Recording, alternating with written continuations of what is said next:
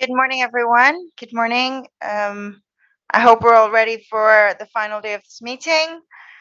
So this morning we do have a few presentations, and I will actually introduce our Minister for Tourism, Minister Shaleshi, to actually lead the whole process this morning. So with that, Minister, I give you the mic.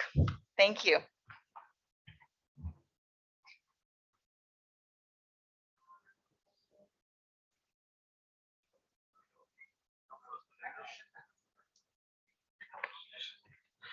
Morning to you all. Morning. Thank you for coming on time. We will start with the first presentation. I think today seems a bit different. We are no more dealing about climate change issues, tourism, battery, this special economic zones. We have done all that. So today we will mainly focus on the sub-regional office reports uh, and presentations on the outcome of ACE African Regional Forum and things like that. So I will start with James Paul Adam from the ECA. His presentation will be on the outcomes of the ACE African Regional Forum on Sustainable Development. So the stage is yours.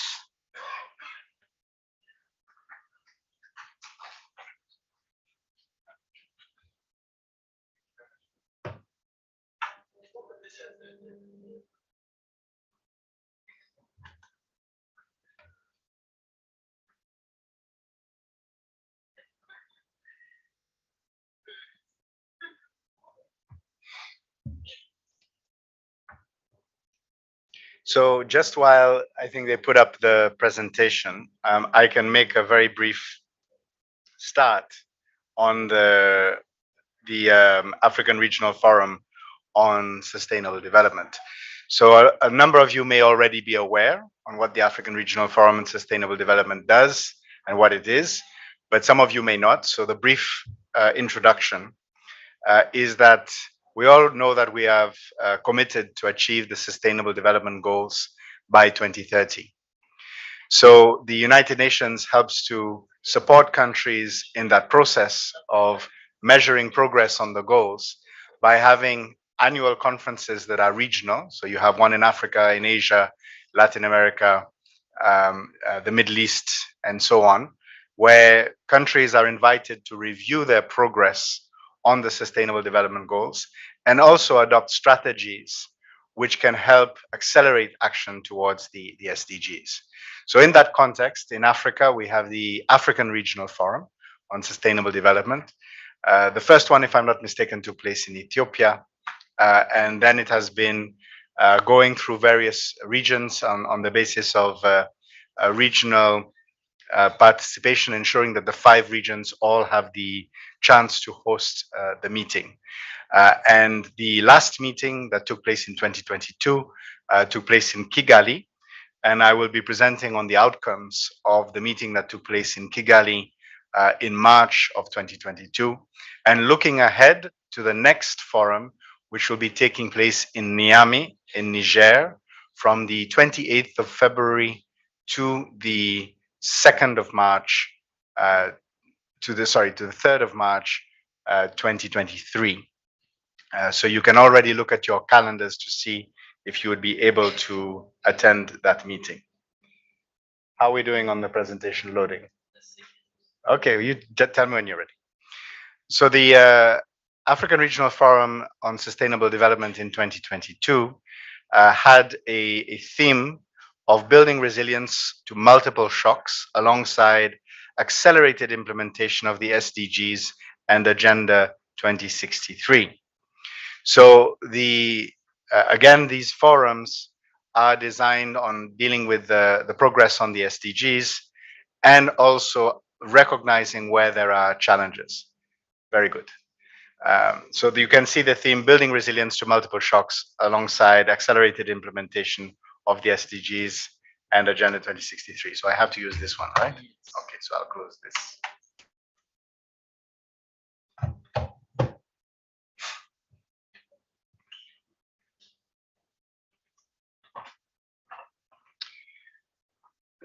So we all know that the Sustainable Development Goals, and I think it's fairly obvious. Unfortunately, in Africa, we are off track. There are many reasons for being off track. Even before COVID-19, the progress was not fast enough. But critically, there was progress occurring. But after COVID-19, we have seen a succession of shocks that are not only breaking our ability to respond to the challenges of achieving the SDGs, in many cases, there is unfortunately regression.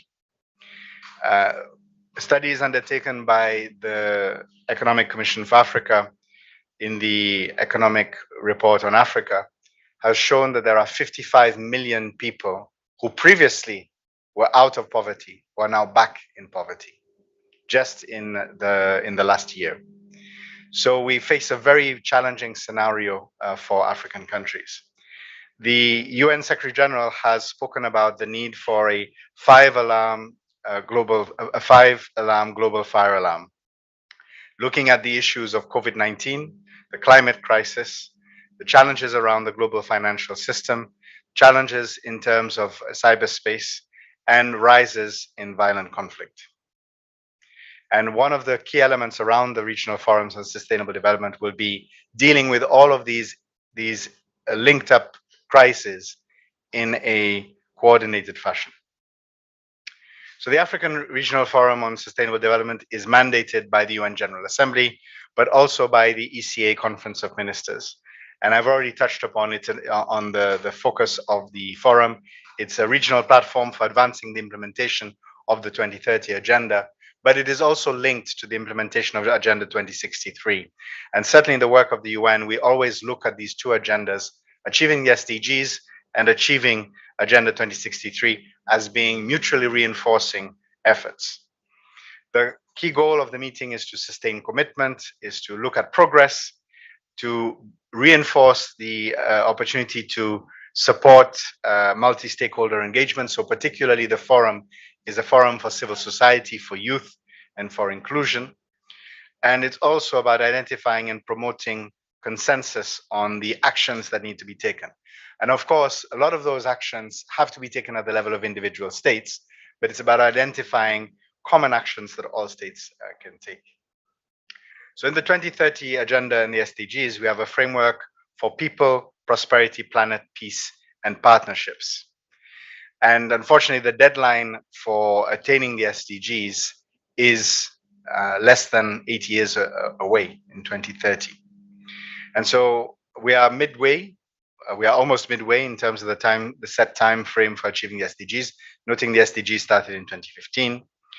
And the 8th session of the African Regional Forum, which was held in Kigali, had the theme of building forward better, a green, inclusive, and resilient Africa poised to achieve the 2030 agenda. In each of the different regional forums, there are some SDGs that are looked at more in focus. And at the one that was held in Kigali, the focus was on SDG 4, 5, 14, 15, and 17.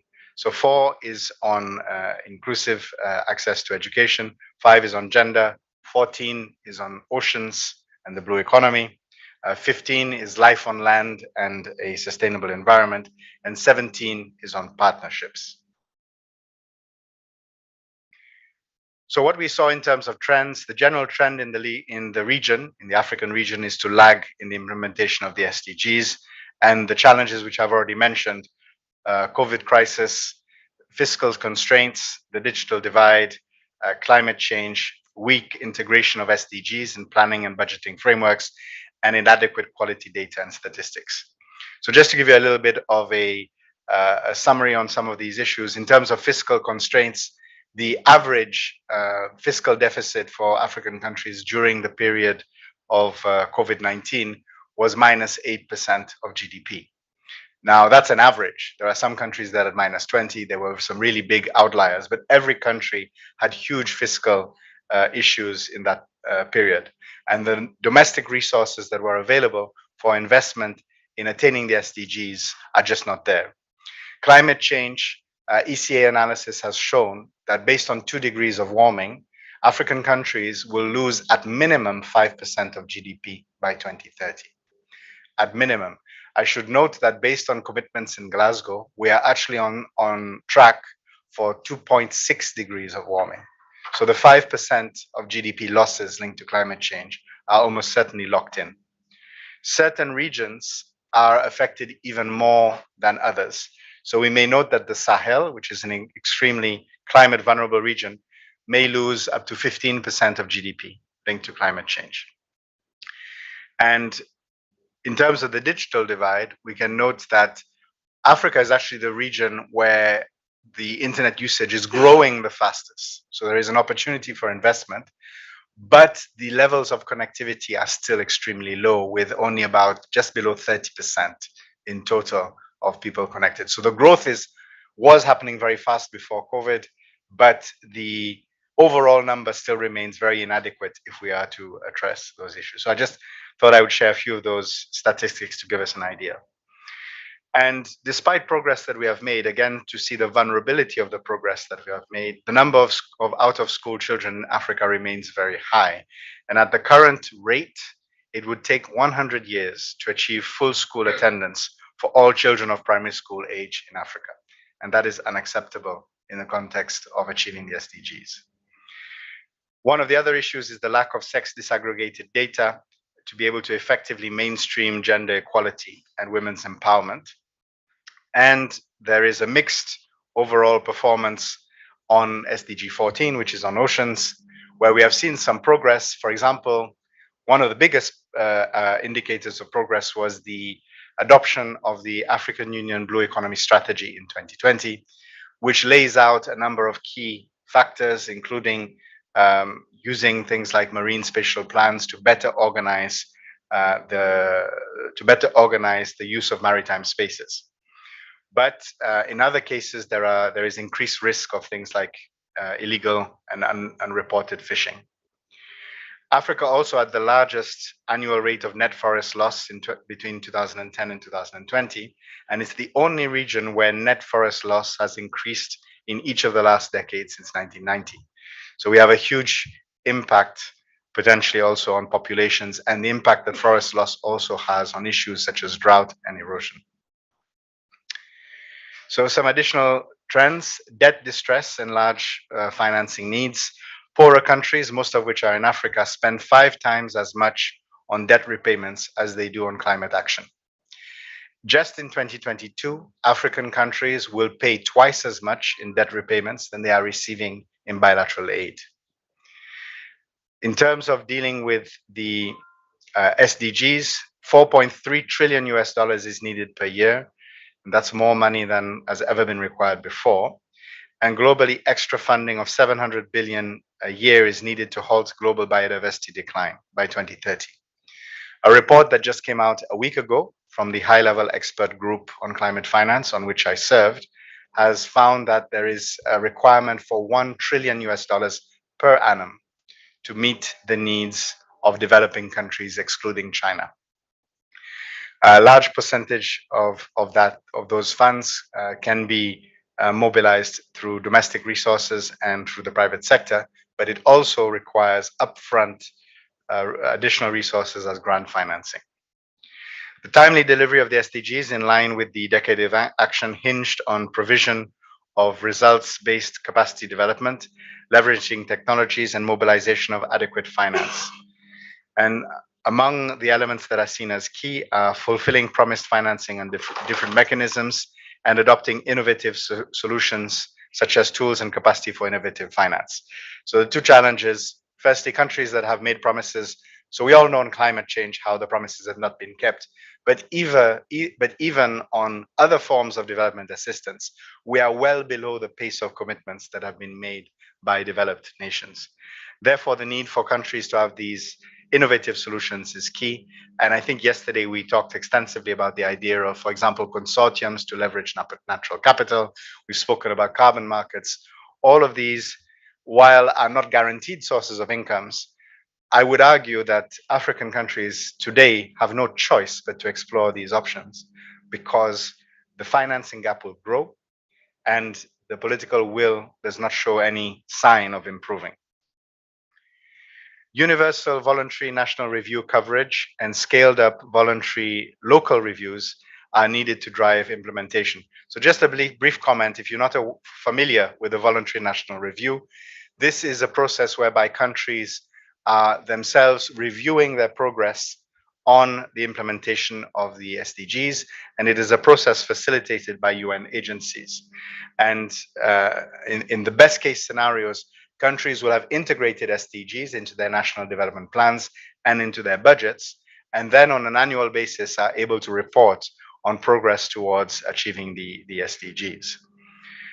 There is only one country in Africa which has yet to undertake a voluntary national review, and the UN is working with that country to do so. This shows actually a very big ownership of the process in terms of implementing the SDGs by African countries.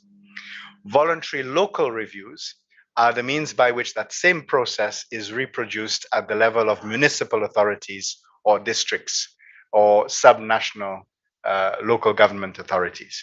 The importance of doing it at that level, in addition to the national level, is that in many countries, the responsibility, let's say for education, may be devolved to a local authority, or health may be devolved to a local authority. And the resources for addressing this may be through that local authority.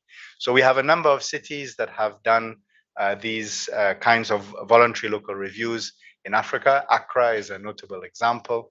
In Ghana, Victoria Falls, in Zimbabwe, Ngora district in Uganda.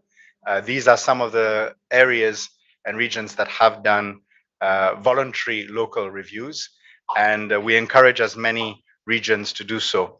Again, a point would be voluntary local reviews, voluntary national reviews at the national level are really something that all countries should do. Voluntary local reviews are dependent on the structures of individual countries, because if you have a highly nationalized structure, then a local review may bring only minimal benefit. But if you do have a federal structure, or if you have very strong local government structures, then voluntary local reviews are also important. As part of supporting voluntary local reviews, the ECA has developed a guide for the use of voluntary local reviews. One of the other trends is the continued emergence of the African Continental Free Trade Area as a tool to promote the adoption of sustainable technologies and infrastructure to support inclusive green growth. This is vital for women economic empowerment, climate resilience, and sustainable management of marine and land resources. And increasingly, so yesterday, my colleague Nadia, actually it wasn't yesterday, it was on Tuesday, my colleague Nadia spoke about the idea of a protocol, particularly on women engagement through the AFCFTA. And these are the types of actions that we need to do to better measure in terms of access and ensuring that the AFCFTA is delivering in terms of results in a uniform manner and in an inclusive manner. And similarly, we are also doing some work on the greening of the African Continental Free Trade Area. So looking at the types of actions that we need to take to make sure that the AFCFTA can deliver climate resilient results. Some of the calls for action from the African Regional Forum on Sustainable Development. One of the key elements was around COVID-19 vaccines. And this was to support the work being done by African countries themselves through AVAT, which is the African Vaccines Facility, to help African countries have access to them. So even if the COVID-19 pandemic may be seen to be tailing off, the importance of vaccines are going to be very important, because COVID-19 is still there. The impact may be less, maybe more under control, as less virulent variants of the disease are becoming dominant. But as with all these types of illnesses, providing vaccines is a critical aspect of future resilience. In terms of education, African countries should invest in developing more resilient education systems. And in particular, the focus of the outcome of that African Regional Forum was to strengthen centers of excellence for the rollout of STEAM education. So STEAM education is the updated version of STEM education. So it's science, technology, engineering, the arts, and mathematics. And this is recognizing that bringing these elements of education at a very early age, particularly in primary education, so not waiting until you reach secondary education, is one of the most cost-effective actions. The last forum was held in Kigali, and within the next year, we will have a first center of excellence in Kigali on STEAM education, and we hope that these can be replicated in other regions of the continent. In terms of gender and women empowerment, we also noted the need to strengthen institutional arrangements to enhance national ownership and responsibility for the effective implementation, monitoring, and accountability of gender-related goals and targets. On marine and aquatic resources, African countries were urged to strengthen their institutional capacity for marine resources management, and there was a call to embrace and support the Great Blue Wall Initiative. The Great Blue Wall Initiative aims to mirror the Great Green Wall Initiative, essentially providing an ocean-based scenario for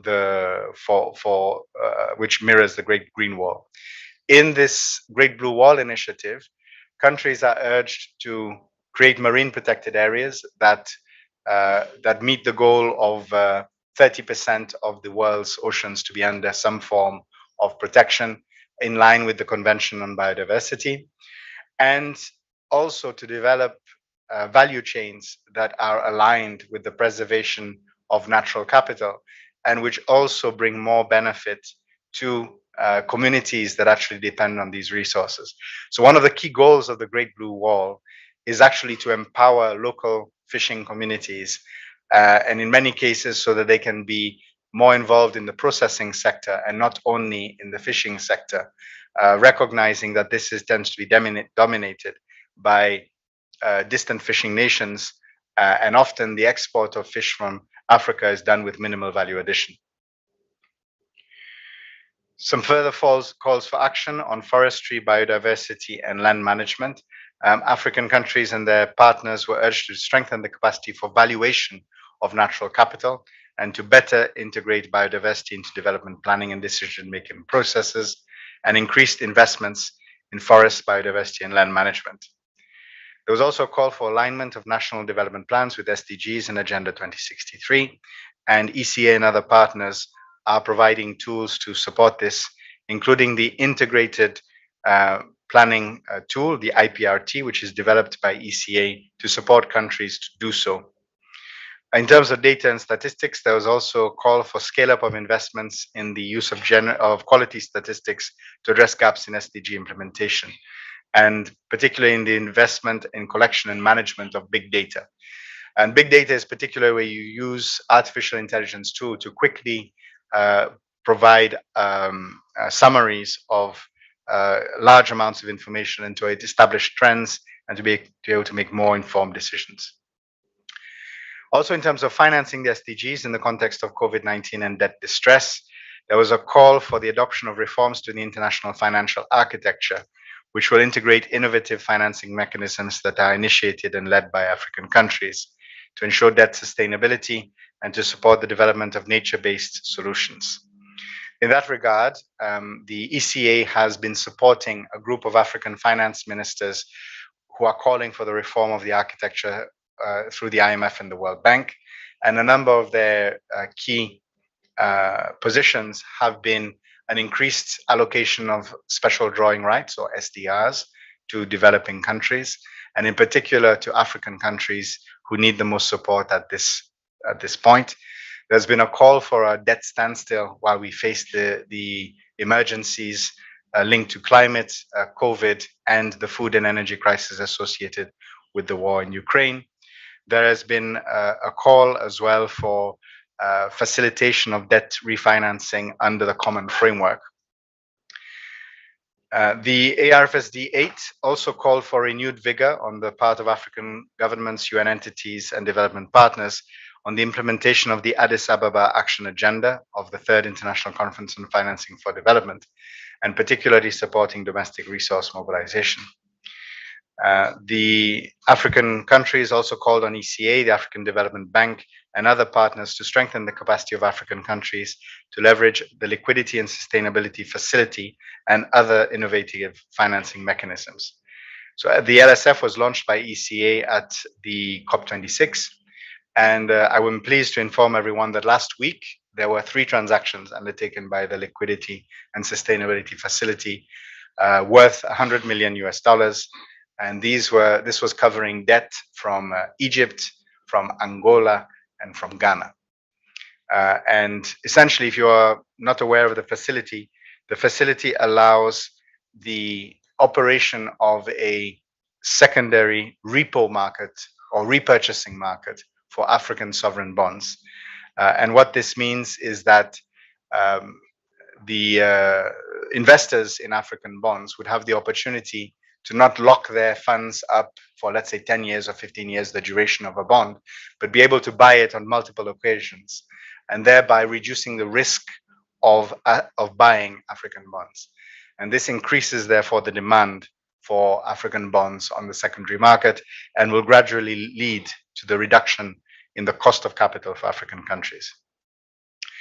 ECA and the United Nations system also were asked to establish a truly developmental carbon market on the continent. And at the forum, an MOU was adopted for supporting countries of the Congo Basin. And at COP27, we presented the draft registry for the Congo Basin for the issuance of carbon credits. And I spoke about that yesterday. So that is the summary of the presentation. I would just like to speak very briefly to the forthcoming event in Niamey, again from the 28th of February to the 3rd of March. And that event will continue to look at the issue of resilience and innovative financing. There is also a focus, because it will be taking place in the Sahel, of addressing issues of water and addressing issues of peace and security and the link between peace and security and sustainable development. There is also a focus on the rehabilitation of degraded natural environments. And one of the ideas as well is linking this to the Great Green Wall and building on the experiences, for example, of Ethiopia's Green Legacy program of replanting trees and linking that to livelihoods and the ability to support populations who are at risk. So thank you very much for giving me the opportunity to present on the regional forum. And of course, we are available for further questions. Most importantly, we hope to see you in Niamey, in Niger. And for those who can't go in person, there will be hybrid facilities. Thank you.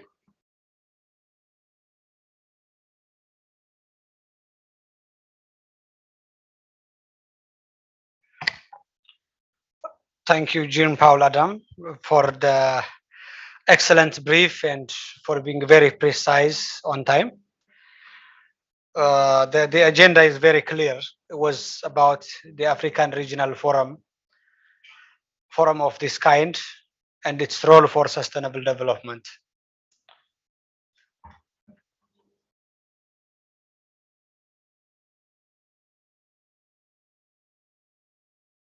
So its role for sustainable development. And there were some alarms that were mentioned by the presenter about the COVID-19, climate change, conflicts, the cyberspace, illegal acts, and the global financial system and crisis. So having this in mind, where are we heading to is a concern, and how this kind of regional forums would play a great role in shaping the African region in a better way. So I now invite the panelists from the 2 sub-regional offices from the Eastern Africa. I now invite Mama Keta. Please take the stage. And also from the Central African region, Jean-Luc Mastaki. So you can take the stage, and I'm sure the audience will have a lot of questions to raise, how these kind of regional forums will contribute for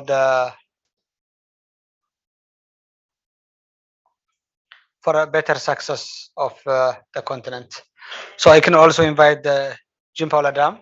Yeah, you can take the stage to take some questions. So I now to save our time, I now directly forward it to the audience. If you have few questions, raise particularly to the sub-regional office or as a continent.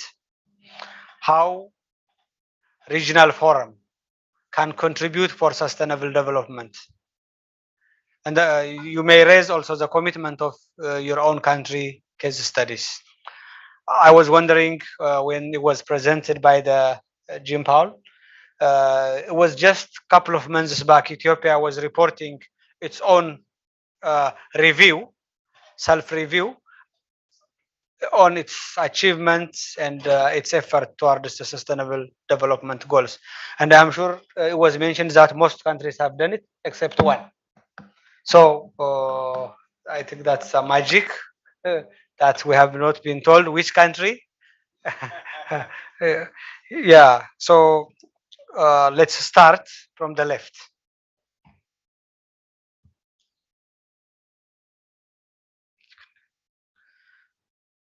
I give priority to the left first. Anyone who want to ask questions about regional forum and its contribution toward this sustainable development. Okay, from the youth, yes, the youth starts. It's a sustainable development issue. Thank you so much, Honorable Minister, for the opportunity. And thank you, Jean-Paul, for the very detailed presentation and insights from the Africa Regional Forum on Sustainable Development. I have two follow-up questions. Number one is recalling on the United Nations Agenda 2030, UN Youth Strategy 2030.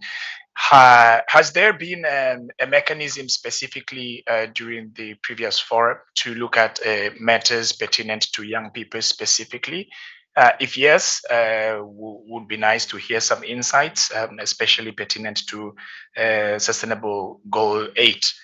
If not, we would love to hear any insights that on the upcoming forum. Is there an opportunity to specifically take stock and review on issues pertinent to young people? Because that will firmly enhance, the issues pertinent to youth to our member state priorities. I submit. Yeah, should we take all the questions first and then we can go for the response? Okay, we have one. Thank you very much indeed, Jean-Paul, for the excellent presentation. My concern is this. I take note of the appeals and the calls and the pleading for institutions such as the IMF to be reformed so that they can respond. This thing has been happening for 50 years. Nobody pays attention, not enough attention anyway. Those of you that will recall it, the ECA under Adedeji, Professor Adedeji, the ECA in fact created its own articles for an African monetary fund. I don't know if any of you, the records are there, okay? And it was destroyed by the same institutions that we're appealing to now, the World Bank and the IMF. I think what we need to do is to continue to engage globally with partners, but we should also separately identify those actions that African countries need to take for themselves, rather than wait and plead and beg all the time, because that list mixes those things. So it might be useful to say these are actions that African countries need to take into the sacrifices, the investments that are required and expected of African countries in their sovereign right. These are actions where the African countries can engage with the international community and negotiate going forward. I just wanted to warn a little bit because they're mixed as well. And some of us who have been around for a while notice that these things have been happening for decades. But generally, nobody pays attention. You recall that one of the priorities of Kofi Annan was to reform the entire systems, not just of the UN, but also the Bretton Woods institutions. Because when they were created in 1945, the world is different now. You need to make them a little more responsive, a little more representative, and going forward, it's an ongoing debate. So I personally would like to see a list that identifies that which we can do for ourselves as African countries, and that which we need to continuously engage with the international architecture, as it were. Thank you very much. Thank you. Any other concerns? Yes. Thank you, Honorable Minister. I appreciate for the presentation from Jean Paul. My question is, as he presented, he said that they are using new technology like artificial intelligence. My concern is how they make sure these new technologies are implemented and being adopted into African countries for sustainable development. Thank you. Yes, maybe from the ladies.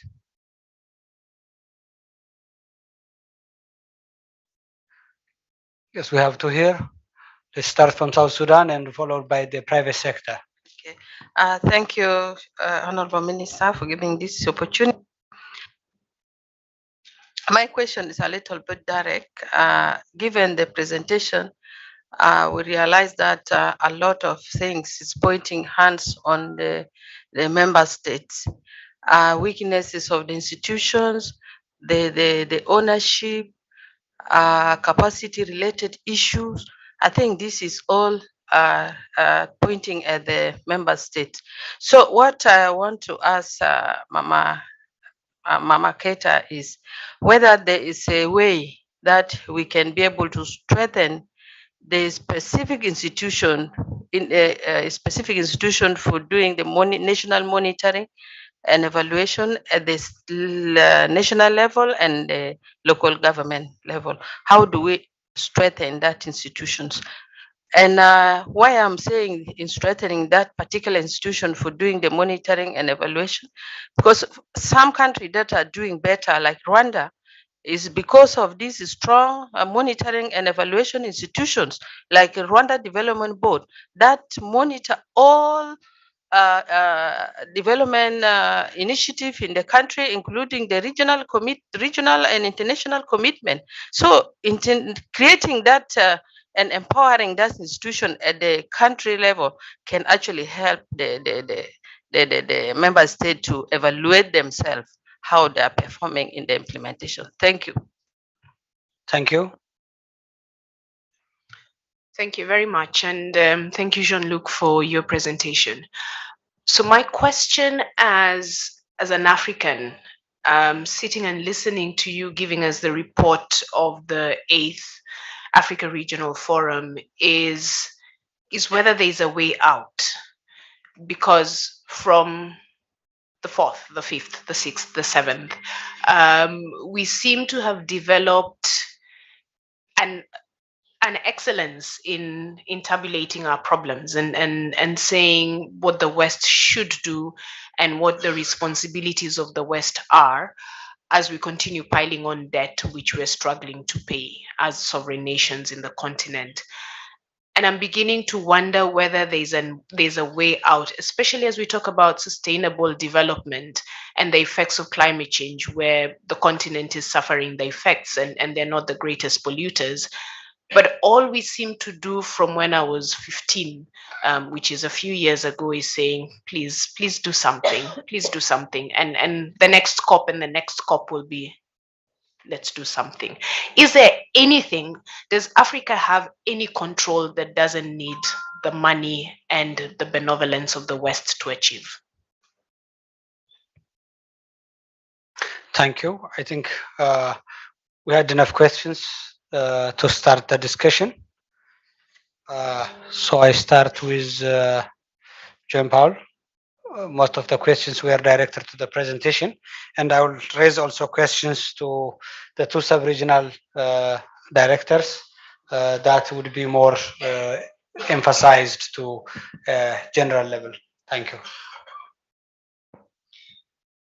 Thank you. Thank you very much. And so I'll cover a few of those issues, and I think they can be complemented in terms of the actions of our sub-region some regional offices. So firstly, the youth is always addressed as a cross-cutting approach in our sustainable development forums. So we've tried, for example, at Kigali, it was a principle adopted with the organizers that we would have a young person on every panel. And we did achieve that mostly with some exceptions. And we hope that at Niamey, we will have a young person on every single in every single intervention. But the point of the regional forum is not just to check that we have a young person in every panel. I mean, it's an important aspect, but it's not the only aspect. It's really about young people being actually engaged in the process of implementing the SDGs. And there are different entry points which are institutionalized. So, for example, the voluntary national review process specifies ways in which young people have to be engaged in that process and the consultation mechanism around how young people have to be involved in the process. The guidance for voluntary local reviews also lays out manners in which engagement can address the needs of young people. But again, it's a question of not just having the consultation, but ensuring that the decision making is also inclusive of young people. So, for example, in terms of voluntary, and it is a difficult, for some of our countries, it is a difficult balance to get. I mean, we have to sometimes speak very openly and directly. We often have societies where age is automatically revered, and while that is a good thing, it is also sometimes leading to spaces which are not easy for young people to penetrate in terms of decision making. And Thank you, John. And I will give others. I will give you a chance again.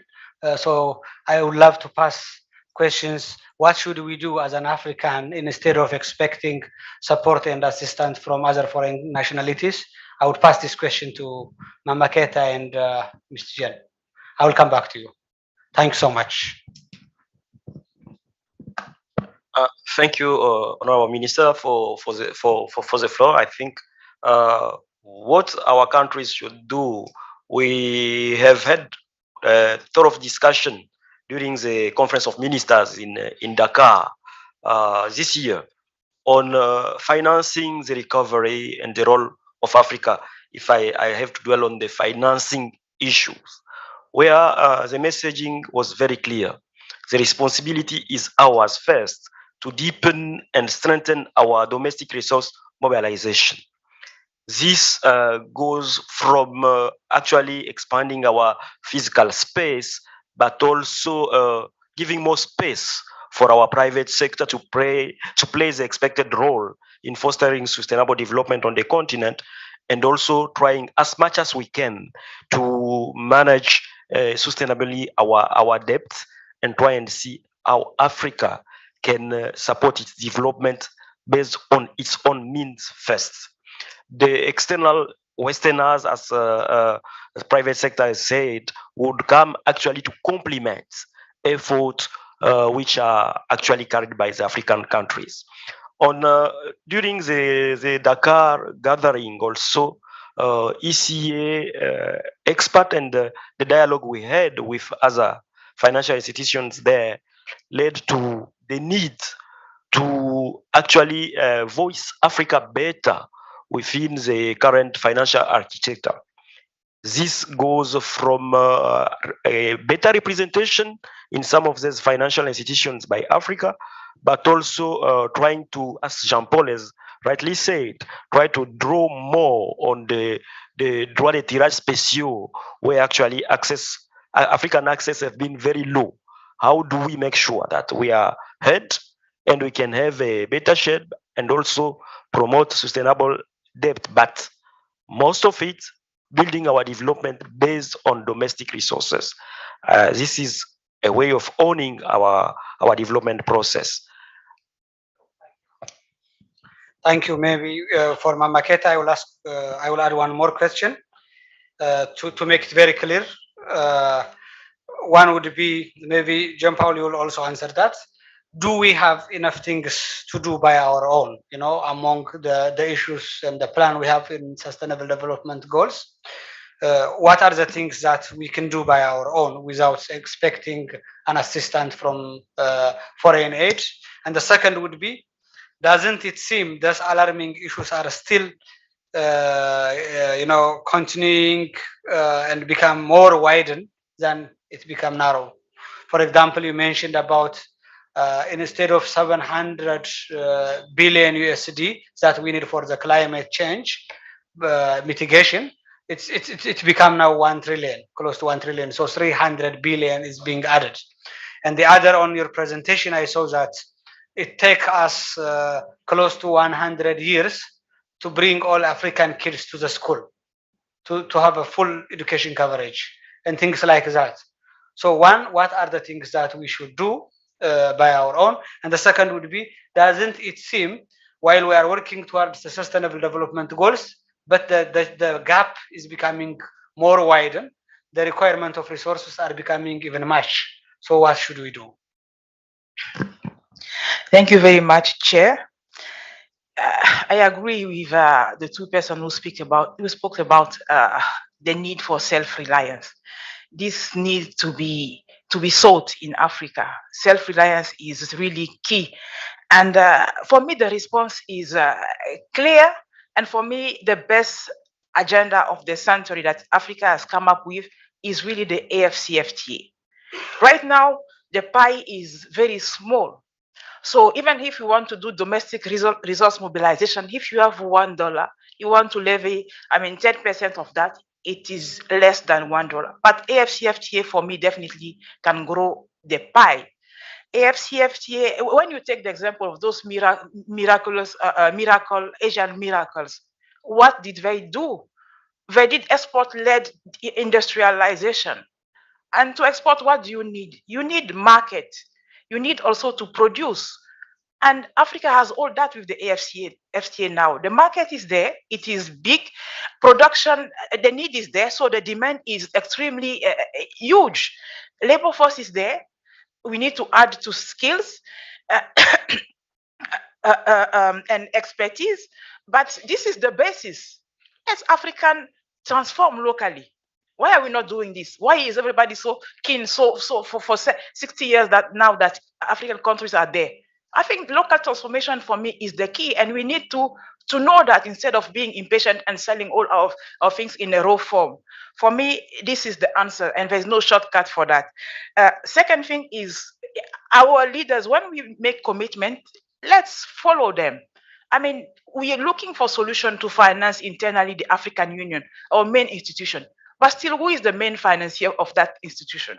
So, President Paul Kagame, Mr. Kaberuka, all those bright minds, Vera Songwe, Carlos Lopez, they have come together as a team to find the mechanism to fund that institution. But still, who is applying that? We're still happy to collect money from elsewhere to make our, African strategy being led by elsewhere, African institution that you're talking about, the Monetary Fund, the Central Bank of Africa. If the strategy is done, is put in place based on resources coming from abroad, these are going nowhere. So I think this is the thing, and this is what needs to be done in my humble view. Thank you, Mama Keta. The idea was very clear. Self-reliance is the bottom line. That's a central point I see, and it has been explained how. So, Jean Paul, you can take the lead. In addition to what has been mentioned, like the skill, expertise. No, thank you so much. And so firstly, I think on the ability to mobilize resources, we should not be too pessimistic nonetheless. We have not had a good experience, but we need to also be clear on how we assess the situation currently. I think fundamentally, and building on what Mama has just said, one of the biggest problems for Africa has been that we have we have tended to look at our economic development as the export of resources with not enough value addition, and also without fundamentally altering our capacity to generate additional finance. I think one of the questions was, will we always be reliant on external finance? I think the point would be how we make external finance help us to develop our own domestic finance. Because there's no country in the world that has developed purely internally based on its own resources. You need to attract other sources of finance, or you need to sell things to be able to generate more financial resources. But we need to use this ability to attract investment as a means of then generating new flows of capital within our own countries. So, for example, it is not enough to simply say we are going to borrow money and then invest it in something. It's about how we are using flows of capital then to develop new flows of capital. So the idea of we've spoken of yesterday, of these investment vehicles, for example, of then being able to generate new forms of capital.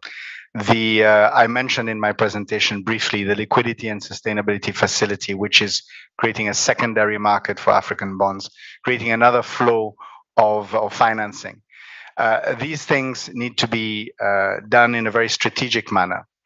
I think there was a point about whether we need to have an African monetary fund, and ultimately, I think so. Obviously, there are political considerations linked to challenges from external parties that meant that this did not happen. But the success of such an institution would also be predicated on the ability of African countries to put funds in. And we have to be very honest that now, in the current environment, this is going to be challenging. We may create multiple new funds, but we need to raise funds to put in those funds. And hence, it's how we use external finance as a means of creating domestic financial flows. Then the final point I would just touch on very briefly on the question of new technologies, which I think had emerged on how to ensure that these are properly used in the continent. One of the mechanisms is some of the regional strategies that are already in place. We have the African Union Digital Transformation Strategy, which includes guidelines for each country on how they can link this to their national systems, and also regional centers. So we have regional centers of excellence, one on artificial intelligence, for example, that was launched earlier this year in Congo, Brazzaville. Thanks. Thank you, Jim. Thank you all the panelists. I think to manage time, it's very clear what we need to do is if we even bring foreign aid. Jean was telling we cannot use this money for a continuing support every year. Instead, we have to use it to generate our own sustainable income so that we can skip from a continuous expectation of a support from foreign hands. And that's I think yeah. And I will give 1 minute to Mama Keta to add a point. Thank you. Just to say that I take note of the comment of my sister, the importance of monitoring and evaluation, and that is well noted. Yeah, I think there will be a continuous session on presentations about the activity report of sub-regional office, both the Eastern Africa and the Central Africa. By then, we will have more chance to discuss how these kind of regional forums are contributing for sustainable development, for regional integration, and things like that. So allow me to wind up with this. If there is no any very vulnerable question you want to raise, you want to take 1 minute.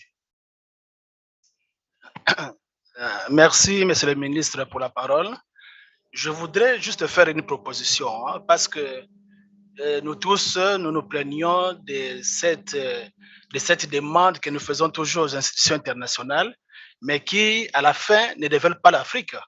Je ne suis pas économiste, mais je voudrais qu'on me donne l'exemple d'un seul pays africain qui a été assisté par la Banque mondiale, par le Fonds monétaire international, et qui, 5 ans, 10 ans après, s'est développé au même niveau qu'un pays européen. Je ne sais pas, je ne suis pas économiste, mais en tout cas, je mets quiconque au défi de me donner un tel exemple. Alors, je me dis, tout à l'heure, là, j'étais sur Google, j'ai essayé un peu de me renseigner. Je lis dans les rapports de Bloomberg qu'il y a 20 milliardaires africains. Et ces milliardaires manipulent pratiquement 90 milliards de dollars américains. 90 milliards. C'est sur Google que je viens de voir tout de suite. Mais pourquoi alors ne pas approcher ces milliardaires africains pour que les Africains aident les Africains? Parce qu'ils sont là, ils sont avec nous. On ne peut pas les approcher, créer un fonds dans lequel ces milliardaires peuvent verser peut-être 0,1% ou 1%. Et puis, on recourt aussi aux États. Comme ça, nous avons un fonds propre aux Africains qui va développer les Africains, au lieu toujours de nous tourner vers les FMI, la Banque mondiale, alors qu'à la fin, il n'y a rien. Donc, c'est vraiment un cas que je voudrais qu'on puisse un peu exploiter cette voie-là, que les Africains aident les Africains parce qu'il y a des milliardaires africains qui manipulent pratiquement 90 milliards de dollars, au lieu toujours de tendre la main vers l'extérieur. Parce que la personne qui vous donne, la main qui donne est toujours au-dessus de la main qui reçoit. Merci. Merci, moi, vous l'avez français, ne sais pas. So I give the opportunity to my Maketa to give the response to these specific questions, and we'll wind up by this. And I will also invite Mr. Jen also, if you want to take opportunity. Merci beaucoup, Monsieur le Président. Merci, Monsieur le délégué, pour les commentaires. Je crois que ça va dans la droite ligne de ce que Jean-Paul a dit. Le développement de l'Afrique sera porté par les capitaux africains, mais les capitaux étrangers devraient être un moyen qui nous aide, nous, à développer des mécanismes pour mobiliser nos propres ressources. La SRO-CA a engagé un dialogue depuis un certain nombre d'années avec le secteur privé africain, impliquant aussi ces milliardaires africains-là, qui ont été présents dans beaucoup d'initiatives. Je me rappelle bien de l'initiative de la SRO-CA pour accompagner les pays ouest-africains en matière, lorsqu'ils devraient faire face à la crise d'Ebola. Et nos milliardaires ont été mobilisés et ils ont joué un rôle clé. Ici, au-delà des milliardaires, il y a lieu de souligner le rôle de nos systèmes financiers, notre intermédiation financière, sa capacité à mobiliser les épargnes africaines et à les canaliser vers des questions de développement durable. Il s'agit donc d'un défi, mais aussi d'une opportunité qui de plus en plus est mobilisée, mais je suis tout à fait d'accord qu'il nous faut faire davantage pour que notre secteur privé et les quartiers les plus riches africains jouent un rôle beaucoup plus grand dans le financement du développement. Tu as quelque chose à augmenter? Merci beaucoup. Moi, je pense que en cette matière la source du financement, on dit l'argent n'a pas d'odeur, n'a pas de couleur. D'où vient l'argent? Pour moi, c'est pas un problème. Le problème, c'est que les Africains définissent ce qu'ils veulent et définissent comment ils veulent que les choses soient faites. Quand vous prenez, moi, je suis basé présentement au Rwanda. Au Rwanda, il y a toute une communauté de partenaires. Mais au Rwanda, vous ne faites pas ce que vous voulez. Le pays a sa vision, il a ses plans de moyen terme et vous vous alignez là-dedans. Qu'est-ce que vous pouvez faire dans mon plan? Mais vous ne venez pas chez moi et vous commencez à me préparer d'une dollar, vous allez me dire que vous allez me faire manger d'une dollar alors que j'ai envie de manger du couscous. Donc, la direction doit venir des pays.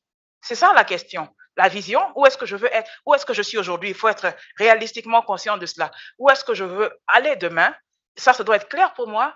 Qui peut m'accompagner pour aller là-bas? Moi, je dis que c'est ici que je veux aller. Donc, alignez-vous ou laissez-moi tranquille. Donc, je pense que la Banque mondiale et tout ça, il faut leur montrer le chemin. Où est-ce qu'on doit aller? Où est-ce qu'on veut aller? Je pense que c'est ça. Il y a beaucoup de capitaux à l'extérieur de l'Afrique qu'on ne doit pas refuser. Quand vous prenez un pays comme Singapour, pensez que l'argent est venu de l'intérieur? L'argent n'est pas venu de l'intérieur. L'argent est venu de l'extérieur. Ils ont mis en place des conditions internes pour attirer ces capitaux-là. Les capitaux, ils cherchent les bénéfices, hein. Il y en a plein. On dit qu'il y a, je ne sais pas comment on dit ça en français, 300 trillion private money that is out there. Let's tap into it. On doit les chercher, on ne doit pas fermer l'Afrique à ça. On doit être conscient de nos opportunités et qui peut nous aider à les transformer, mais soyons aux commandes. C'est ça l'affaire. Moi, je pense que le problème, c'est les Africains, encore une fois. Il faut définir la direction et demander à ceux qui peuvent accompagner d'accompagner. La question n'est pas de refuser les capitaux. En plus de cela, on doit effectivement encourager les Africains à consommer africain, les privés africains à investir en Afrique, à croire en Afrique, parce que je parlais avec un expert, un collègue de UNIDO qui nous dit une phrase très simple. Il dit que si on ne voit pas les locaux, les nationaux investir chez eux, alors les étrangers n'ont aucun incitatif à venir investir. Et ça, intuitivement, je le comprends parfaitement. Donc, c'est ça un peu. Thank you. Thank you, panelists. Thank you, everyone.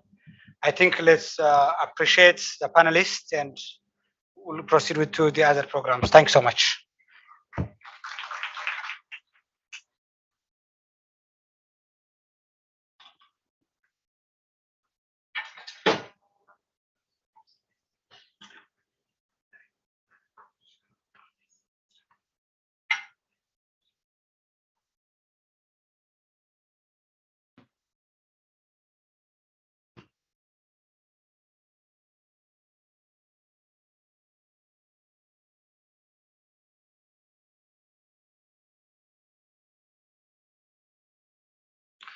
Okay, now we continue with two short, brief presentations of the sub-regional office. Mojo. Now we will continue to make presentations of two short briefs. One would be on the presentation of activity report. I'm sure everyone is excited to listen to those. Activity report of the sub-regional office of the Central Africa and the activity report of the sub-regional office of the Central Africa. So the report will include since the last session of the SRO-EA and program of work for the remainder of the 2022 annual program. So we'll start with the presentation of the activity report from the Central Africa.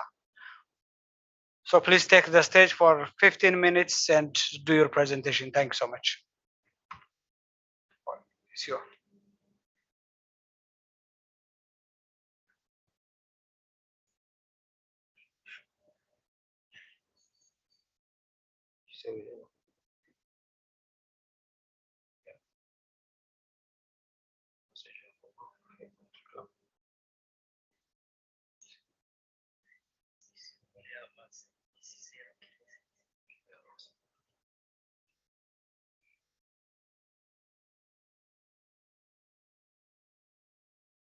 Bien, merci, Monsieur le Président. Je vais donc présenter le rapport du bureau de la SRO-EA en Afrique centrale. Il s'agit des activités que nous avons mises en œuvre depuis notre CIE qui a eu lieu en décembre à Brazzaville et aussi comment nous avons répondu comme bureau aux recommandations clés qui ont été émises par les experts, les délégués pendant cette session-là. Rapidement rappeler que notre bureau de l'Afrique centrale couvre 7 pays dont la liste est là. Il s'agit de pays de la CEMAC Plus, comme on dit, des pays de la CEMAC plus la Sao Tomé et Principe. Et le fait de couvrir les pays de la CEMAC nous amène souvent à être actifs dans d'autres pays qui, selon la configuration de la SRO-EA, ne devraient pas être sous notre couverture. Les focus de la SRO-EA en Afrique centrale, tous nos bureaux sous-régionaux sont suffisamment spécialisés par rapport à des thèmes au niveau sous-régional. À Yaoundé, notre focus est sur la promotion de la diversification économique, la transformation structurelle en Afrique centrale. Ça se comprend. Nos pays sont essentiellement pétroliers et souffrent d'une faible diversification de leurs économies et beaucoup plus vulnérables aux chocs exogènes liés aux fluctuations des coûts de pétrole, comme par exemple, et d'autres. Nous supportons aussi, nous appuyons aussi les initiatives sous-régionales. Il s'agit d'accompagner l'agenda d'intégration de la CEAC et de la CEMAC dans la sous-région. Tout ceci est fait évidemment à travers les 3 fonctions de la CEA, qui sont des fonctions de think tank, mais aussi des fonctions de mobilisation des partenariats et d'opérationnalisation des agendas. Les résultats que nous avons réalisés en 2022. Dans le cadre du renforcement de la diversification économique en Afrique centrale, nous avons validé un cadre de référence important à travers l'élaboration du plan directeur d'industrialisation et diversification économique en Afrique centrale, que nous appelons le PDID. Le PDID a été adopté par la CEAC et la CEMAC comme cadre de référence pour la promotion d'une industrialisation inclusive et durable en Afrique centrale. Nous avons été très engagés et très actifs sur les chantiers de la promotion de la zone de libre-échange continentale en Afrique centrale. Et un certain nombre de pays ont bénéficié de nos services dans ce cadre-là, incluant la Guinée équatoriale, le Sao Tomé et la République centrafricaine. Ça, c'est des États qui, pendant notre CIE passé, étaient en train de mettre le vœu de voir la CEA étendre ses activités en appui à la ZLECAF sur leurs espaces nationaux. Ils estimaient que nous étions un peu plus absents dans ces espaces. Nous avons pu couvrir ces pays. Nous avons aussi accompagné un certain nombre de pays dans la modélisation économique et le développement de la base des données JITAP en Afrique. Il s'agit des pays qui étaient absents dans la base des données JITAP en Afrique. C'est l'Angola, Sao Tomé et la RDC. Nous allons continuer sur ce travail-là l'année prochaine, mais nous les avons déjà appuyés et les consultations ont déjà eu lieu. Il y a eu un certain nombre de publications du bureau, nous allons en parler, mais aussi nous avons renforcé les capacités des experts nationaux sur une diversité de questions. C'est les CAF, industrialisation, diversification économique, ainsi de suite.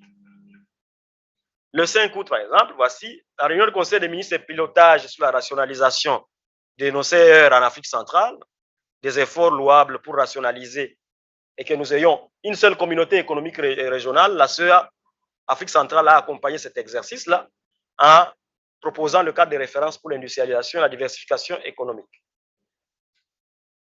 Nous avons réalisé un certain nombre de publications. J'ai dit que nous sommes un think tank et donc nous produisons des œuvres d'esprit. Ils ont porté essentiellement sur les zones économiques spéciales que nous accompagnons. Nous avons produit des policy briefs sur les zones économiques spéciales comme nœud de développement des compétences en Afrique centrale. Nous avons parlé de cette question des centres d'excellence, inclusivité des compétences et employabilité des jeunes par rapport à ces zones économiques spéciales. Nous avons produit un rapport là-dessus. Nous avons produit un rapport sur l'état d'intégration économique dans la sous-région et les conditions macroéconomiques de la sous-région. Une partie de ces rapports a été présentée ici par mon collègue Mamadou Bal et qui a porté les discussions initiales au début de notre séance. Nous avons aussi produit un rapport et un policy brief sur l'énergie renouvelable pour la diversification économique en Afrique centrale, un peu en réponse à la question qui a été posée ici par le Tchad. Nous avons été très engagés sur la conception et la mise en œuvre des stratégies de diversification économique, notamment à travers cette initiative sur les batteries, sur le développement de la chaîne de valeur des batteries, véhicules électriques et énergie renouvelable en RDC.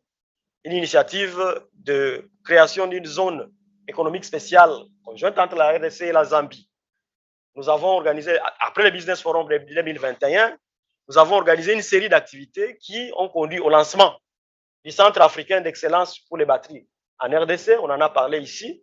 Il s'agit d'une initiative qui accompagne ce développement de la chaîne de valeur à travers la disponibilisation des compétences techniques pour pouvoir aider la RDC à produire ces batteries.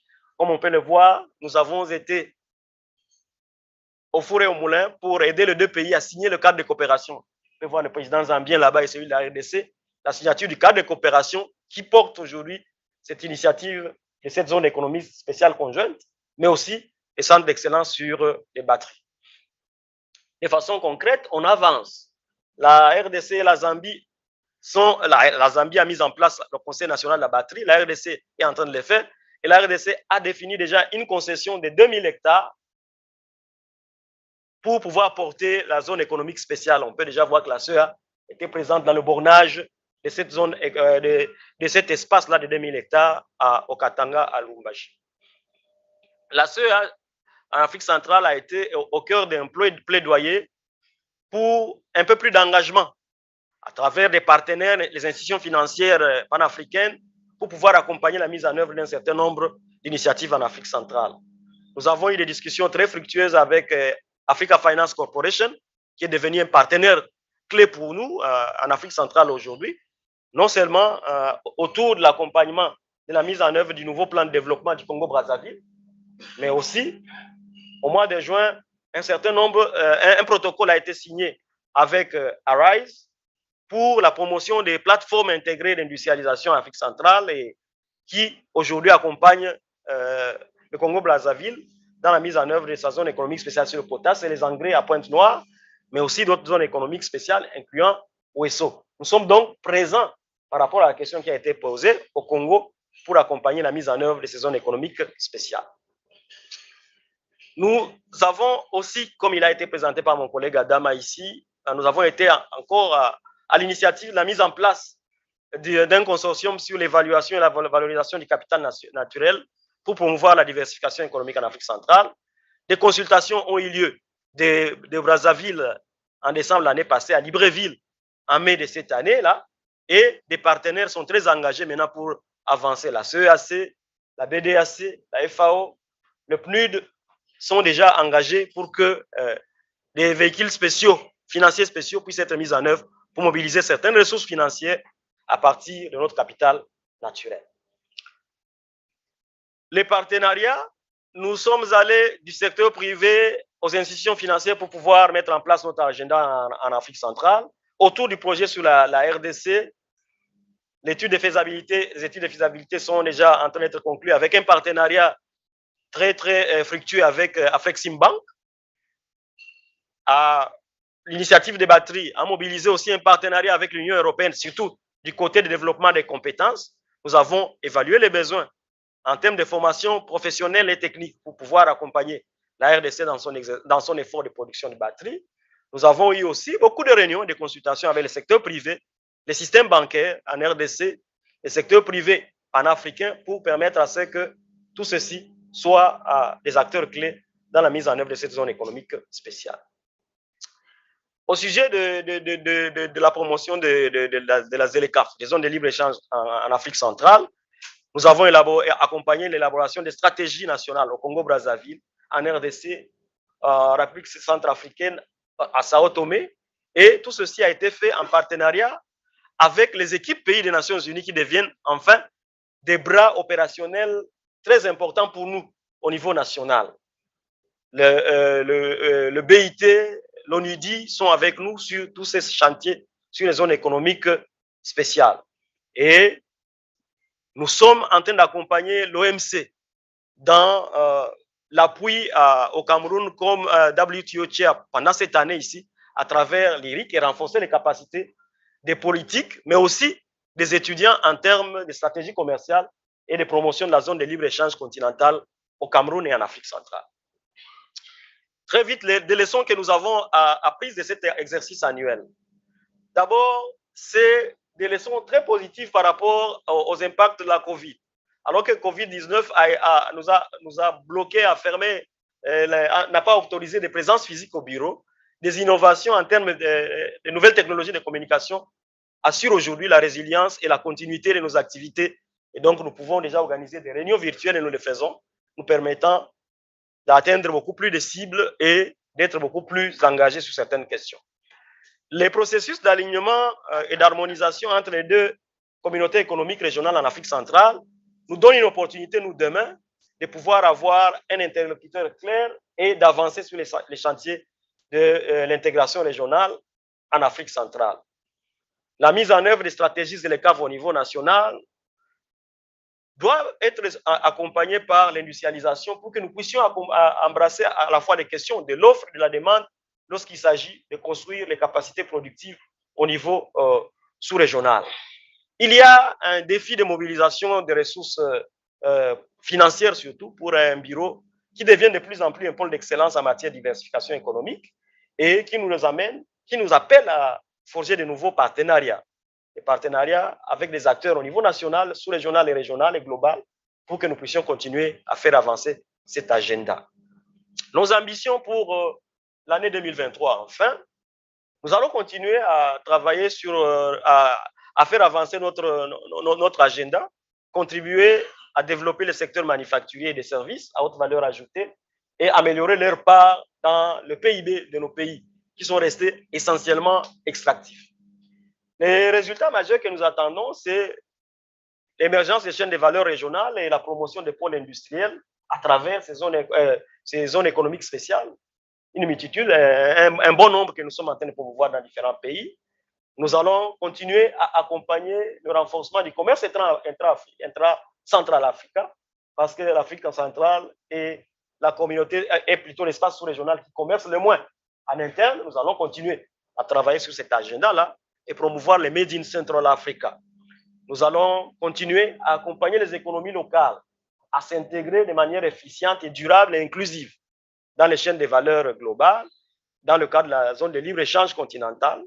Et nous allons continuer à accompagner nos pays à renforcer leur comptabilité nationale, la modélisation macroéconomique et surtout à adopter les techniques de comptabilisation du capital naturel comme stratégie de mobilisation des ressources financières pour pouvoir accompagner leurs efforts de diversification économique. Voici, de manière ramassée, les activités que nous avons mises en œuvre pendant cette année en Afrique centrale et nous vous remercions tous pour votre partenariat et espérons encore que nous allons faire du chemin ensemble pour que nous puissions réaliser encore plus de résultats et continuer à servir la sous-région. Merci beaucoup.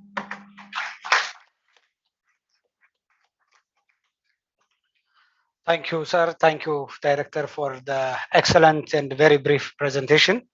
I now invite the Sub-Regional Office for East Africa. Thank you.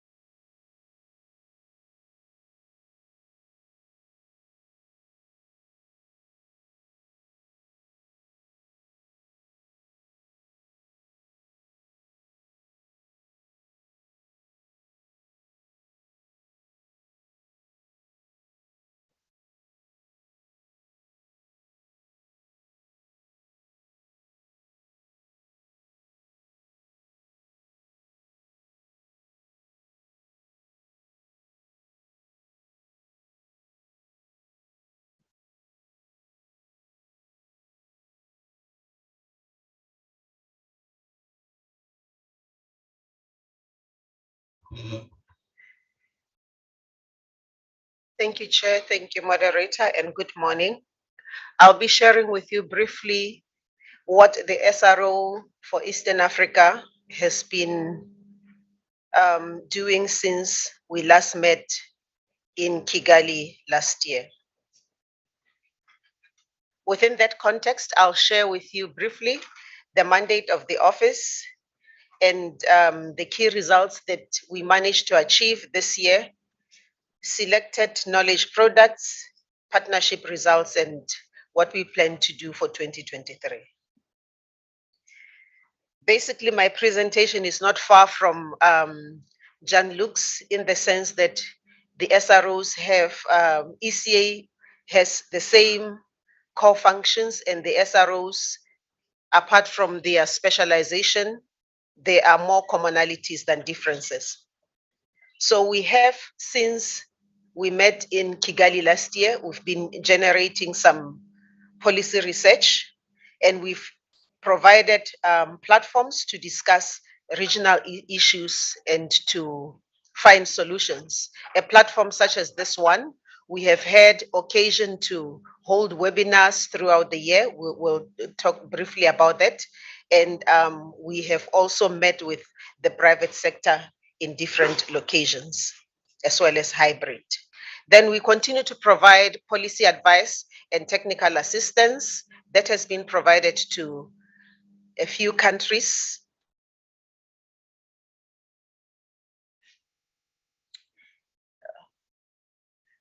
Yes, okay, I'll continue. I wanted to remove the insert there.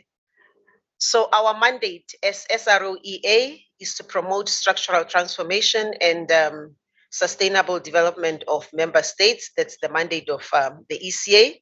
as well as promoting international cooperation for Africa's development. When you look at the SDGs that we have, that we are responding to as an office that focuses on the AFCFTA, they are there. You can have a look at them. And we are also in the area of the blue economy and tourism. We are responding to the SDGs. Our work responds to the SDGs as listed on the screen. Our service lines has largely been in policy analysis, data analysis, modeling, private sector development, trade, regional integration, etc., as you can see from the screen there. Now, you will recall when we met last year, we were discussing strengthening resilience for strong recovery and attracting investment to foster economic diversification.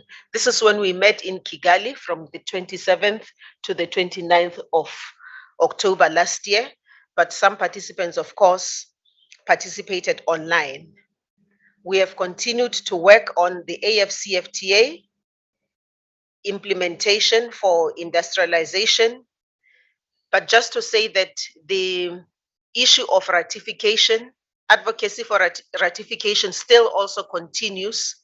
This year, as you heard on day one, we did not have any ratification, but our efforts still continue. We are also looking at AFCFTA for job creation, inclusive development, and we continue to support negotiations and implementation strategies. On the blue economy, which has been highlighted in this meeting as well, we are looking at policy harmonization and strategy development. For regional promotion of regional tourism, we are looking at sector diversification as well as promoting regional tourism, particularly in the Eastern Africa region, as you would have heard yesterday.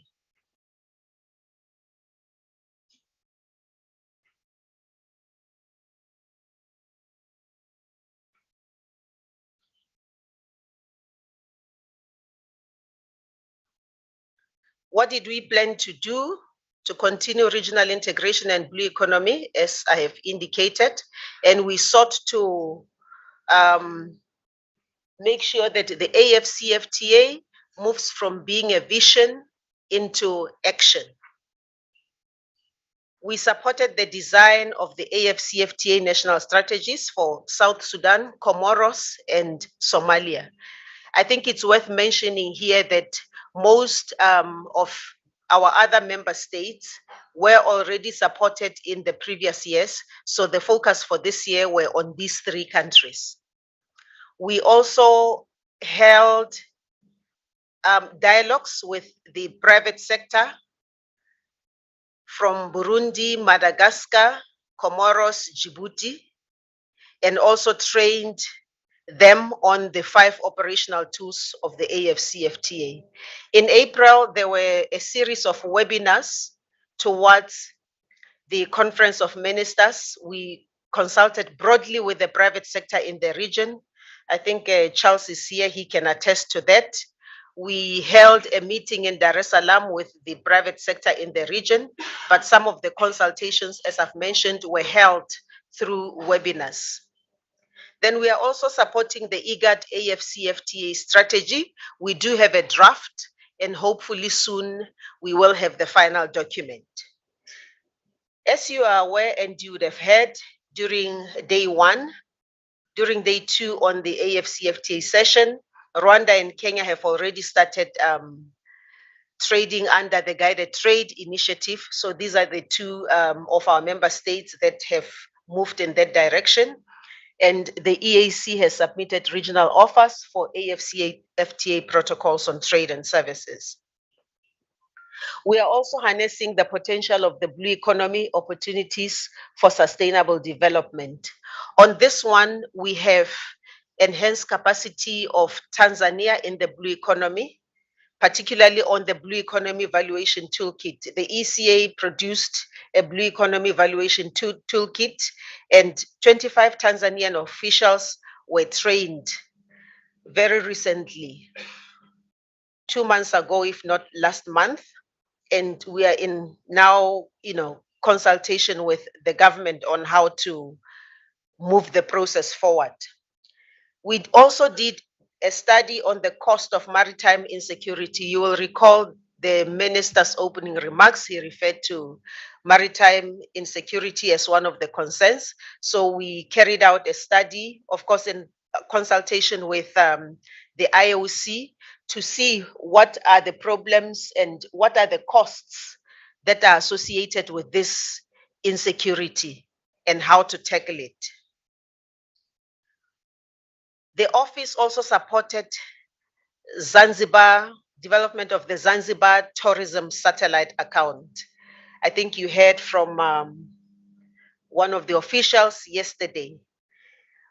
Capacity was built of national officers to be able to carry out TSAs by themselves in future. I think the next step, after capacity building, it's handing over to them. They are now able to do it themselves.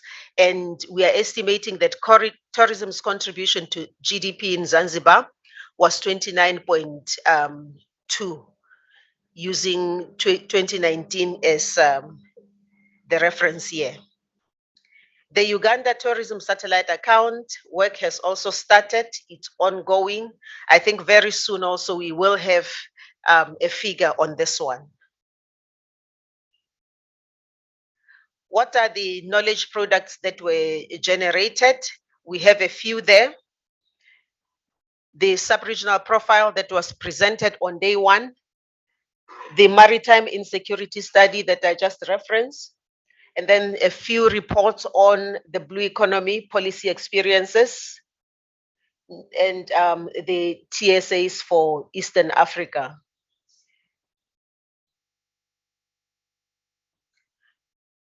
We also sought to strengthen partnerships, both nationally, regionally, with the UNCTs, with the private sector, and with other groups as well, youth and women. UNCTs in member states, we sought to implement the development plans, that is the UN Sustainable Development Cooperation Frameworks. We supported a few, and we are still in the process of supporting others. Then we of course collaborated with the IOC on this maritime insecurity study. We are also collaborating with the UN to formulate and implement the joint program on maritime insecurity and the sustainable green and blue economy in Mauritius and Seychelles. We are also working with UNDP in the development of the South Sudan National AFCFTA strategy. What do we plan to do next year? The agenda of the AFCFTA will continue. We continue to advocate for AFCFTA ratification and to define, support member states to come up with social economic assessments and tailored projects on AFCFTA implementation. It's not ECA doing it for member states. This is a partnership. We work together with our member states when it comes to this delivery of these products. The same for blue economy. We will continue to formulate policy frameworks and come up with analytical tools to measure the contribution of the blue economy to the contribution of the blue economy. And to the focus for next year will be on transboundary water resources. And this is as a request from member states that blue economy, we should not only be considering coastal countries, but the land-linked countries as well. On tourism, urban tourism, as you heard yesterday, we will continue to work on that, particularly on the development of the TSAs as the requests were made yesterday. Then we will also continue to strengthen partnerships. And here we'll work closely with the UNCTs as we have done for where we have developed, particularly the AFCFTA strategies, we have sought to engage the UNCTs in those countries. And with these few words, I would like to thank you.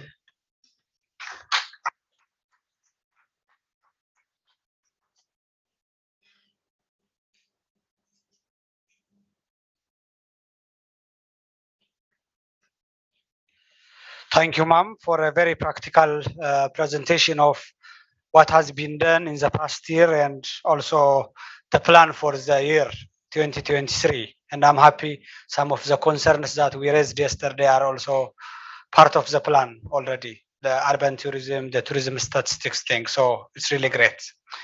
I don't want to take much time in summarizing what has been reported by the two sub-regional office. So for the interest of time, I will immediately move to the next session, which is about a presentation on the proposal for the theme, date, and venue of the next ICSOA. So it's going to do that.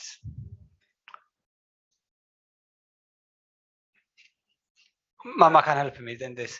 Yeah, there is one contribution that will come from online, and another one that will be made by Adam. Adam. So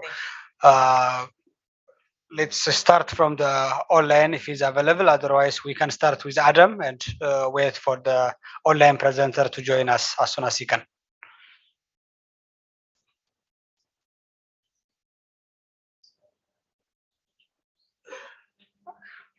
Adam, you can start.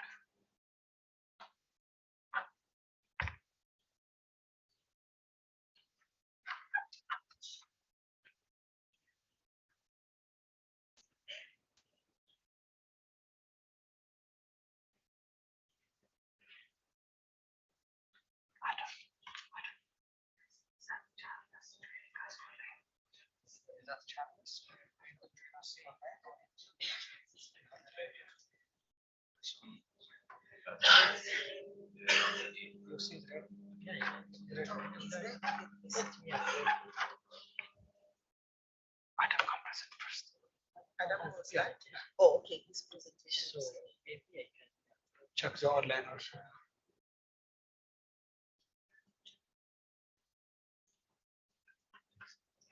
Online. Let's start this one. Is it ready? So the Adam will take the first session.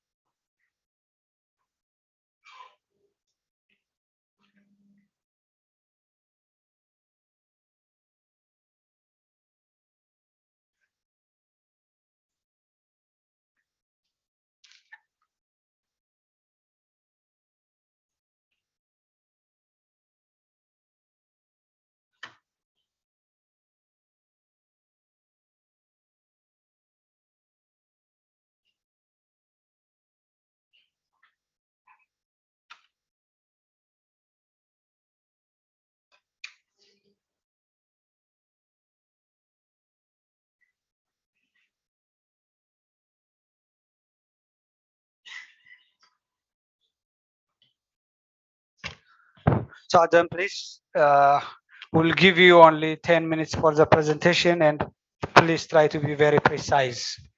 We have to finish everything before noon today.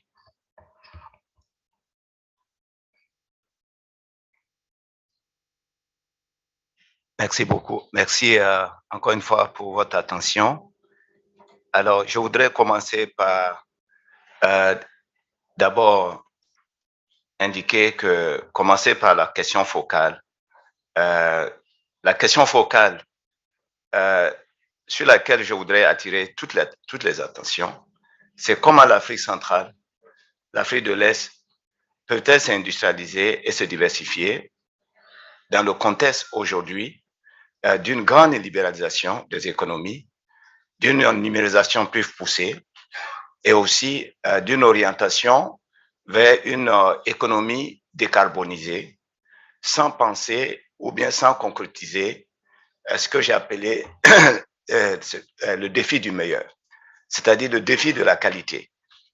Donc, c'est à cette grande préoccupation, la préoccupation de devenir meilleur, de s'inscrire dans une culture systématique de qualité, qualité au niveau de l'environnement, qualité au niveau des hommes, qualité au niveau des produits, qualité tout court. Donc, c'est de ça qu'il s'agit. Alors, pour cela, je voulais rappeler que pour nous, le processus, il faut rappeler qu'au niveau de l'Afrique centrale, nous sommes dans un parcours qui a commencé à Douala en 2017 et je dirais qui s'est poursuivi avec le consensus, après le consensus de Douala, poursuivi à chaque étape de Douala, nous sommes parvenus, ensuite à N'Djamena, ensuite à Malabo. Donc, à chaque occasion du comité, de la réunion du comité intergouvernemental des experts, jusqu'à Brazzaville, donc l'année dernière, c'est l'année dernière que donc a été fixé l'accent sur cette problématique spécifique de comment mettre en œuvre des zones économiques spéciales. Donc, nous sommes encore à ce rendez-vous de choix. Et ce choix, le choix maintenant, c'est à partir de ce chaîne, de nous fixer, donner une fixation sur ce que va être, je dirais, le prochain thème du CIE. Nous avons déjà aujourd'hui, je dirais, un plan d'industrialisation, projet de plan d'industrialisation et de diversification économique. L'industrialisation, réaliser ce plan, c'est avant tout se rappeler qu'au niveau des économies, les échanges entre les économies, nous avons caractérisé les économies comme des économies qui échangent très peu entre elles, tout simplement à hauteur de 1 à 2% de produits manufacturés. Pourquoi? Parce que effectivement, nous n'avons pas de produits de qualité pour pouvoir échanger entre nous. Donc, ce sont les produits de qualité qui viennent d'ailleurs, qui occupent nos marchés locaux, qui occupent nos marchés régionaux, qui occupent nos marchés continentaux. Donc, c'est dans ce sens-là que partant déjà de la mise au point maintenant de plans directeurs d'industrialisation et de diversification économique au niveau de chaque pays, nous avons aussi travaillé maintenant avec nos deux institutions de la sous-région, c'est-à-dire la CEMAC et la SRO-CA, pour aussi voir comment fusionner, comment tendre vers un plan d'industrialisation et de diversification économique, mais au niveau régional. Donc, ces processus sont en cours, mais l'aboutissement, c'est pour pouvoir avoir des produits de qualité, pour pouvoir booster ces 2%. 2% seulement d'échanges entre nous, ça veut dire que les économies de l'Afrique centrale et de l'Afrique de l'Est importent et exportent pour enrichir les autres, puisque nous ne faisons que importer des produits manufacturiers parce que nous n'avons pas de produits de qualité. Donc, la problématique de choix, nous avons tout simplement, pour aller droit au but, vous savez, pour cette thématique, c'est une thématique très sérieuse, très, très importante. Nous avons rédigé déjà 12 pages pour récapituler quel est le contexte au juste de la problématique de qualité. Eh bien, particulièrement au niveau de l'Afrique centrale, c'est une problématique qui est très sérieuse parce que quand on regarde l'état des lieux de l'infrastructure de qualité des pays africains, ça c'est en 2020, vous voyez dans ce tableau, il y a beaucoup de parties qui sont en rouge. Nous avons répertorié tous les pays de l'Afrique centrale et l'Afrique de l'Est. Ce qui est en rouge, ça veut dire que vraiment, le problème de qualité est vraiment au plus bas. Nous sommes au rouge parce que nous n'avons pas de produits de qualité. Ceux qui sont un peu au jaune, ça veut dire qu'ils sont en progrès. Ils sont dans une logique de progrès. Donc, on a mesuré ici les indices pour, au niveau de l'infrastructure de qualité. L'infrastructure de qualité, comme vous le savez, c'est tout un ensemble. Vous voyez, c'est tout un système. Nous avons non seulement les cadres réglementaires pour la gouvernance, nous avons des instituts, nous avons des services, nous avons des entreprises, nous avons aussi des consommateurs. Donc, c'est tout un ensemble. Tout ceci est déjà résumé et consigné dans le papier que nous avons déjà mis au point pour vous partager. Donc, la qualité vise à surtout assurer que les produits et services respectent les exigences des clients. Des intervenants avant moi, Dieu merci, étaient déjà intervenus. Vous avez écouté l'intervention du doyen Essonneau, et Roger Essonneau, qui est un qualiticien de long parcours, 50 ans de parcours dans les ateliers américains, dans les ateliers industriels, je dirais, asiatiques. Il a fait le parcours du monde. Il a dit que la qualité, en regardant dans le rétroviseur, eh bien, il y a quelques 50 ans, personne ne regardait la qualité des produits asiatiques. Mais aujourd'hui, tout le monde apprécie les produits asiatiques parce que, tout simplement, ils ont travaillé sur la non-qualité. La non-qualité. Donc, je voudrais pas trop tirer sur la corde parce qu'on veut avoir un peu de temps pour pouvoir aller visiter un peu quand même les plages et puis ce qu'il y a autour. Donc, je vais vraiment envelopper la chose pour dire que la qualité est au cœur vraiment de la question de la compétitivité dans un environnement qui sera aussi grand comme le marché africain. Désormais, comme vous le savez, on ne le dira pas assez. Le marché, quand on dit marché, le marché est désormais ici en Afrique. Nous avons 1,2 milliard de population, rien que ça. Mais nous avons une taille suffisamment grande. Le continent africain, ça englobe l'Europe, ça englobe l'Amérique, ça englobe la Chine, ça englobe toutes les puissances que nous avons. Donc déjà, nous devons penser en termes de comment aller vers des voies pour pouvoir, les voies de la puissance, puisque ce sont des superpuissances déjà. Mais l'Afrique regorge toutes ces puissances en termes de superficie. Mais la superficie n'est pas tout. La superficie, je dirais, la transformation dont on parle, c'est d'abord une transformation mentale. Et cette transformation mentale passe par la transformation de notre écosystème. Comment faire en sorte qu'on soit en harmonie avec nous-mêmes? Comment faire en sorte qu'on soit en harmonie avec la nature? On en a parlé hier avec l'idée de préserver notre plus important patrimoine qui est le bassin du Congo. Mais il faut aller au-delà du bassin du Congo, comme le représentant du Tchad l'a dit hier. Il faut penser au soleil, il faut penser au sable, il faut penser à tous ces capitaux naturels que nous avons, mais que nous n'avons pas réussi à mettre en valeur. Mais tout ceci passe par la culture qualité, la démarche qualité. Donc, je voudrais faire cette proposition. La proposition de thème que nous avons formulée, c'est comment améliorer les standards et normes pour faire de la zone de l'Afrique centrale et de l'Est une origine de qualité reconnue et une destination d'investissement de choix pour accélérer l'industrialisation et la diversification économique. Pourquoi faire en sorte que le Seychelles soit une origine de qualité? Pourquoi faire en sorte que chacune des économies soit une origine de qualité reconnue? C'est de ça qu'il s'agit.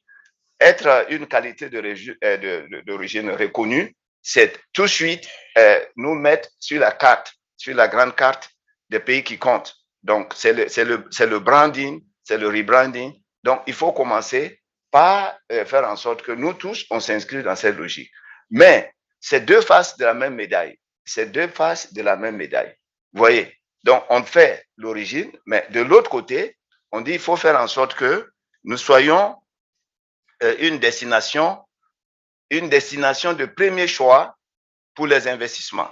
Vous regardez la courbe qui est en bas ici, on a résumé ça rapidement. Eh bien, nos économies ne sont pas attractives. Nos économies ne sont pas attractives. Donc, la performance ici, au niveau des stocks d'investissement, vous voyez que l'Afrique de l'Est et l'Afrique centrale sont les moins performants. Donc, ça, c'est pas la SRO-CA qui le dit, ce sont les preuves. Donc, on a voulu vous mettre ça en relief. Nous ne sommes pas attractifs. Nous sommes au plus bas. Pour ce qui est maintenant de la tendance, des efforts ont été faits. Vous regardez l'évolution du stock d'investissement direct étranger par région. La courbe verte et la courbe marron, c'est l'Afrique de l'Est et l'Afrique centrale. Donc, ces deux économies aussi, vous voyez, notre performance n'est pas au rendez-vous. C'est pour ça qu'il faut qu'on mette l'accent sur les réformes. Il faut faire des réformes pour que nos économies soient attractives, pour qu'on attire des investisseurs. Donc, c'est de ça que j'ai voulu signaler ici. Dans ce contexte d'attirer des investisseurs, j'ai voulu mettre surtout en relief un accent particulier sur notre secteur agricole.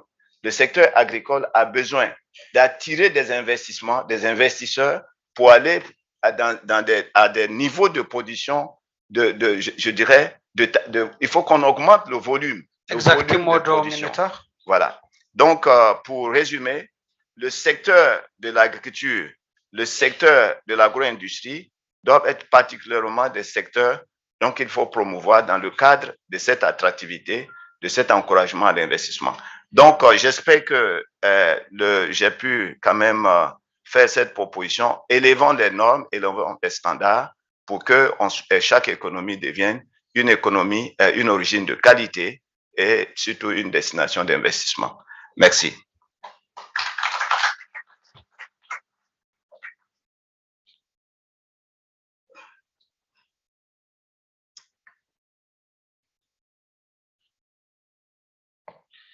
Thank you, Adam, for the excellent presentation as always and keeping the time, especially this time. I now invite our online presenter, Charles Gachi, on the from the African Regional Organization for Standardization, ARSO. So, Charles, are you there? Can you hear us? Yes, I'm there, sir. Excellent. So the stage is yours. You have 10 minutes to make your presentation. Thank you for joining us. Thank you, and give me the rights to share.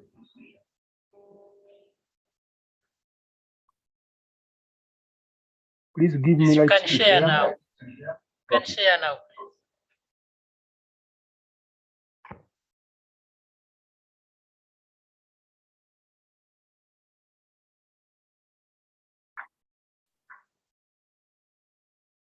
Thank you. Good morning. I hope you can see my screen. My name is Gachahi. I work for the ASO Central Secretariat. I'm going to give a short presentation on supporting Africa, of course, through standards and conformity assessment. My outline of presentation, I'll look at briefly about ASO. Excuse me. Maybe you yes. can put your presentation in full mode to be better. Okay. So I'll talk briefly about ASO, then about the key priority sectors for standardization, briefly about quality conformity assessment, and then ASO quality marks and some emerging issues pertaining to trade in goods.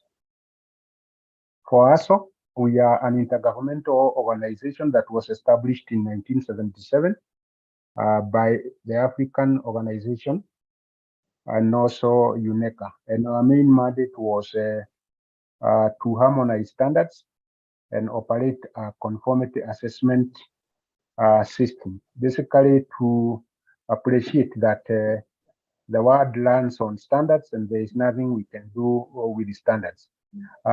We are 43 members out of the 55 AU members, and we are member of what we call the Pan-African Quality Infrastructure.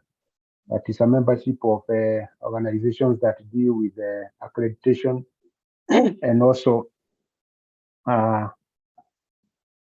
certification. So why do we need standards and conformity assessment? Basically, we look at standards as tools for competitiveness.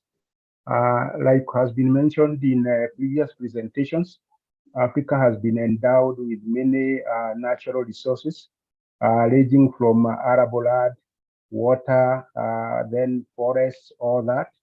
And we cannot be able to commercialize these natural resources without standards. So standards will be able to help us produce and innovate products that we can be able to trade among ourselves and also internationally. So we are looking at standards also as instruments for removing technical barriers to trade.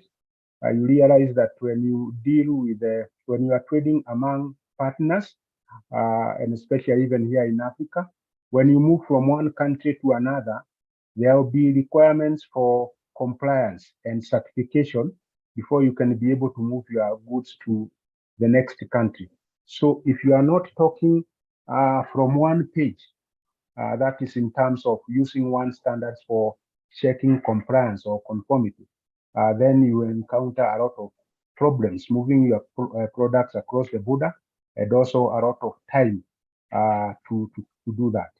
You can also use standards for promoting intra-Africa trade. Once you remove these barriers, then it will be easier to trade among ourselves. Currently, our intra-Africa trade starts around less than 15%, and we need to trade more so that we can be able to create jobs, wealth, and also spur industrialization among ourselves. Basically, we are using standards as tools to ensure health, safety of our citizens, as well as protecting the environment. These are the ones we say are the essential requirements of a standard. So without standards, we cannot be able to ensure that the food we are eating or the water that we are drinking is safe for our citizens. So this will be used as basis for checking the quality of the products that we are able to eat or move across the continent. So we are saying standards are also important tools for regional integration. When we are trading among ourselves, we are looking at what we are normally saying, that we are looking at one standard, one test, and then one certificate. And we can be able to move our products freely across our borders. And you remember, even the objectives of AFCFTA is to have a single market. So a single market with single standards. And on this regard, ASO has signed an MOU with the AFCFTA to say that for purposes of trade, they only recognize African harmonized standards. So some of the key sectors, and this also you can be able to map with the natural resources that we do have in our continent. We have tourism, is very key, agriculture, dairy, fishery and aquaculture, horticulture, energy mining, automotive, and pharmaceuticals. These are very key important sectors, and particularly even now when we look at the last one on pharmaceuticals, this became even more when we had this pandemic of COVID, that we were able to realize that we could be able to use standards for purposes of using the products that we have, or even support manufacturing, and also in terms of the supply within the continent. So standards are very expensive documents to develop, and therefore we do not just standardize for the sake of standardization. We have to look at what we have so that we can be able again to move trade within the continent and outside the continent. So standards are developed by what we call a technical committee of experts. And for this purpose, the experts are drawn from member states. Within the 43 member states, when we have a subject of standardization, we do send out a call for nomination of experts for that particular technical committee. And we give a guidance as to who can be included in the technical committee. So it is important because standards have to be aligned with the various regulations. That's also to address issues to do with the manufacturers and service providers. We also require to have academia and researchers, because standards are technical documents, and for any reasoning, we have to advance it using science and research. We also have consumer bodies within the technical committee, and also other specialties like conformity assessment bodies. Those are certification bodies, laboratories, inspection bodies. They are also included in these technical committees. And basically, it's just to ensure that whatever document has been developed then addresses the real concerns as they are expected.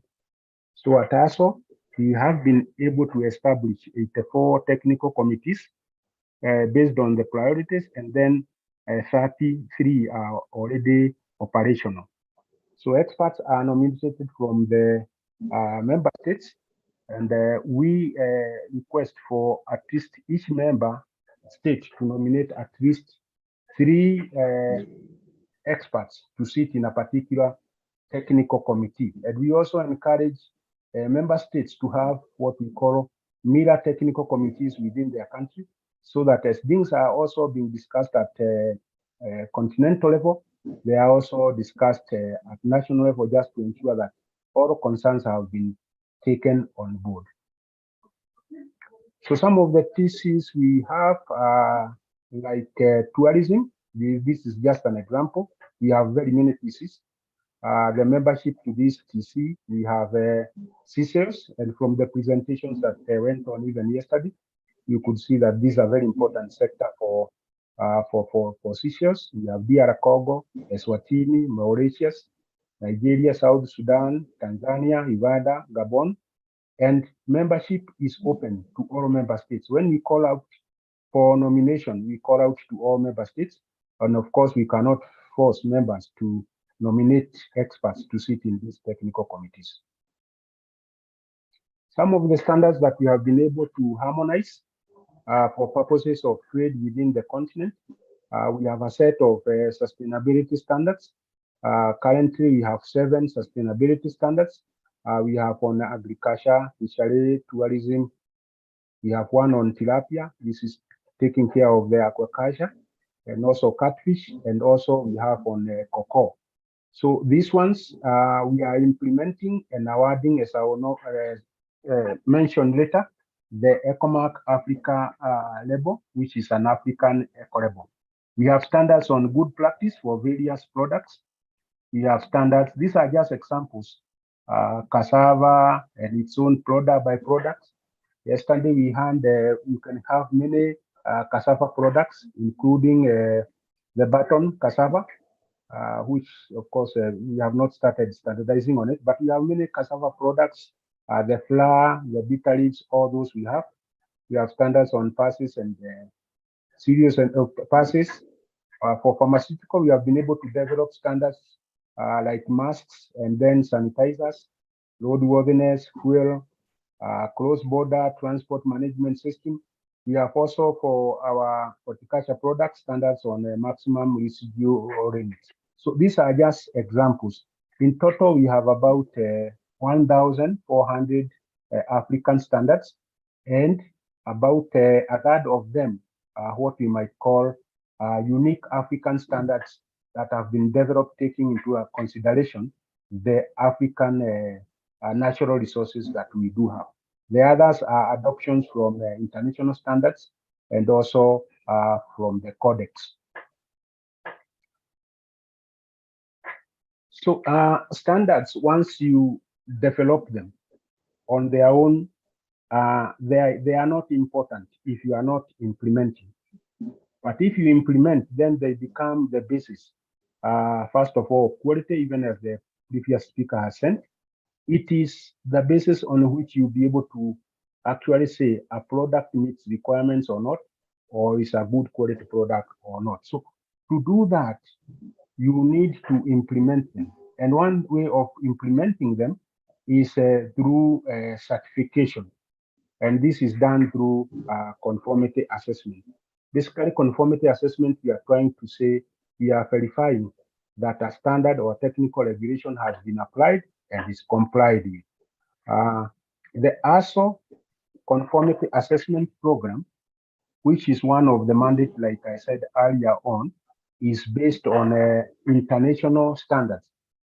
For instance, it involves certification bodies, it involves inspection bodies, accreditation bodies, and we refer to important international standards like ISO 17065, 17025 for laboratories, 17021. All those standards have been used, have been referenced in development of the African Conformity Assessment Program or system.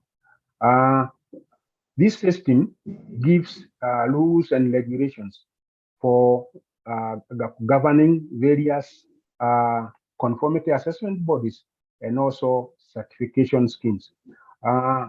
It covers currently 11 certification schemes, and these schemes we have a scheme which is a scheme A, which deals with primary production of crops and livestock. This is at farm level. And this scheme covers both what you might call as single enterprises, or an enterprise with many sites, or a group of enterprises, which means you can have a certification to a single farmer, or a group of farmers, or a single company, or a group of companies. At industry level, we have scheme B, which deals with the processing of food.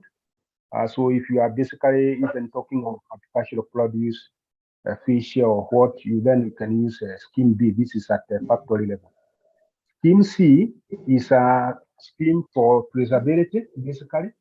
If you are using products from Charles, thank you for your excellent presentation. You will have only 1 minute to summarize.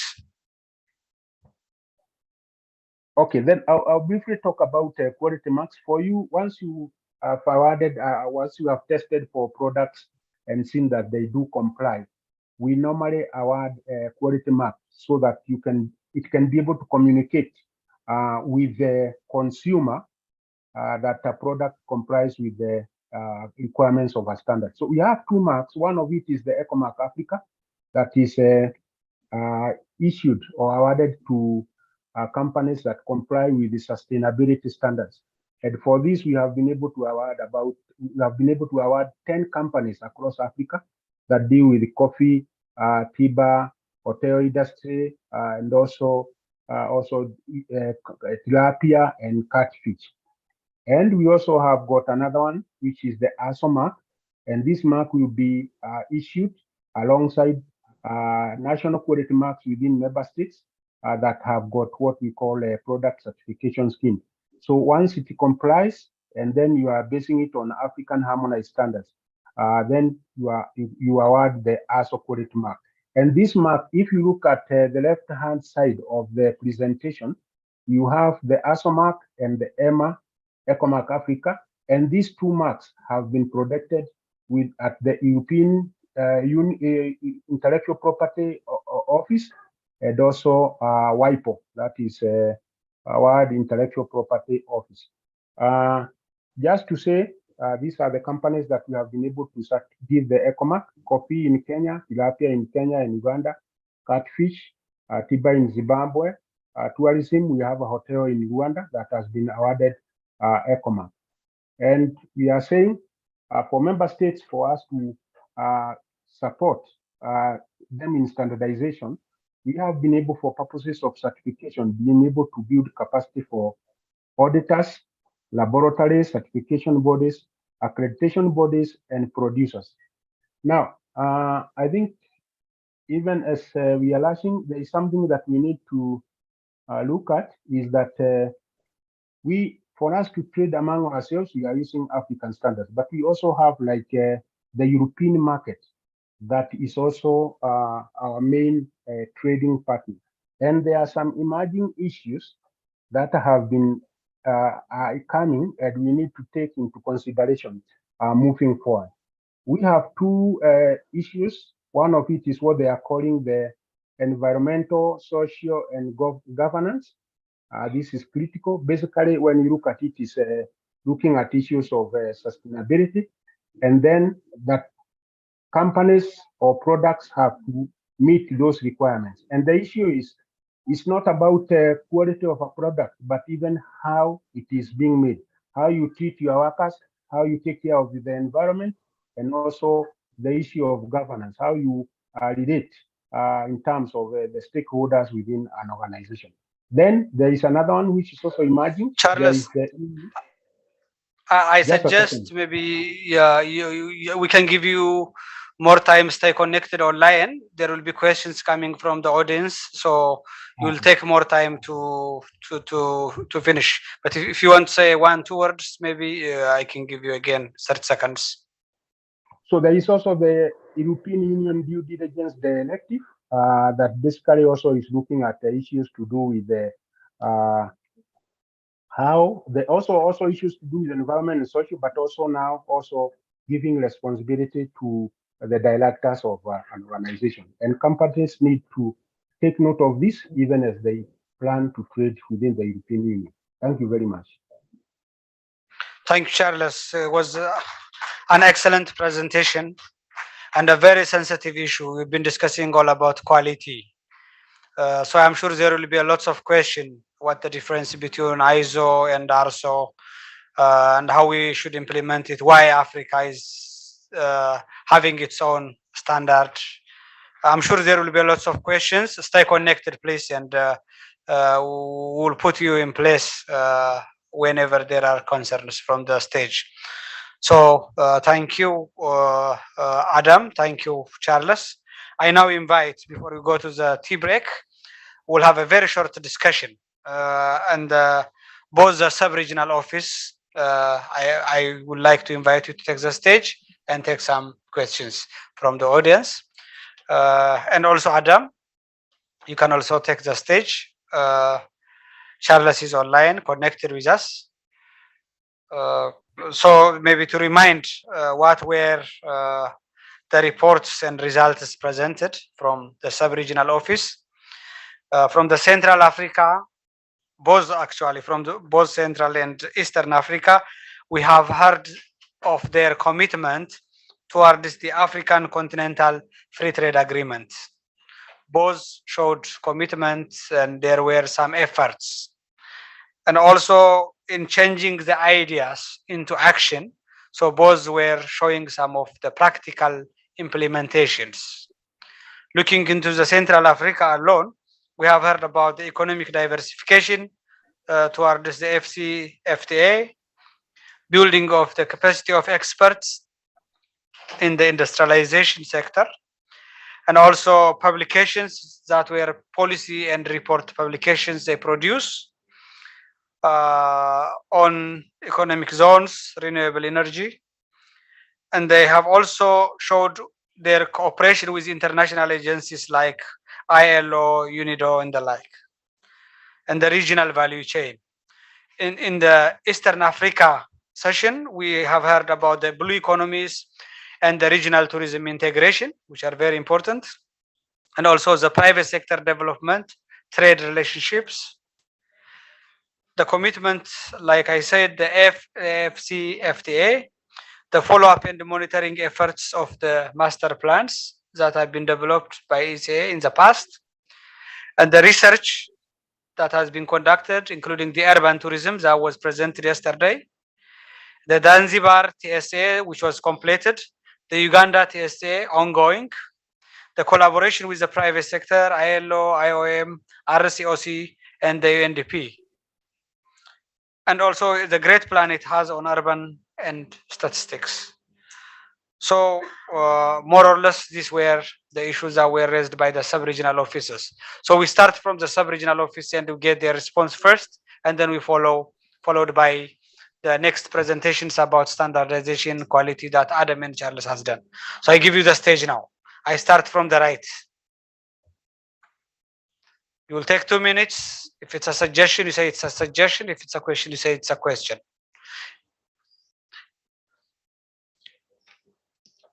So from the right side, I said. To my right.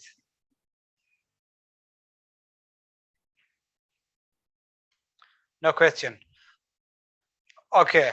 From the EACCIA. Thank you, Mr. Minister. I just want to know from our region office, which is East Africa, how many countries are yet now to ratify the AFCFTA? You know, it is important for us to trade easily with each other. And then secondly, the transboundary water resources. We are looking now at the blue economy again. in East Africa, we have quite a number of lakes. I believe they have done something for Lake Victoria. And if we can also see whether we can look at Lake Turkana also, because Lake Turkana is actually also a lake that is important for, is it? Yeah, does it capture Sudan, Lake Turkana? No, it doesn't. South Sudan? So you forget that, Lake Victoria, yeah. Have we done something on that? I was very keen for Lake Turkana because I think there is a program that we are doing, and it actually go to cross and reach there en route to South Sudan. But that can be left because it's a national kind of asset.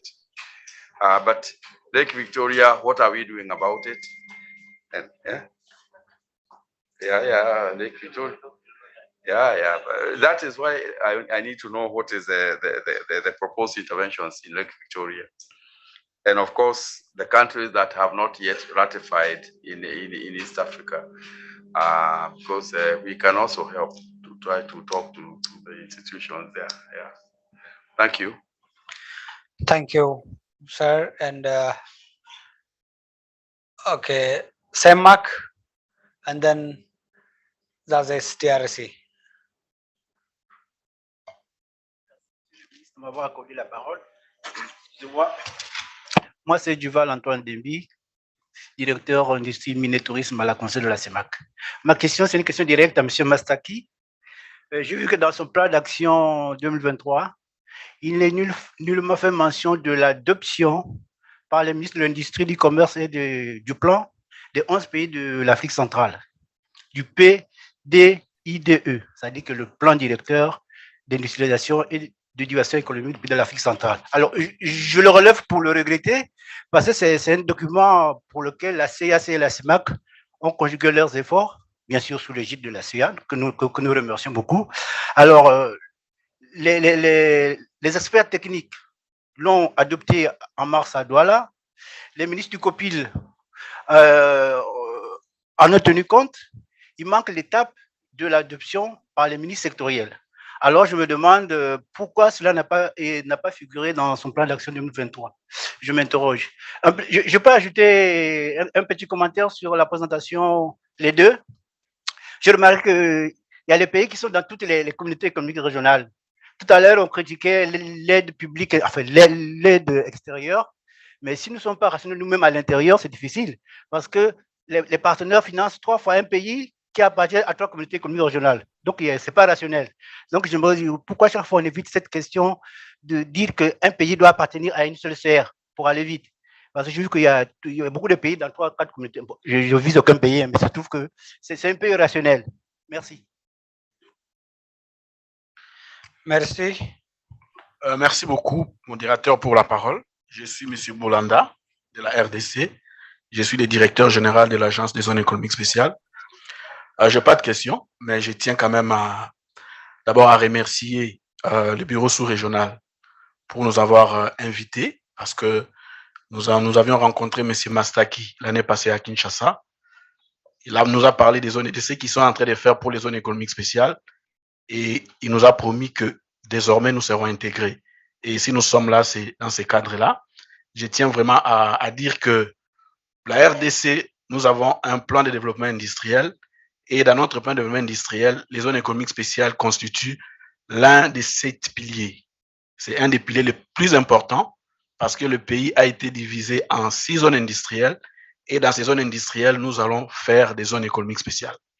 C'est très important pour nous, et je remercie le bureau sous-régional pour tous les appuis. Tout ce qu'il a dit ici, c'est effectivement ce qui a été fait l'année passée, parce que nous dépendons du ministère de l'Industrie. Au niveau du ministère de l'Industrie, le focus est vraiment fait sur les zones économiques spéciales.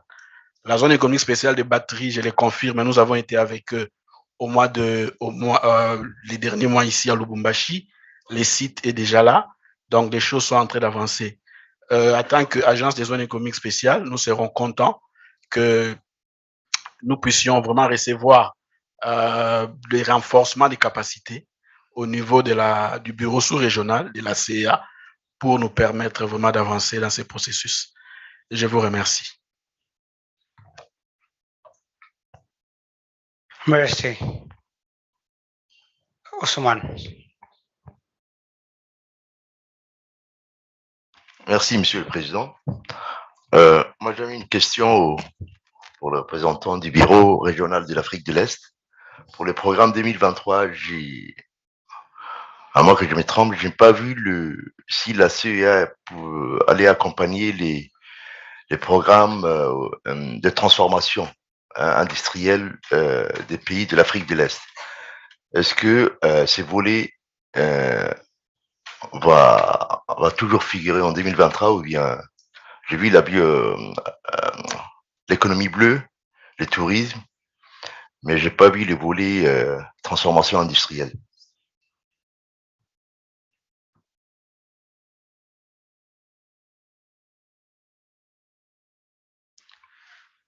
Merci, Ousmane. Any other? Helen from Ethiopia.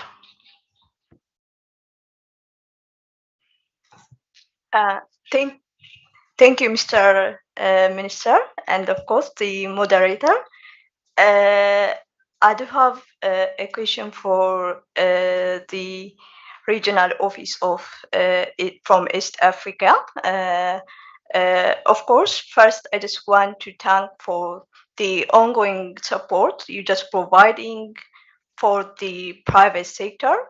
Recently, you were through the support of African Union and of course through GIZ, we were did one research study on how the private sector in Ethiopia can benefit from EFCFTA. And from the study, what we just found out is that still improving the awareness of the private sector in relation with the commitment, opportunities, and requirements of EFCFTA is very crucial. And the other one, we just found out that at the engagement of both the public and the private sector towards the implementation of the EFCFTA is crucial. It is also equally important just to have a private sector engagement strategy like the one you are doing on the national implementation strategy for EFCFTA at national level. So that in this regard, it's just to require your sincere assistance in developing the private sector engagement strategy.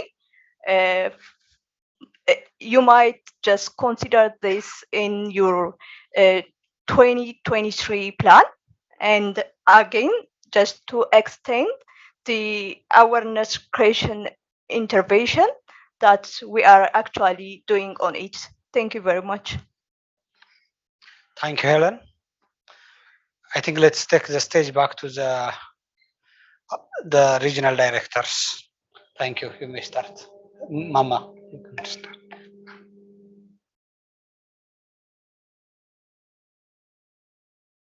I may add one more question also.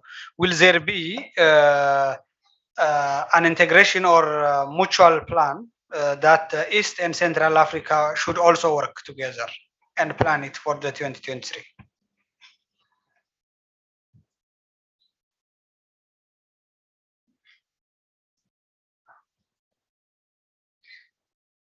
Okay, thank you very much, Chair. Thank you to all who have asked question, very interesting questions. On the number of ratification, in Eastern Africa, we serve 14 countries. We are left with 4 countries that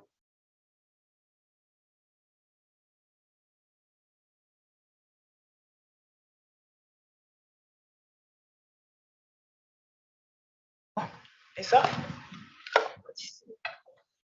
Yes, Mike. Hello? Is it better? Okay. Sorry about that. You fix this up. Yeah. So it is extremely important. To trade, you need to be at 2. So we're really keen to bring everybody to speed and to give them the right capacity in order to be part of the traders under the continent. So 4 countries, I'm not going to name them. but we are working on them, not on them, with them. Inland waterways. This is a new initiative that we are trying to do, again, in the context of AFCFTA. AFCFTA is about moving physically merchandise and moving also peoples. And then we think that we need to build on every available resources to favor this movement. And inland water, maritime transport is extremely important in African trade already, with the rest of the world, and part also between Africa. And we think that we need to build on those resources. What we have started with is to see what are the best practices in the other continent, in Asia, in Europe, and in Latin America, I think. And we try now to adopt them to make our institution in charge of the lakes here to move forward. This is what we are doing right now. Appui à la transformation industrielle. D'abord, il faut dire qu'à la CEA, pour une grande partie, on opère par demande, suivant les priorités des pays. Et donc, les priorités qui viennent à nous, c'est vraiment les capacités sur comment commercer. Donc, c'est dans ce sens qu'on met l'accent sur ces choses-là. On travaille avec le secteur privé, avec les autorités publiques, pour les aider à avoir les compétences nécessaires pour négocier, pour également avoir les cadres réglementaires et légaux pour favoriser le commerce. De manière aussi un peu indirecte, par exemple avec le Burundi, on essaie de travailler à aider ce pays sur les questions qualité. C'est une préoccupation pour eux. Pour pouvoir commercer, ils estiment qu'ils doivent être au bon standard, ils doivent obtenir les accréditations qu'il faut. Donc, suivant les besoins des pays, on les aide dans différents angles qui ont un lien soit direct, soit indirect avec la transformation et l'industrialisation. On serait heureux d'avoir des demandes spécifiques sur des questions beaucoup plus spécifiques et beaucoup plus directes dans le domaine de la transformation. Il faut dire aussi que le tourisme, c'est a une très forte contribution à l'économie des pays que nous couvrons. Donc, c'est dans ce sens qu'on est un peu, je ne vais pas dire biaisé, mais orienté vers le tourisme et également les ressources en matière d'économie bleue.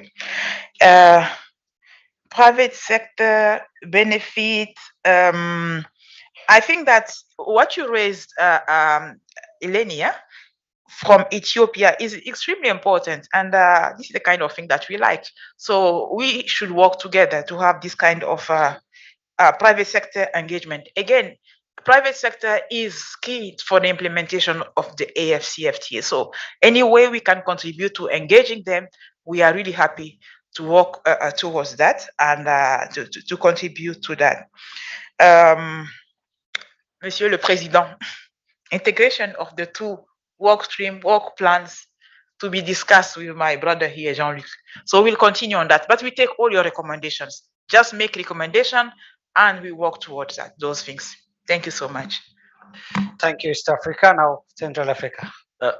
Thank you, dear President. I will start by the very last one. I think the process of integrating our work program and identifying common ground has started.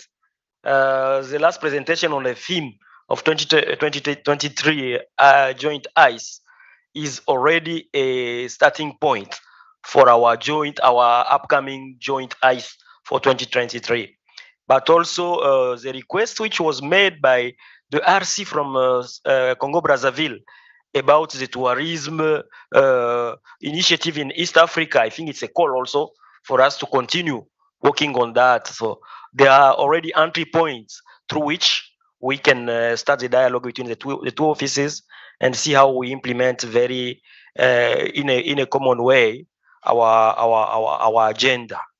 So we continue discussing, as Mama has said, and try and see how we cross-fertilize and advance together. Les questions qui ont été posées par l'Afrique centrale, la première est celle de la CEAC. Nous avons effectivement réalisé beaucoup de progrès par rapport à ce plan d'industrialisation et de diversification économique Afrique centrale. Vous avez mentionné les étapes qui ont été franchies de Douala et même à Brazzaville, on en a discuté, des réunions d'experts qui ont eu lieu la réunion des ministres sectoriels est prévue pour 2023. Nous avons donné des grands thèmes sans beaucoup de détails, mais cette réunion est prévue. L'agenda continue et donc il n'y a pas de soucis quant à ce. C'est aussi l'opportunité, lorsque nous présentons les rapports de nos bureaux, c'est aussi l'opportunité de remercier nos staffs qui ont beaucoup travaillé sur cette question. Je voudrais saluer le leadership de Adama par rapport à cet agenda particulier. Nous allons le faire en 2023.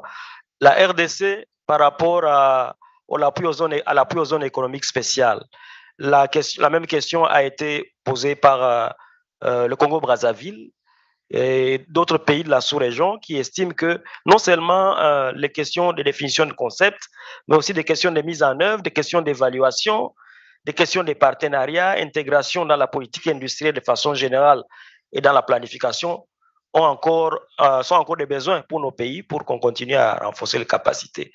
Nous allons donc en 2023 continuer à renforcer les capacités de nos instances publiques et privées qui travaillent sur les zones économiques spéciales afin que ceci soient des véhicules idoines pour l'industrialisation de l'Afrique centrale. Évidemment, c'est l'occasion aussi de rappeler à nos pays la procédure à travers laquelle nous intervenons chez eux, en vous rappelant que les interventions de la SRO-EA sont des interventions demand-driven. Cette occasion ici nous sert aussi à vous rappeler que les demandes viennent aussi de chez vous et surtout de chez vous. D'abord de chez vous. Bama a bien souligné un bon mot, nous ne faisons pas pour vous, nous faisons avec vous. Et donc, en cas de besoin, tous les besoins dont on parle ici, adressez-vous à la SRO à travers les bureaux sous-régionaux et nous allons répondre de façon idoine à la limite de nos moyens avec d'autres partenaires. Je crois que pour la question de la SRO, c'est peut-être qu'Adama pourrait avoir une minute. Chair, if you allow, I'll give just Adama a minute to talk about what we are doing with SRO-CA and respond to the question which was also raised by Duval. Adama? Oui, je voudrais remercier vraiment encore une fois cette opportunité qui nous est donnée de mutualiser les intelligences et les ressources pour se focaliser sur certaines questions qui demeurent encore des écueils à lever pour que l'Afrique centrale, l'Afrique de l'Est, l'Afrique tout court, nous puissions véritablement, je dirais, passer à l'action sur les différents chantiers pour que le marché que nous sommes en train d'évoquer théoriquement à chaque fois dans la bouche, qu'on passe concrètement le plus rapidement possible à la construction de ce marché, pour que nos populations puissent sentir de façon palpable ce que nous voulons dire par cette initiative jamais construite dans le monde, comme vous le savez. Le marché maintenant, c'est l'Afrique. Le marché, c'est 1,2 milliard maintenant, c'est 2,5 milliards en 2050, c'est 4 milliards au tournant de ce siècle. Donc, l'avenir, c'est ici. Il n'y a plus à chercher ailleurs sur les questions de est-ce qu'on a des marchés, est-ce qu'il y a une demande? Non. La demande, c'est nous. C'est nous à définir maintenant, saisir cette opportunité. Et l'Afrique centrale, l'Afrique de l'Est, nous sommes au cœur de cette opportunité. Un marché jamais construit dans le monde. Les zones économiques dont on parle aujourd'hui, c'est des zones économiques spéciales qui ne sont jamais construites dans le monde. C'est pourquoi nous avons parlé de zones économiques nouvelle génération. Donc, ce que je voulais juste dire, la SRO-EA, au niveau de l'Afrique centrale particulièrement, la SEMAC et la SRO-AC, Dieu merci, depuis le 9-12, il y a maintenant une initiative pour la première fois au niveau des 8 REX que nous avons, une démarche maintenant de intégrer, de fusionner les SRO-EA. Donc, pour l'Afrique centrale, c'est maintenant fini, on a tourné la page. Il y a maintenant l'avancée pour voir émerger une nouvelle communauté économique. Cette nouvelle communauté économique va porter la vision de toute l'Afrique, c'est-à-dire faire de l'Afrique centrale une base industrielle de classe mondiale pour la transformation sur place de nos matières premières. Une plaque tournante incontournable de solutions écologiques, on en a parlé, de solutions logistiques, on en a parlé, de solutions énergétiques, on en a parlé, de solutions financières avec le consortium. Donc, vous voyez, il y a vraiment beaucoup devant nous et je demande ici, encore une fois, que la CEMAC et la SRO-CA, désormais, puissent accompagner ce mouvement, et avec maintenant la communauté économique de l'Afrique de l'Est, nous puissions tous accompagner ce mouvement. Voilà un peu ce que je peux dire. Pour l'industrialisation, c'est l'industrialisation qui doit être maintenant notre focus. Nous ne pouvons pas survivre avec 2% seulement d'échanges entre nous pour les produits industriels. 7% seulement de produits industriels. Le reste, nous les importons ailleurs. C'est comme nous produisons, nous importons, nous exportons pour ne faire qu'enrichir les autres. Voilà. Nous avons toutes les matières premières ici. Avec l'économie circulaire, l'Afrique est le seul continent qui peut fonctionner en vase clos. Les autres continents ne peuvent pas se permettre cela. L'Afrique peut fonctionner en tant qu'un seul pays, une seule économie, fonctionner en vase clos, c'est-à-dire en économie circulaire. Nous avons les matières premières, nous avons les hommes. Voilà, je vous remercie. Yeah, I'm going to give you the chance again to continue from where you stop. In case before you go out again for the tea break, I would love to give one more time, 1 minute chance for only few people to ask questions about the last presentations on, one is made by Adama about the quality goods, destination quality investment attractions about the ICSO, and the second presentation by Charles about ARSO, about the standard and conformity. Charles, are you there online? Yes, I'm there. Perfect. So I'll give the chance and maintain or already keep the regional directors with us on the stage because of any interesting questions that has importance to the regions and that has been responded by. So I'll keep them on the stage too. So only 2-3 questions, 1 minute. Who won't take the lead? It's about standards, quality. Okay, EAC, the East African Community. You start, please.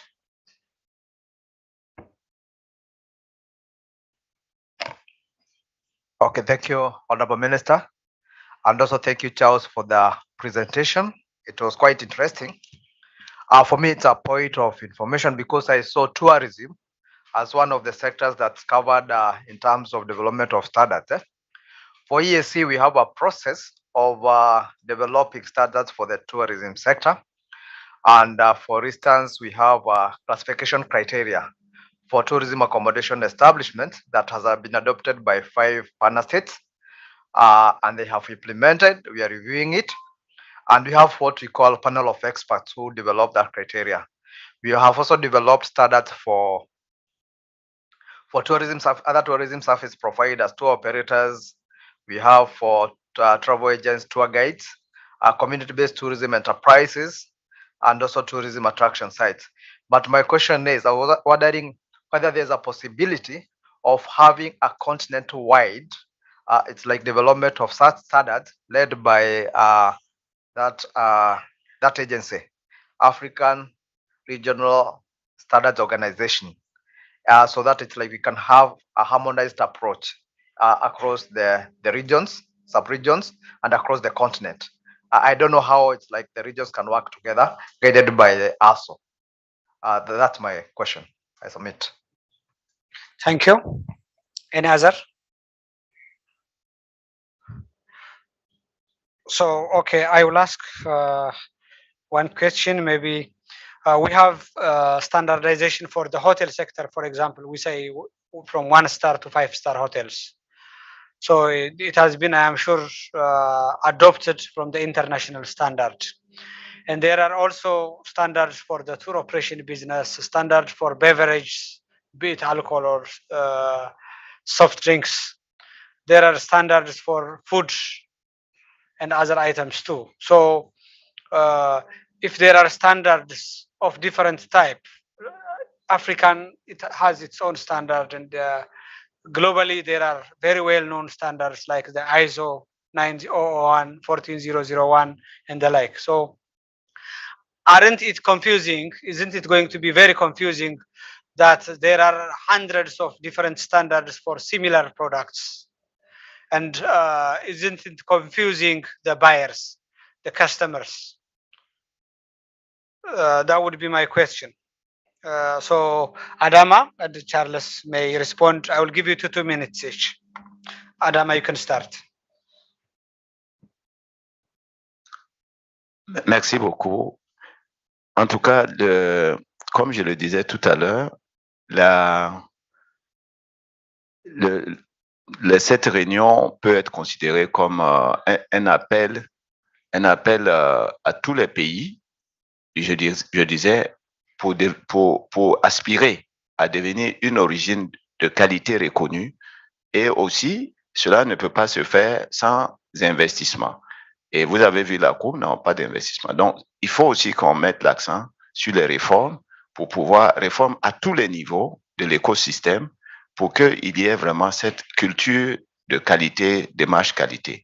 Donc, pour nous, c'est vraiment, si cette réunion pouvait aboutir, je suis content que l'autre proposition est venue de l'ARSO également. Donc, il s'agit aujourd'hui, nous avons le soutien des sponsors comme l'ARSO, comme l'ONIDI. Il y a beaucoup d'autres partenaires. Donc, c'est de nous inscrire dans cette logique de relever le défi du meilleur. Le défi du meilleur, voilà. Le meilleur, c'est le meilleur à tous les niveaux, le meilleur de notre infrastructure qualité, le meilleur au niveau de nos systèmes de normes, de standards. Et il y a 2 jours, il y a il y a Babi Sakana qui l'a dit. Il a dit que même au niveau des zones économiques, ce sont des projets industriels. Relever le défi des standards, relever le défi des normes. Donc, nous voulons juste, en tout cas, compter sur vous pour que ce thème-là de la qualité soit adopté et que dès demain, on se mette déjà à travailler sur la qualité et pour qu'on puisse vraiment faire en sorte que chaque pays devient une origine de qualité et partant, chaque sous-région et plus en gros, l'Afrique devient une origine de qualité. Je pense que c'est ça notre combat, quoi. Voilà. Merci. Thank you, Adama, for the brief. To make clear to Charles. Charles, are you online? Yes, I am. Yeah, my question is, looking into the environmental loan, there are different certification and standards about the climate smart certification, the responsible environment certification, the sustainable certification, and also for hotels and other business, there are variety of certification and standards. So as a consumer, who should we trust? What's going to happen in future?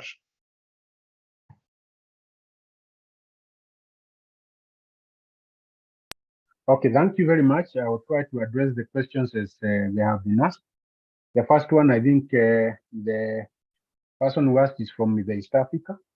And what we are saying is when we are looking towards the regional integration and then one market, we are looking to one standard. And that's why Africa Organization for Standardization, ASO, is made up of the various member states within Africa. And for your information, East African members are members of ASO.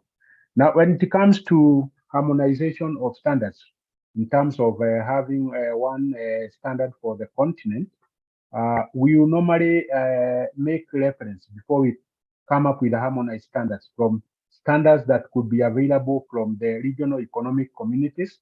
If they are there, they can be proposed for harmonization as African standards. If we do not have, then we can also look at any reference document that can be deliberated on by experts from member states.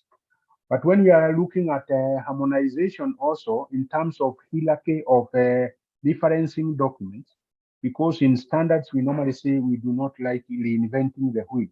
We will normally look at whether we have an international standard, because an international standard has been developed by many experts and has wide acceptability. If it is there, then we do what we call adoption of that standard. We can adopt it wholly, but also the experts have to go through it and see its suitability. So we can adopt it or adapt some of what we might think is necessary. So in terms of the standards for the EAC, since this technical committee has not started its work, those standards can be proposed for harmonization so that we have the same standard for classification for travel agents, or that as one standard that can be adopted again now by all member states, which means the same standards that you would expect for the tourism, for the hotel in Kenya, Uganda, Nigeria, all that will be the same. That is one thing. The other thing was asked, what would be why we have international standards and then we also have African standards.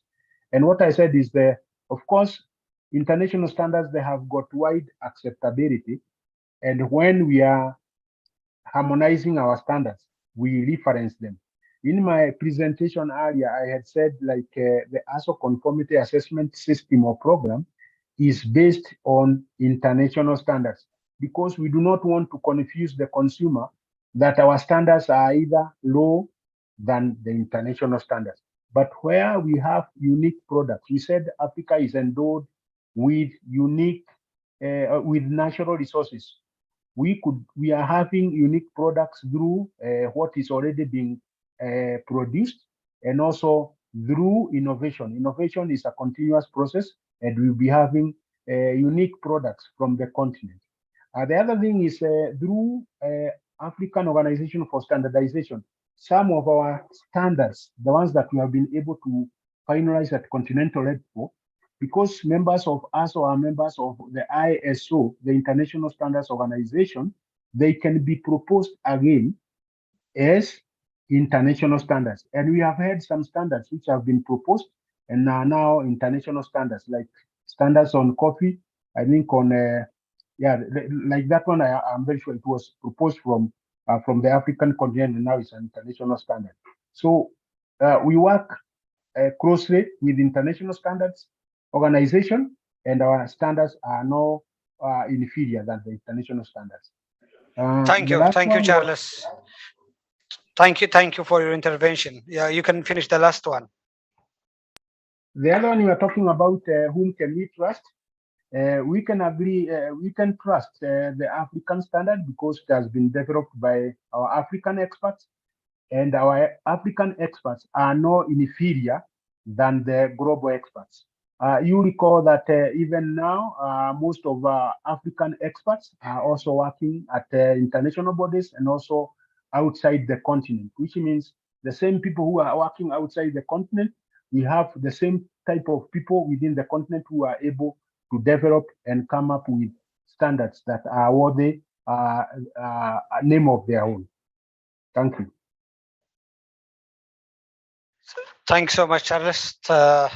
We have finished the very important part of the morning session, and let's appreciate our panelists who took their time in presenting what has been done so far by the sub-regional offices and responding to any concerns that were raised by the regional member countries.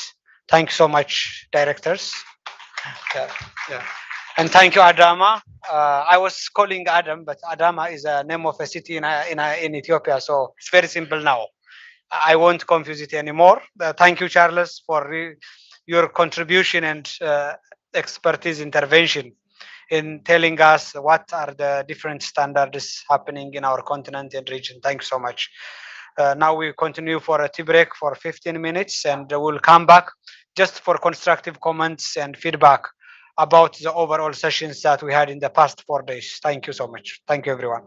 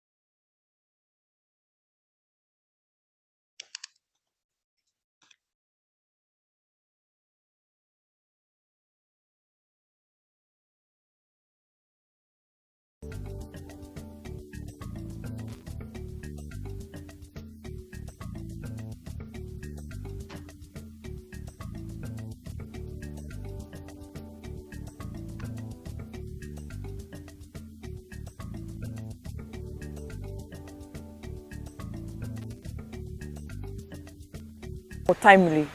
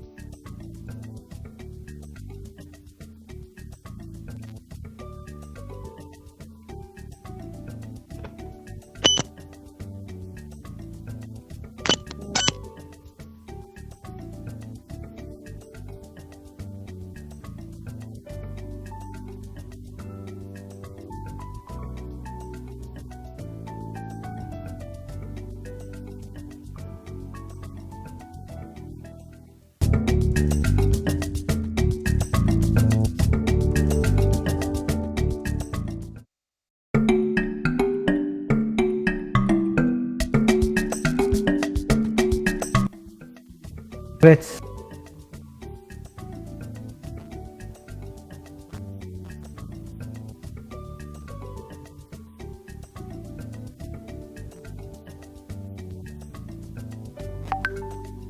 research.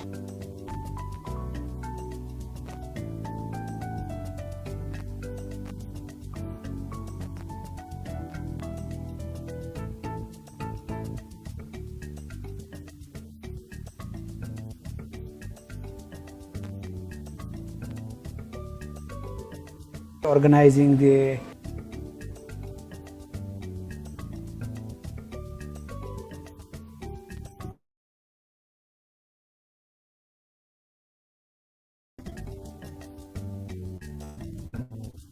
agent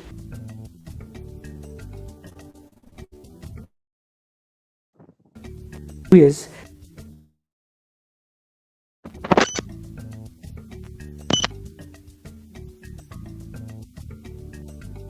in Ethiopia.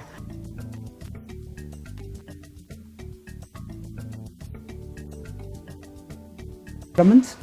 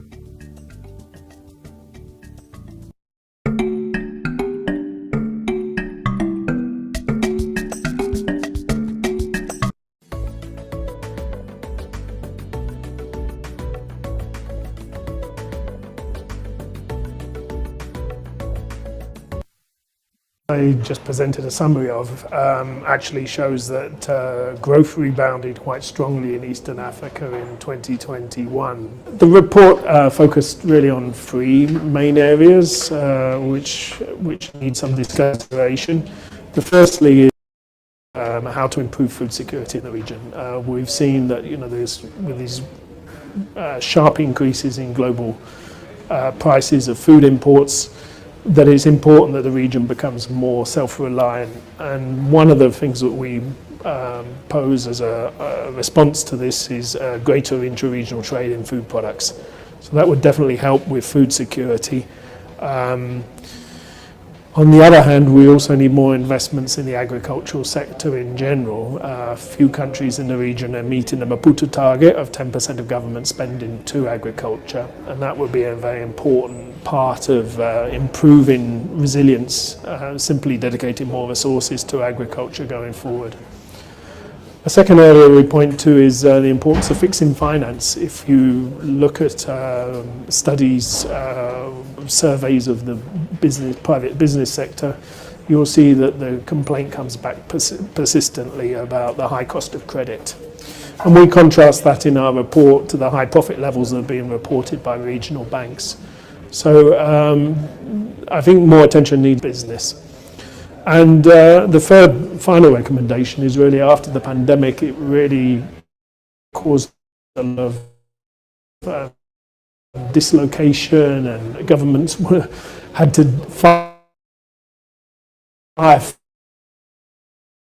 fight in terms of dealing with the impacts of the crisis.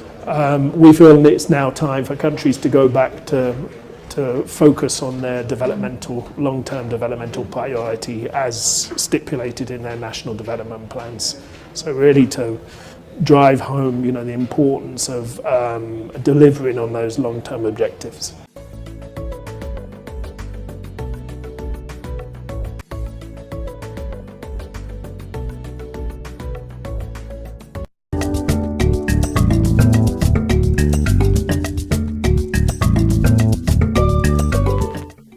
Dire que les technologies de l'information et de la communication, la mise en œuvre de la ZLECAf, c'est une des raisons pour laquelle, compte tenu de l'expérience de la CIA, de certaines plateformes pendant la Covid 2019, que nous avons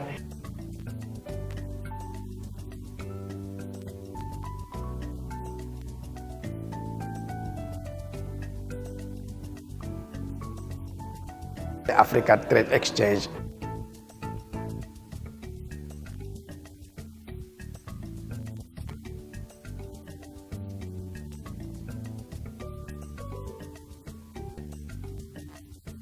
D'abord, je vais vous citer un exemple. On a lancé ATEX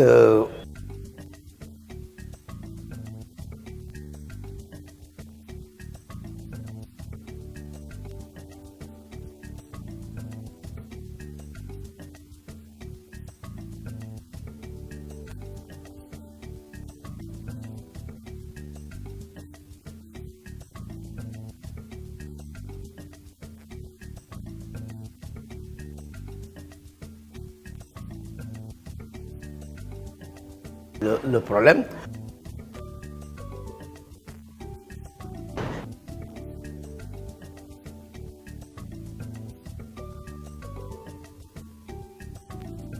On a des compagnies qui font des engrais en Tanzanie.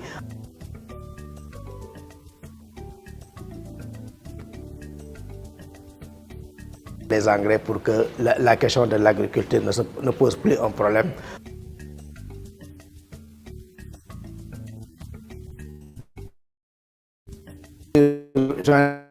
La plateforme, les pays africains se mettent ensemble pour négocier des prix. Ligne de crédit.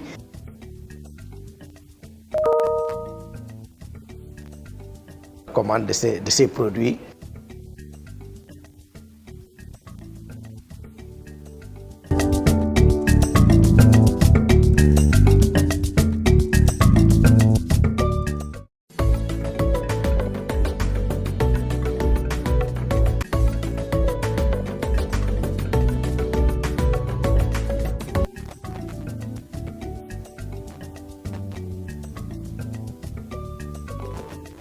People living with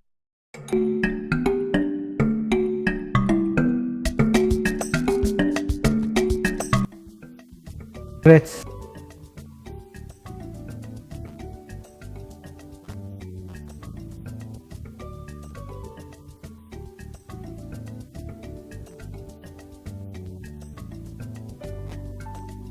Research.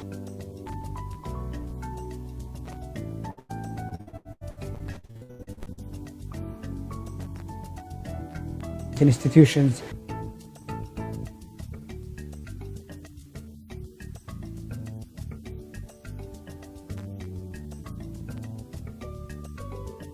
Organizing the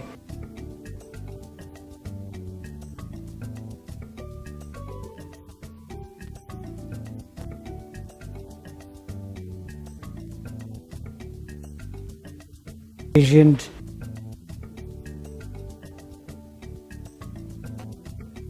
years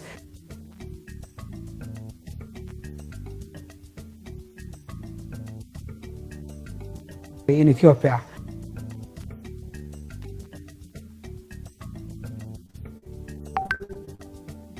Governments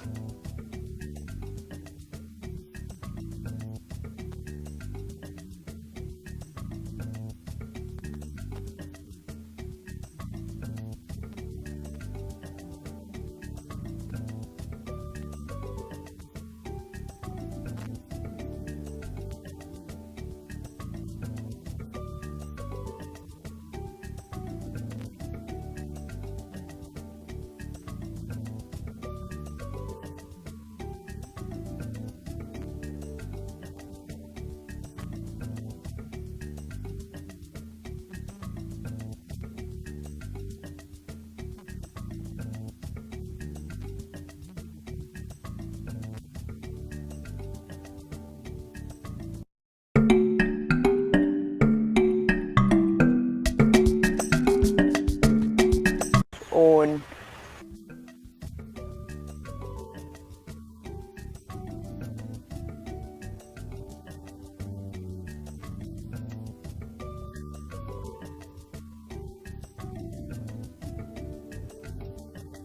speaks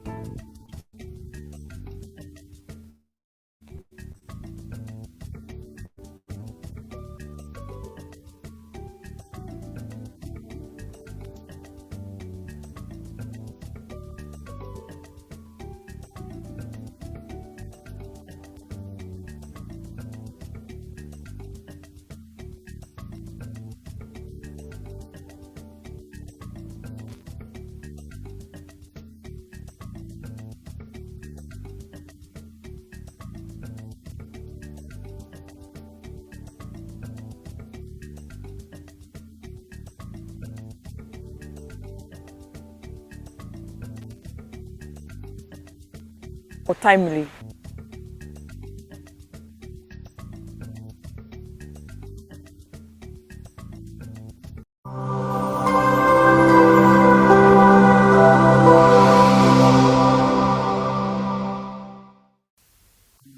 To welcome all the participants from the public and private sector and the civil society to this joint intergovernmental committee of experts for Eastern and Central Africa, for the African Economic Commission for Africa. We expect a very deep discussion. We strengthen resilience, diversify our economy,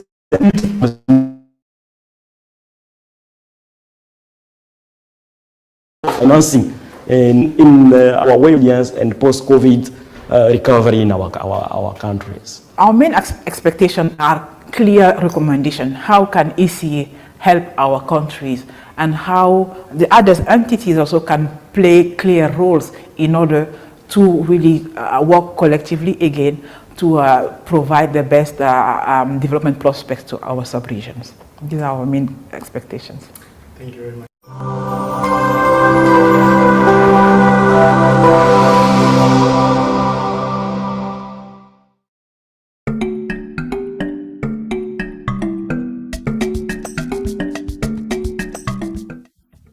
Being created right now, it would require strategic investments. And who are those investors?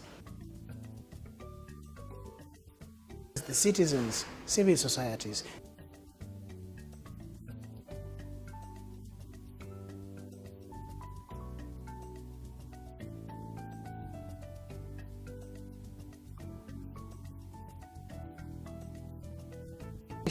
Government should not sit in their own boardrooms to make these policies. They need to be inclusive, because at the end of the day,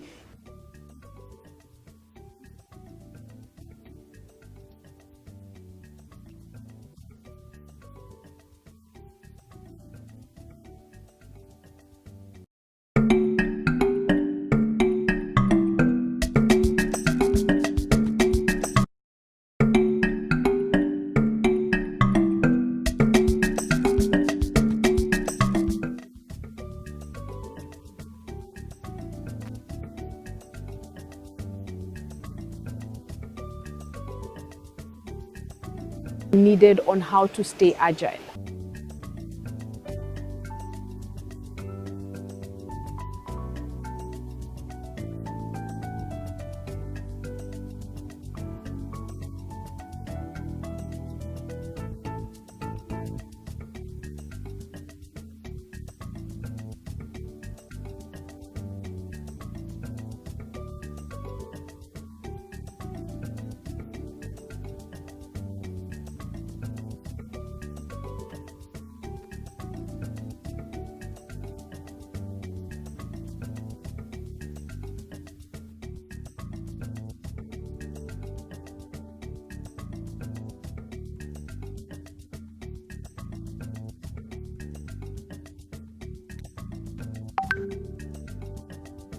Those recommendations go to government, it then takes a whole other process for implementation.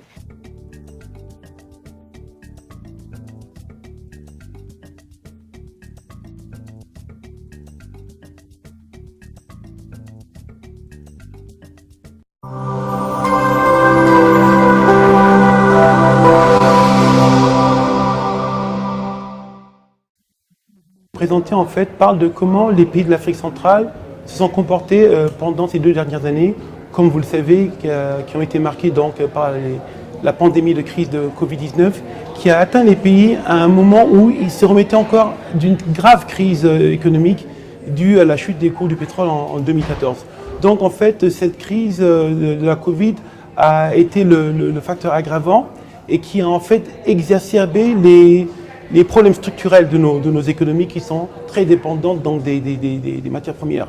Et vous avez vu que la crise de Covid-19 s'est manifestée par un effondrement des échanges et forcément donc, des exportations pour les pays de l'Afrique centrale, et qui fait que donc, presque tous leurs indicateurs macroéconomiques comme les finances publiques, donc le solde budgétaire, donc le compte courant, bien sûr la croissance, mais sont tout simplement effondrés. Et nous essayons de dire que cette croissance, il faut qu'elle soit une croissance qui soit beaucoup moins dépendante à l'égard des produits de base. Donc on cherche à ce que les pays d'Afrique centrale s'affranchissent donc de leur dépendance à l'égard des produits de base, parce que nous pensons que c'est là où se trouve la véritable résilience. La preuve, des pays comme le Cameroun, qui sont relativement plus diversifiés que les autres pays de la sous-région, ont pu traverser donc cette crise de manière relativement plus douce que les autres.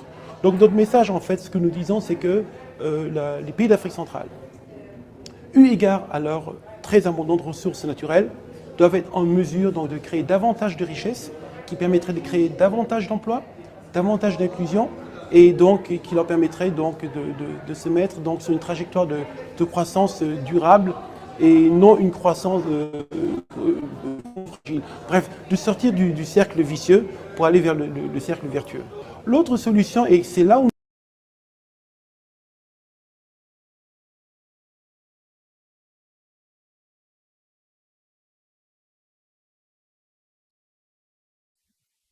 donc nous cherchons à ce qu'on transforme au moins une partie sur place. Et ce que nous faisons, c'est ce que certains pays l'ont fait. Certaines mesures ont été prises et certains pays de la sous-région qui ont interdit par exemple que le bois soit exporté de manière brute. Il faut qu'au moins qu'il y ait un début de première, deuxième, troisième transformation avant qu'il ne soit exporté. En d'autres termes, nous disons que si vous exportez les produits à l'état brut, vous exportez en fait les emplois. Et c'est ce que nous voulons éviter. La même chose aussi dans le secteur des mines. Au Congo, nous sommes en train de travailler avec les autorités congolaises pour qu'ils puissent tirer le maximum de profit donc, de la ressource de cobalt. Comme vous le savez, la RDC est le pays qui détient pratiquement à lui seul les 3/4 des ressources mondiales du cobalt. Le cobalt qui est un des éléments fondamentaux pour faire les batteries pour les voitures électriques. Donc vraiment créer de la valeur ajoutée davantage sur place. Vraiment, c'est ça que nous recommandons.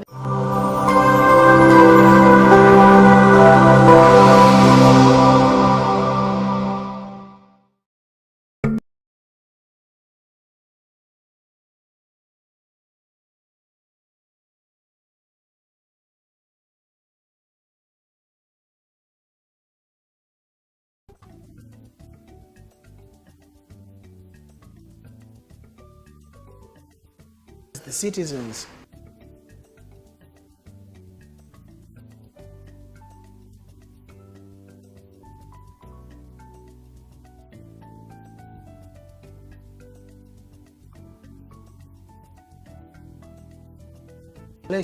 Government should not sit in their own boardrooms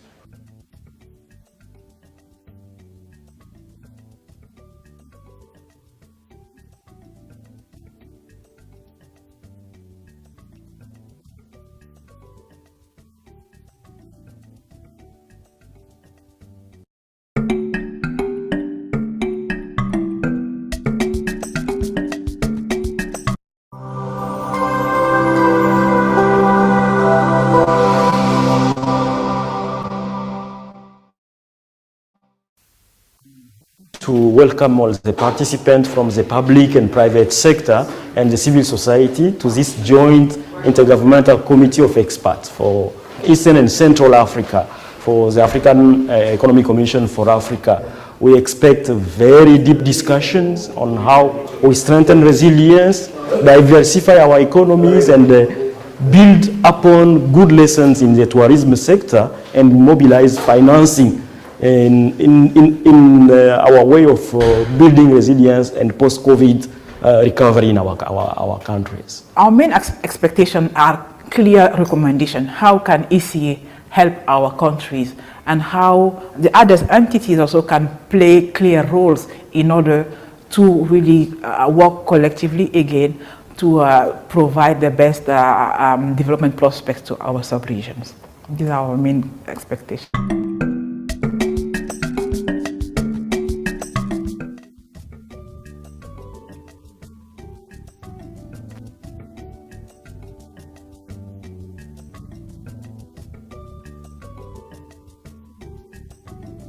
Needed on how to stay agile.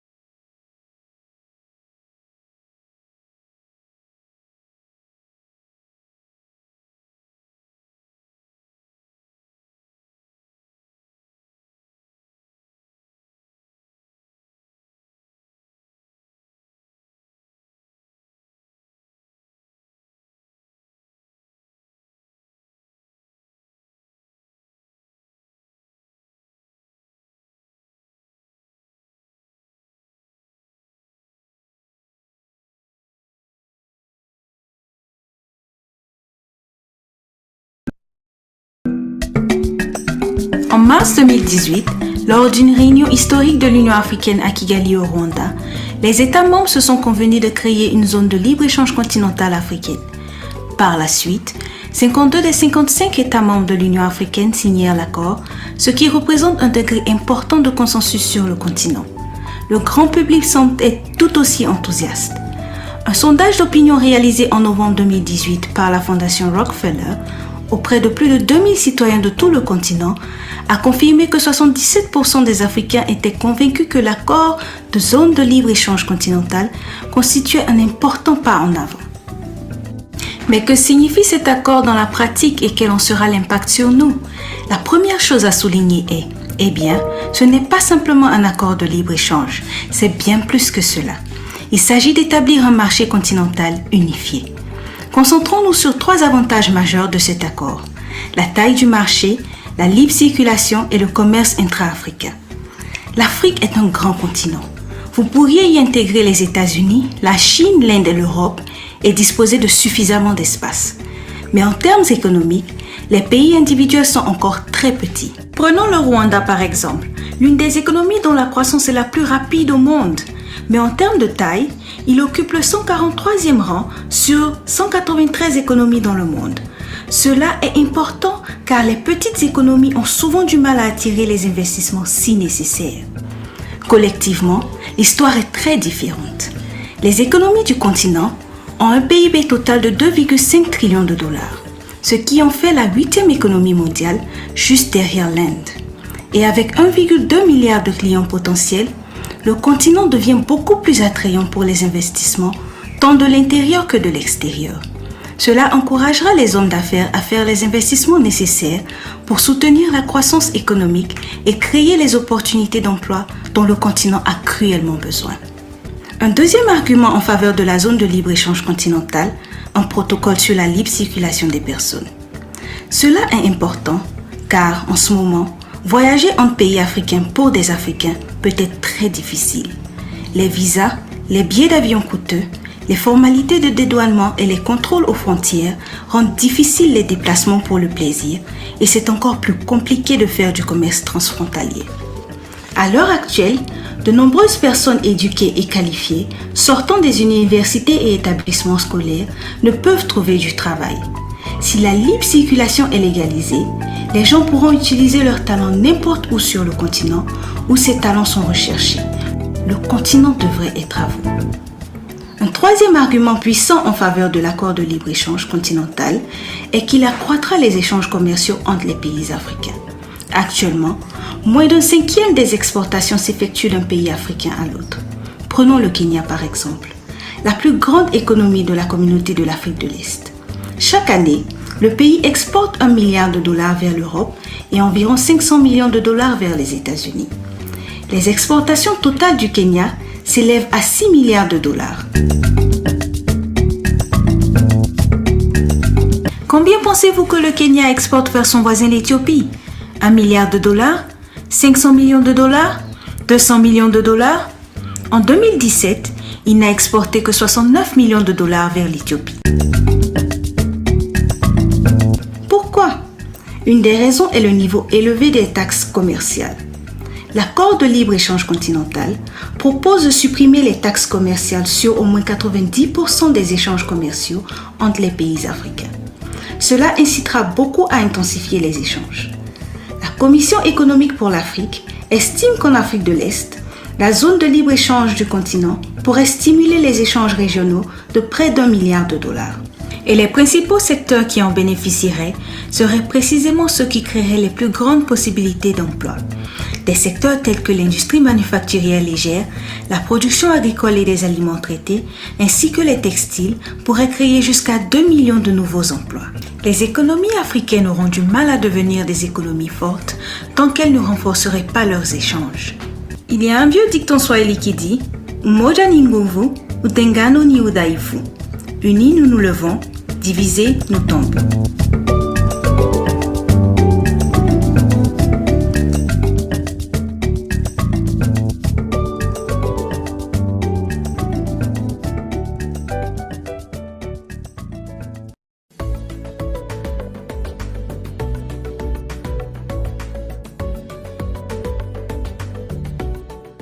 COVID-19 pandemic has affected most of our economic activities and pushed our economies into recession. Comme facteur aggravant à la crise de Covid, on a eu également dans la sous-région évidemment la crise ukrainienne, mais également plus spécifiquement le changement climatique qui affecte très sévèrement la région de l'Afrique de l'Est avec des épisodes sévères de sécheresse et également d'inondations. À cela, on a eu récemment une invasion de criquets. À tout cela, vous devez aussi ajouter le conflit en Éthiopie. Tout cela contribue à un fort ralentissement de l'activité économique. The Sub-Regional Office for Eastern Africa held a series of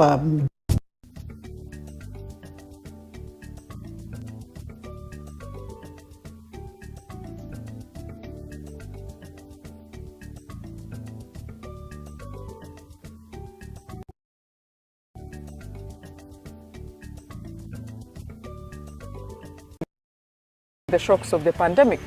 We know that the ES really lobbied to ensure that when countries were benefiting from, were getting some debt relief, calling for interventions to really help African countries recover.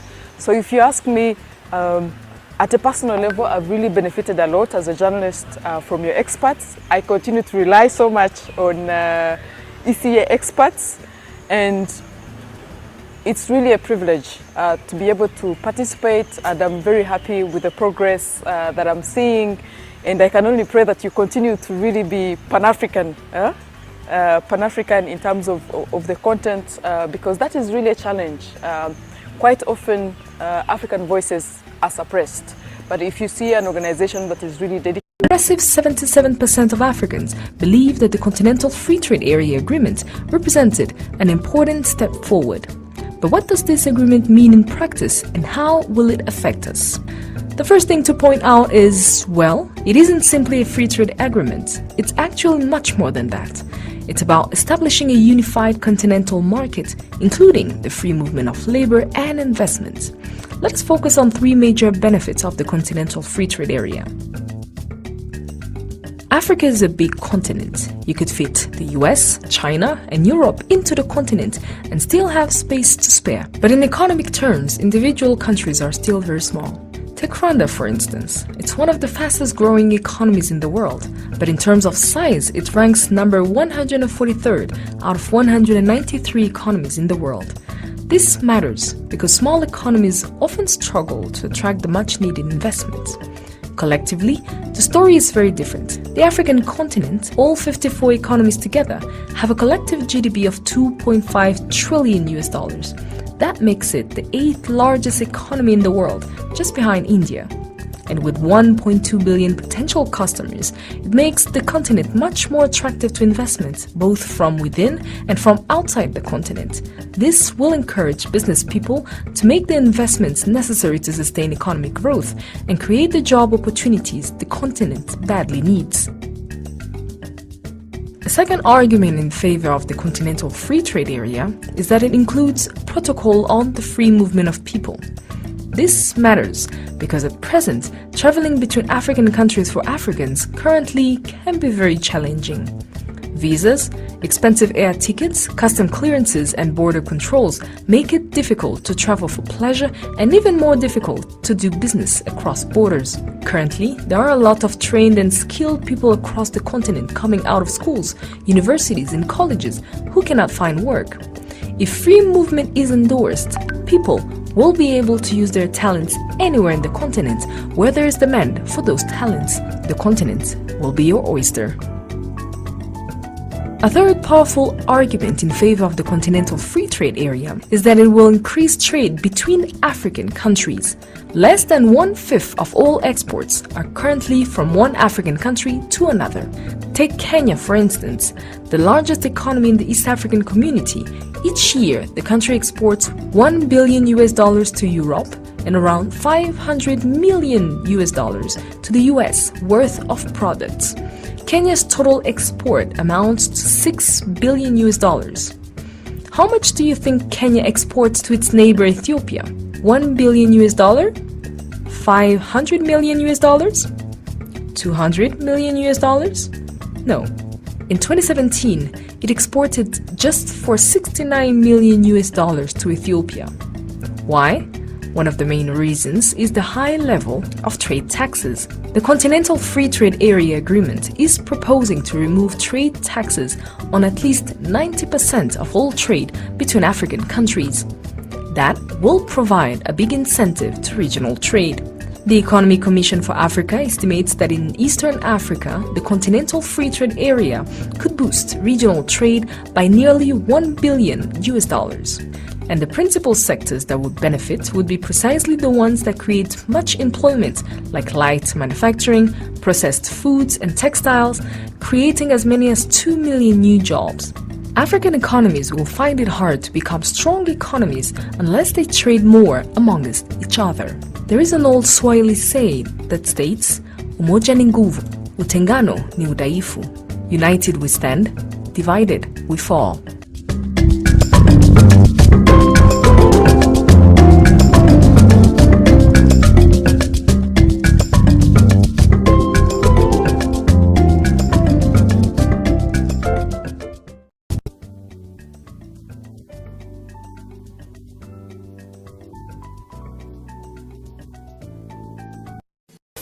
Discussions with the private sector, the public sector, academia, CSOs, women and youth groups.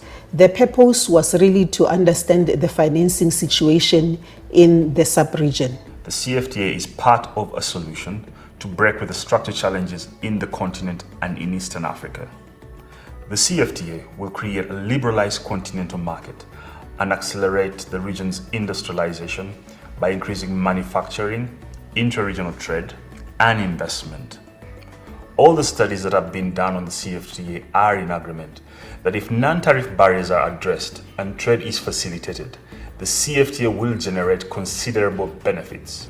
Another issue was the issue of the Ukrainian crisis, where fertilizer costs have been very, very high, and the region needs to look inward to come up with solutions. We have depend on other countries to get our main food. So this is really a wake-up call in the agriculture sector. Then there's also the need to build capacity of private sector to come up with bankable projects. And this calls for partnership between both the public and the private sector to make sure that the projects that the private sector comes up with are bankable. ECA's Sub-Regional Office for Eastern Africa is providing technical support to member states to support African CFTA country and regional strategies, the training of SMEs and government officials in trade negotiations and on the tools of the CFTA. All of these will raise awareness for the CFTA and help our countries in the region implement the CFTA successfully. East Africa has immense potential in the agriculture and tourism sector, to name only a few. The private sector would like to see its role and its place really rethought. They really want to become a real engine of growth in the economies. For that, they need to be more competitive and they need concrete support. Women and youth also have specific issues. Infrastructure also is an important challenge that needs to be addressed, and so is climate finance. This conference of ministers is very timely and topical. We really look forward to concrete discussion and action put forth to address some of the issues raised by the stakeholders, and our office stands ready to support all our member states in this endeavor.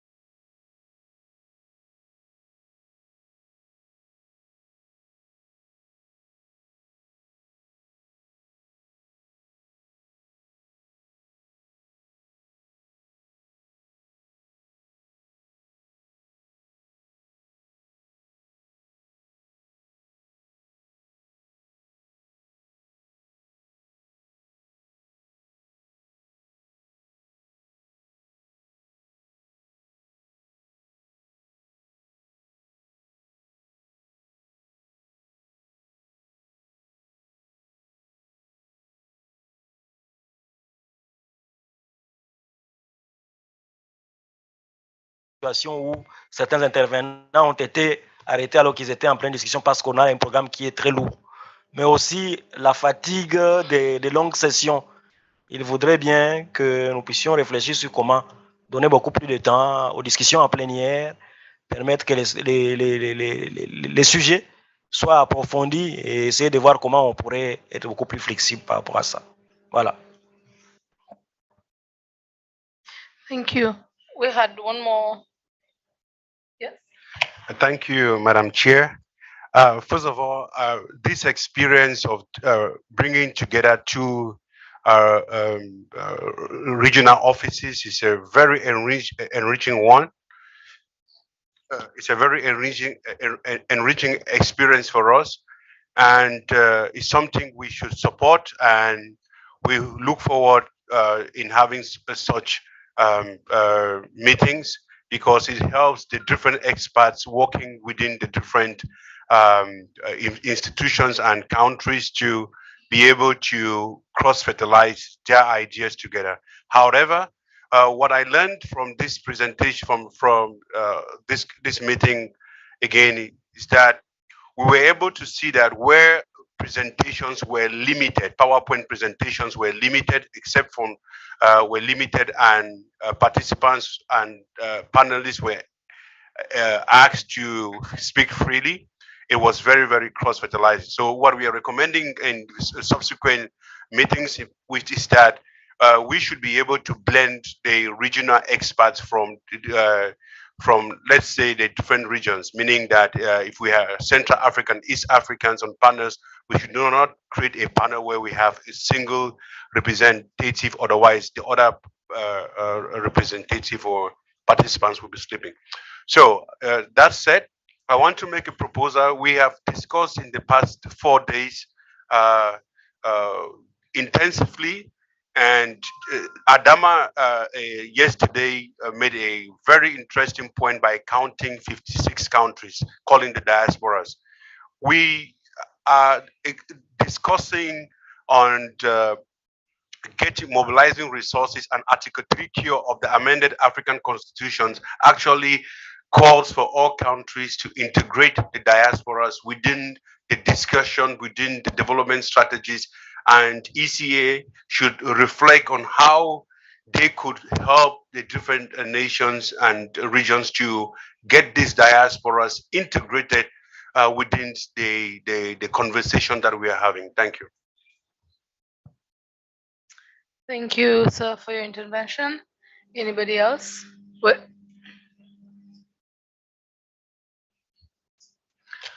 Merci, Monsieur Marc Moukaba de la RDC.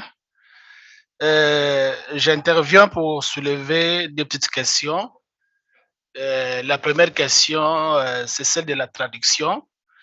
La traduction a posé un peu des problèmes. Comme présentement là, il y a quelques minutes, on n'attendait pas ce que disait la modératrice. Je voudrais que prochainement, s'il y a moyen de pouvoir améliorer la traduction français-anglais, anglais-français, français d'autres langues. Le deuxième problème, c'est celui de la paix. En tout cas, nous le savons que sans paix, il n'y a pas de développement. J'ai l'impression que la RCA n'est pas ici. Le pays est miné par des problèmes d'insécurité. Il y a une partie de la RDC qui est minée par l'insécurité, et l'insécurité fait que des gouvernements sont en train de diluer des sommes très importantes pour l'achat des armes, pour l'équipement des armées, et cela pose problème sur certaines questions de développement. Alors, je suggère sur ce point que la CIA, en synergie avec d'autres institutions africaines, puisse également intervenir sur ces questions de paix, parce que s'il n'y a pas de paix, il n'y a pas de développement. On ne peut pas aller développer une partie du pays, bien un pays où il y a la guerre. Donc l'implication de la CIA aussi, en synergie avec d'autres institutions, serait aussi souhaitable pour que nous ayons la paix, afin que la paix puisse générer le développement de nos pays. Merci. Merci. Anybody else? Ouais, Cameroun. Merci de me passer la parole. Je voudrais faire mienne les observations du premier participant, orateur, qui a parlé des sessions qui sont très longues et qui ne permettent pas toujours de capter toutes les informations. Également, hier, je l'ai abordé un peu. On a développé le thème sur le tourisme intra-africain et on se retrouve dans un pays actuellement qui a pour ressource essentielle le tourisme, mais on n'a même pas eu le temps de faire ce tourisme-là. Je pense qu'il serait bon qu'à l'avenir, on puisse, lorsqu'on va en réunion dans un pays, qu'on puisse visiter un peu. Si c'est un pays comme celui-ci qui est Tourism Drive, qu'on puisse voir, on aille même dans une structure, qu'on essaye d'allier la théorie à la pratique, qu'on voit exactement comment est-ce qu'ils ont fait pour développer leur tourisme, parler avec les personnes concernées. Si c'est une zone où il y a une zone économique spéciale, un pays où il y a une zone économique spéciale, qu'on aille visiter. Ça permet également, lorsqu'on parle de ces choses-là, qu'on sache exactement de quoi il est question. Enfin, peut-être que on aurait gagné si les exposants avaient mis l'accent, parce que, par exemple, lorsqu'on a parlé des zones économiques spéciales, connaissant bien les profils des pays, ils auraient pu également aider en disant, nous pensons que dans tel pays, on pourrait faire une zone économique spéciale de ceci ou de cela. Ça permet de guider un peu, pas forcément imposer, mais essayer d'orienter un peu la discussion au niveau national. Merci. Thank you. SCFTA Secretariat.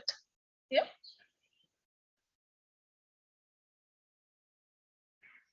Ok, merci beaucoup, Madame la Présidente. Je parle au nom du secrétariat de la zone de libre-échange continentale africaine, qui est aujourd'hui un projet qui tient à cœur les chefs d'État et tous les pays. L'engouement y est. C'est la raison pour laquelle nous allons nous féliciter du fait que l'agenda est pris en compte. Un point important qui n'a pas encore été résolu, à côté des industries naissantes, à côté du reste des règles d'origine à finaliser. Donc, les zones de libre-échange continentale sont donc l'un des points de la première phase qui ne sont pas encore résolus. Donc, nous remercions la SRO-EA d'avoir inscrit ce point à l'ordre du jour. Ça nous a permis effectivement d'avoir la réflexion là-dessus.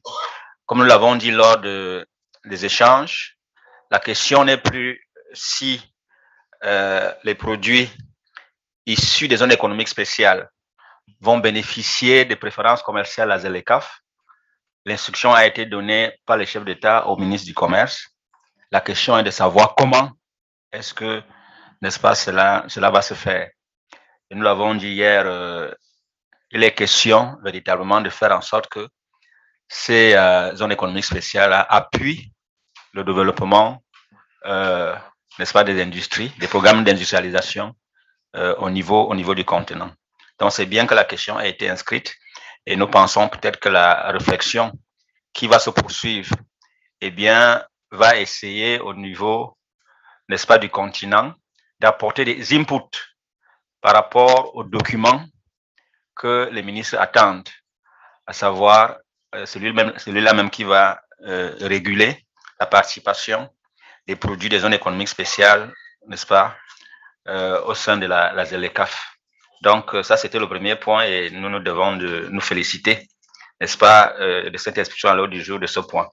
Le deuxième point et le dernier, c'est l'appui que la SRO-EA accorde aux questions relevant de la mise en place de la zone économique spéciale, la zone de libération, la ZLECAF, zone de libre-échange continentale africaine. Donc, nous apprécions à sa juste valeur cette contribution, n'est-ce pas?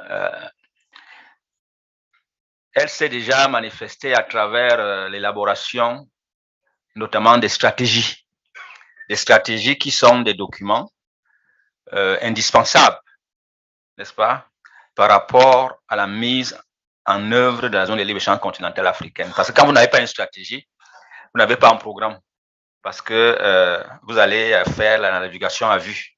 Donc, c'est un point important, n'est-ce pas, à mettre à l'actif de ce que la CEA, n'est-ce pas, apporte comme appui à nos pays. Nous pensons que cet appui devrait se poursuivre maintenant que le commerce a commencé sur le terrain. Nous avons parlé lors de notre exposé de l'initiative du commerce guidé qui a impliqué 7 pays de toutes les 5 régions que compte l'Afrique. Donc le commerce est déjà parti, il se déroule déjà, les premiers certificats d'origine ont été délivrés. Il est donc maintenant question que ces 7 pays-là se poursuivent, mais aussi les autres pays qui sont restés en marge, qui n'ont pas encore pris le train, véritablement, par rapport au développement des échanges commerciaux intra-africains. Donc, à ce titre, nous réitérons le fait que la CEA doit continuer de jouer son rôle, notamment celui d'être à côté des comités nationaux de mise en œuvre de la zone de libre-échange continentale africaine et pourquoi pas les comités régionaux, parce que c'est aussi un aspect qui est à prendre en compte. Il faudrait que dans nos communautés économiques régionales, eh bien, qu'il y ait des comités au niveau, n'est-ce pas, régional, à côté des comités qui sont mis en place au niveau national. Donc, nous souhaitons que la CEA, effectivement, continue de jouer son rôle, un rôle de premier plan, en appuyant ces comités nationaux de mise en œuvre. Parce que si le comité national de mise en œuvre est faible, eh bien, l'implémentation de l'accord va en pâtir. Donc, il faudrait renforcer les capacités de ces comités. Il faudrait en plus que ces comités aient des moyens. Il faudrait que ces comités aient des moyens. Donc, nous avons voulu remettre ce point, n'est-ce pas, insister là-dessus. Nous allons enfin, au nom du secrétaire général de la ZLECAF, remercier, n'est-ce pas, les organisateurs pour avoir associé le secrétariat, n'est-ce pas, dans l'organisation et dans le déroulement de cette importante réunion. J'ai dit, je vous remercie. Thank you. One last Eritrea, and then we will move to responses from the officers. Thank you.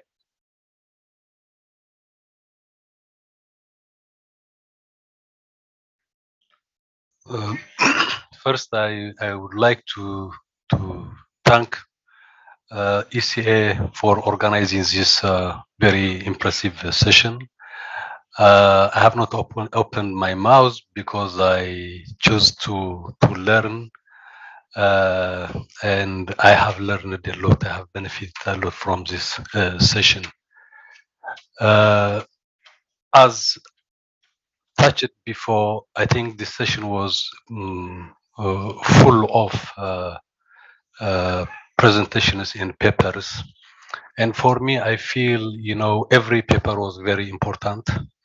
By the time slot given to each and every paper and discussion was quite short.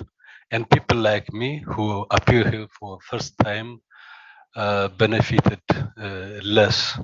So in the future, in terms of organizing such issues with the congested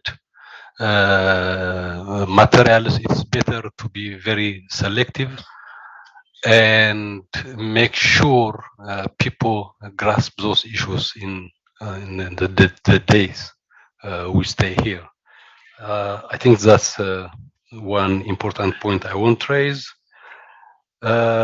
And second, it would have been good had we been shared, the PowerPoint ahead, maybe sometimes ahead before we came here, so we could have followed the issue very closely. I hope we will be shared the presentation so as to have what we have learned here with us back home, because we need more time to digest and to learn and to own what has been presented here. Having said that, I have also a small maybe comment with regard to politics, and politics has not been part of this session. I understand because it is formed by the African Economic Commission, but always the flip side of economy is politics, and you cannot come up with tangible points on economic issues without raising political issues. Peace and security are vital, as said before by a colleague. In the future, I would like to see, the papers that help us to get a clear picture of the region and a clear picture of the continent in relation to political economic issues. For example, if you take this time East Africa, particular the Horn, what's going on in the north, what has been going on in northern Ethiopia, the situation in Somalia, the transition in Sudan, and all over the region. There are major driving political issues than economic issues. So I think it's good to give perspective on how our economic thinking can have contribution on the political, on the peace and security of the region. Maybe last point, maybe related point, I have not also get any perspective with regard to the geopolitical situation in the region, because yes, we are in the region, we are thinking in the continent, but there are also interests of others, big countries. For example, the geopolitical competition that's going on in the continent between China and Africa, that's very important, and definitely will have an impact on our economic progress. Last month, I think so, the foreign minister or the foreign secretary of European Union said, Europe is a garden and the rest of the world is a jungle.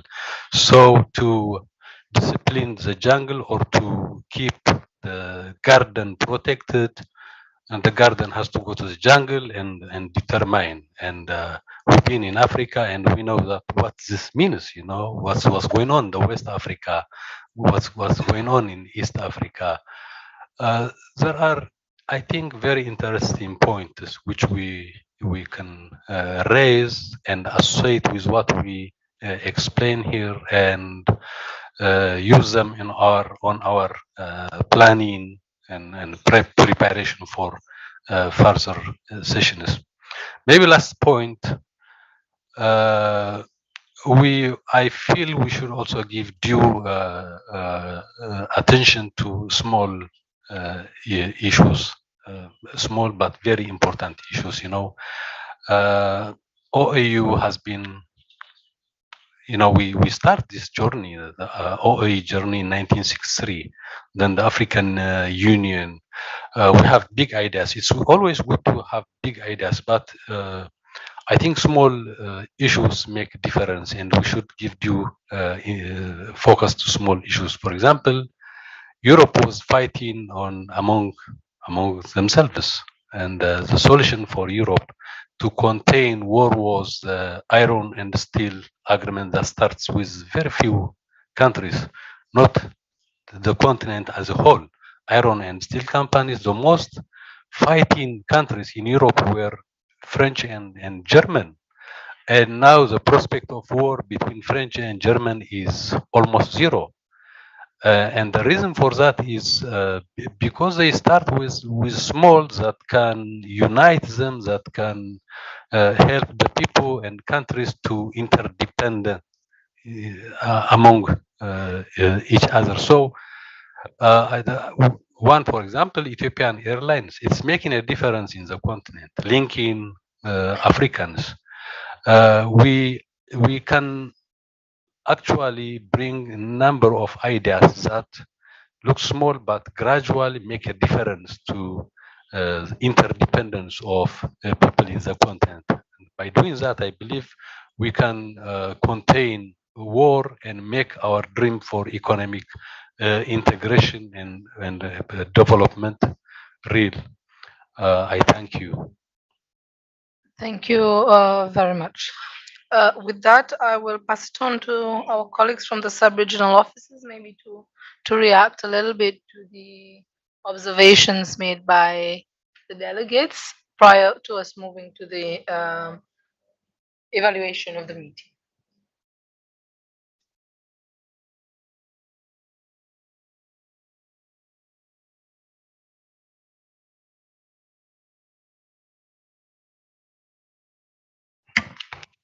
Merci, chers délégués, pour tous les commentaires. Je les regroupe en 4 catégories. Les premiers commentaires sont liés à l'organisation de la réunion. Les sessions sont longues. Les présentations sont lourdes. Beaucoup de PowerPoint difficiles à digérer. Mais aussi très peu de temps pour les activités hors salle, c'est-à-dire visiter l'environnement extérieur et ainsi de suite. Oui. Deuxième set de questions, c'est au sujet de la traduction. La traduction anglais-français. Oui. Des questions liées à la paix et la sécurité dans certains pays. Qui sont les conditions nécessaires pour parler développement et industrialisation préalable.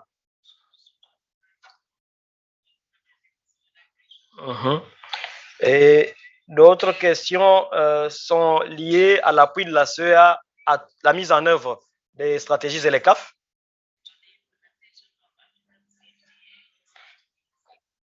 Et enfin, les questions liées à l'économie politique de nos initiatives. Pour le premier groupe, je vais déjà dire que nous sommes à la première session de Joint ICE. Cette réunion d'experts de haut niveau, c'est la première session que nous faisons de façon conjointe entre 2 bureaux.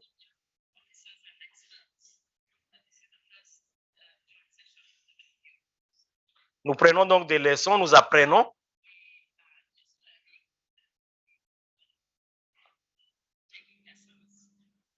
Et ferons en sorte que la prochaine session, vos commentaires puissent nous amener à une meilleure organisation. Une meilleure organisation en termes de séquencement des panels. Mais aussi des présentations et leur organisation. Une question importante a été soulevée et nos 2 bureaux prennent de bonnes notes, le dosage des panels en termes Afrique de l'Est et Afrique centrale.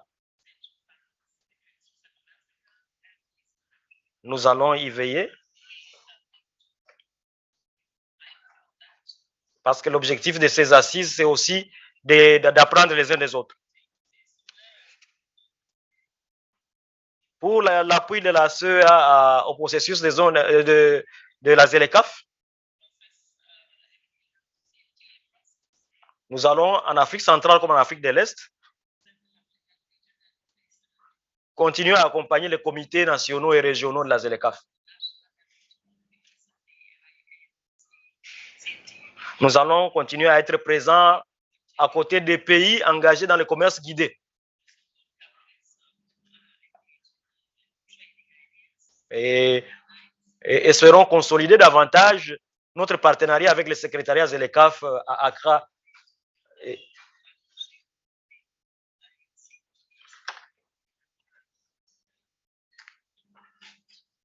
La question sur la sécurité et la paix et la sécurité, on ne peut pas ne pas en tenir compte.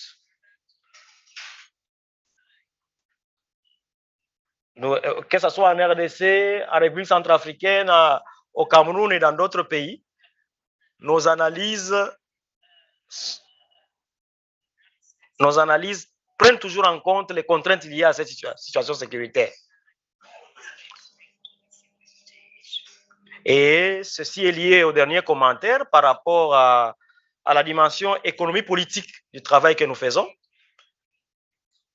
Je crois que tous nos rapports prennent bien la dimension économie politique en compte, mais nous prenons bonne note, on assurera la bonne visibilité par rapport dans nos présentations et dans tous nos rapports par rapport à cela. Dernier commentaire est très, très intéressant. Bâtir sur les petites initiatives qui réussissent pour aller de l'avant. Les success stories qu'il y a en Afrique de l'Est et en Afrique centrale comme base d'intégration et de consolidation de la paix. Nous allons continuer à les célébrer, à les magnifier et à bâtir l'agenda de l'intégration à partir de ces petites réalisations. Nous prenons donc bonne note des commentaires et vous remercions pour votre attention et tous ces soucis pour que la qualité continue à s'améliorer par rapport à nos travaux. Merci.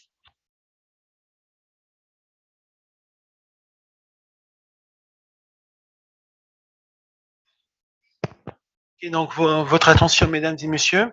Donc, en lien avec ce dont nous venons de parler, il est prévu, nous avons en fait préparé un questionnaire, un formulaire d'évaluation que nous allons vous envoyer dans vos adresses électroniques. Ce sera un questionnaire en ligne et donc ce sera l'occasion donc pour vous pour ceux qui ne se sont pas manifestés d'identifier quels sont les points de satisfaction mais aussi les points de faiblesse et qui nous permettront de nous améliorer. Nous vous invitons vivement à remplir ce questionnaire parce que c'est grâce à ça que nous pourrons donc organiser de meilleures sessions, d'autant plus que c'est notre première session conjointe. Donc les questionnaires sont dans toutes les langues, sont en français, en anglais, en espagnol et en portugais. Pour ceux d'entre vous qui ne pourront pas le remplir en ligne, c'est-à-dire qui auront des problèmes de connexion, ils pourront nous répondre en retour et nous leur donnerons le fichier Word.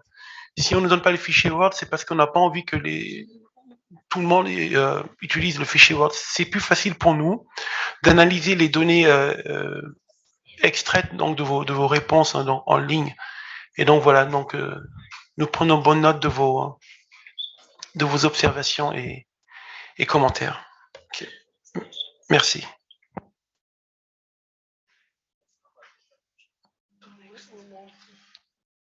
So, thank you. With that, I will hand over to the Honorable Minister from Ethiopia as rapporteur of the Bureau to lead us to the next item on the agenda. Thank you, Mr. Now I will delegate the ECA Secretariat to display the prepared report to the audience. Thanks so much.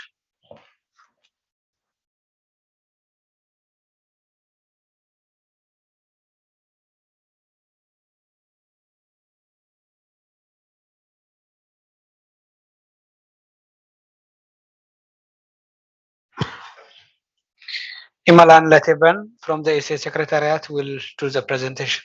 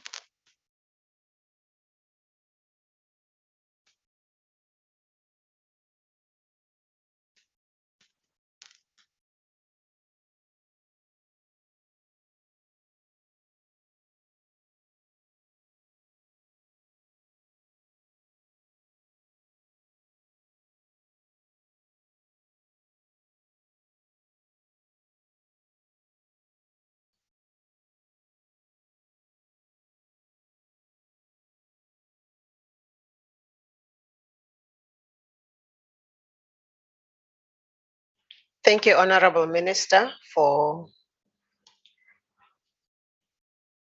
delegating the rapporteuring function to us. We shall oblige and hopefully not disappoint you. Just to point out that we do have a draft report which you should receive very soon.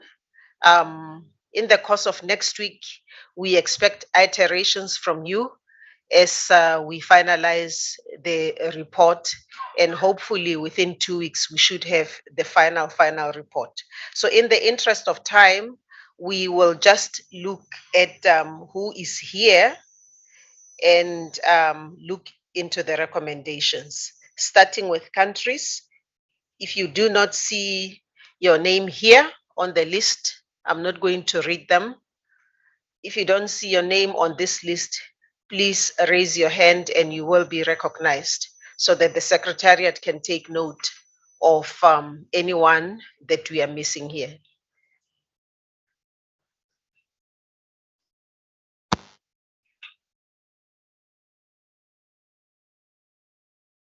Member states, anybody is not seeing their country here? Okay, I move on. Pardon? Central Africa Republic is not here. Central Africa Republic. Oh, okay. Is there? Where? No, they are not present in the room, I'm saying. Are they? Is Uganda present in the room? Uganda? Okay.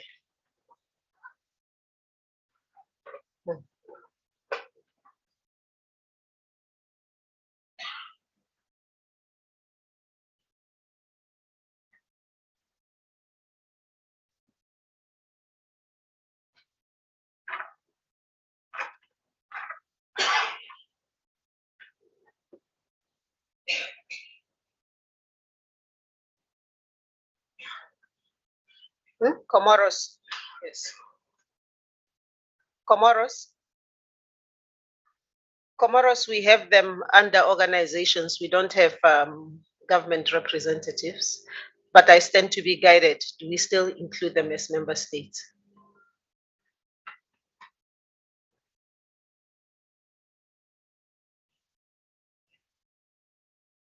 So countries are all here. Organizations,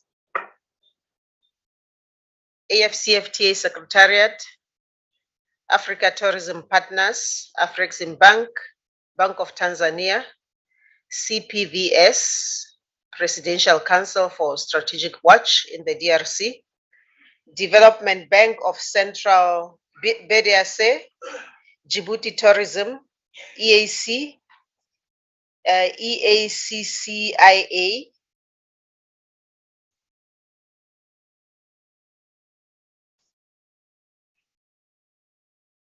okay, I'll correct that. It's Chamber of Commerce, Industry and Agriculture, CEMAC, ECAS, Ethiopian Chamber of Commerce and Sectorial Association, GFEM,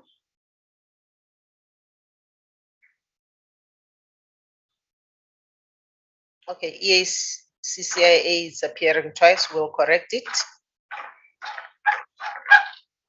All those institutions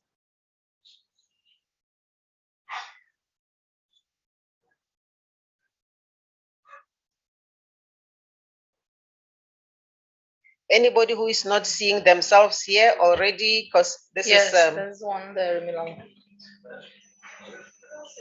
okay.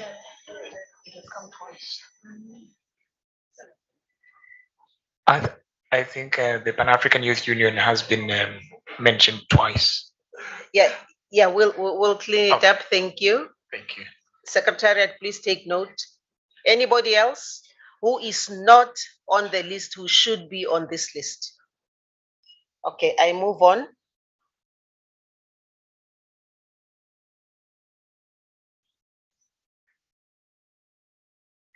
To the press.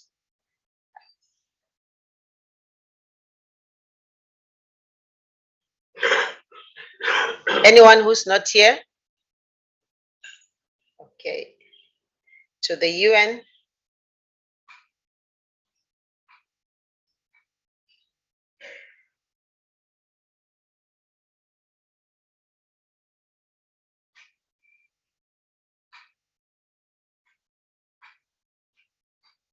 The UN is all there. Maybe the UNRC from Eritrea is not mentioned there. Or have I missed it? Yes, sir. Thank you. I forgive you. Thank you. Thank you. Do we have UN Equatorial Guinea? Or they were online? Or they are here? Okay.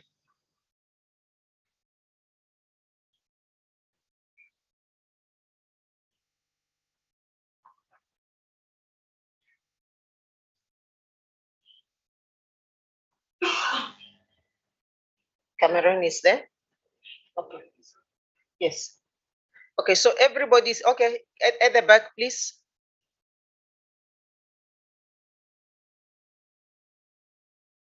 You are okay? Okay.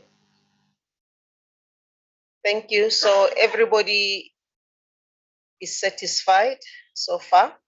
Let's move into the sessions and look at the recommendations. Excuse me, just a correction. There's the Office of the UN Resident Coordinator, and there are also resident coordinators themselves. So for Comoros and Eritrea, it's not office, it is themselves. Huh? Yes. So remove office of the. Yeah. For Rwanda, it's office of.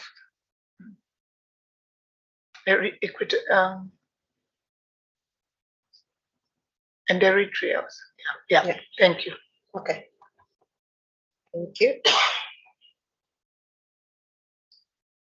We move on the first day, the macroeconomic and social overview.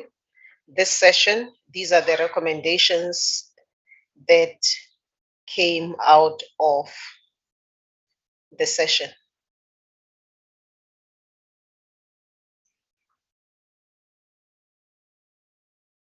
Okay, I go down. So we are okay with the 4 bullets. Then countries made requests, which are actually recommendations. Cameroon, Tanzania, Seychelles, Djibouti,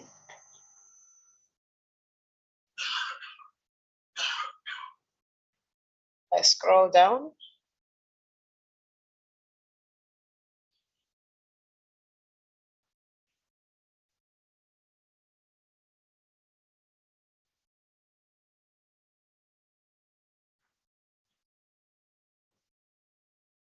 From the private sector as well.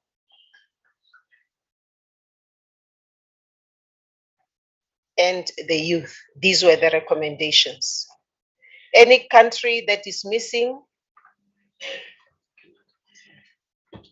We are aware that Chad asked ECA to help them mobilize finance in order to operationalize the industrial development plan, so we didn't forget it. Okay. Thank you. Moving on to day 2.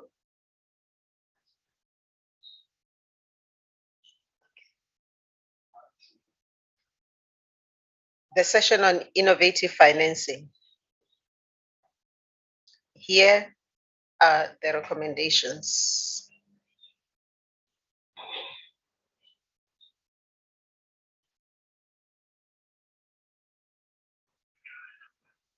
Additions, subtractions.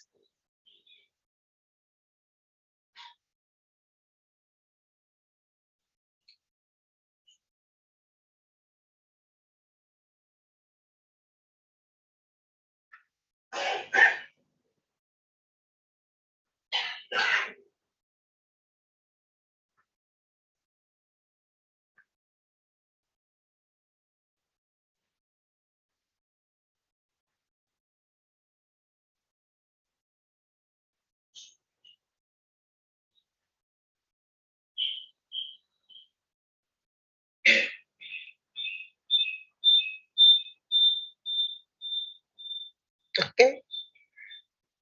Thank you. We move on to the AFCFTA on Wednesday.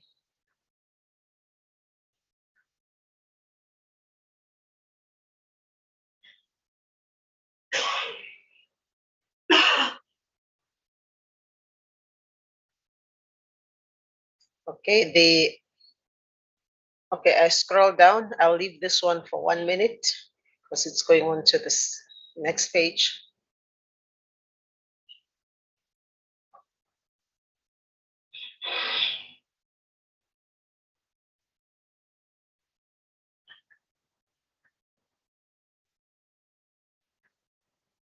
Just a question. Are the interpreters reading this out in French? Okay, thank you.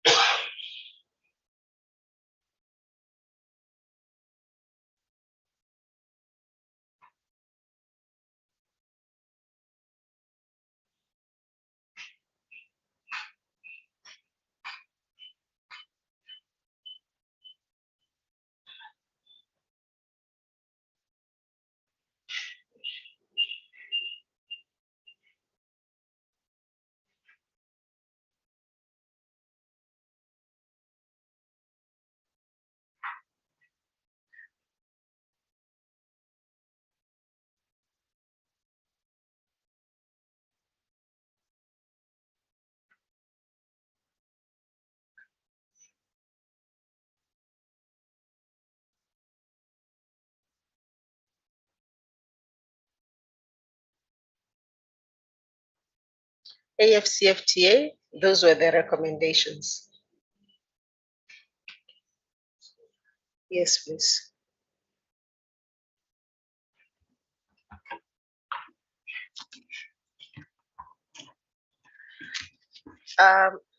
Through the rapporteur, yes. Chair. Chair, I just wanted to see a recommendation, I think, raised by the Secretary, AFCFTA,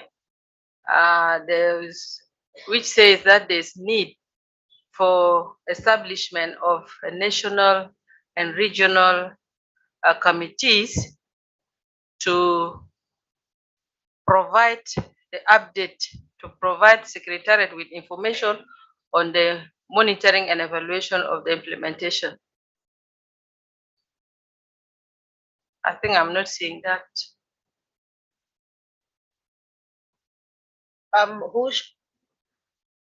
It's not clear who should do that. It's the AFCFTA Secretariat, right? I think they are requesting that member states. We can incorporate as part of the document, but the implementation modality will come later. Okay. I don't think I captured all of it. If you can please rephrase, you had said it nicely. Said there is need to form the national and regional committees to monitor and evaluate implementation in the member state and in the region. This will fit at the Secretariat monitoring and evaluation mechanism. Okay.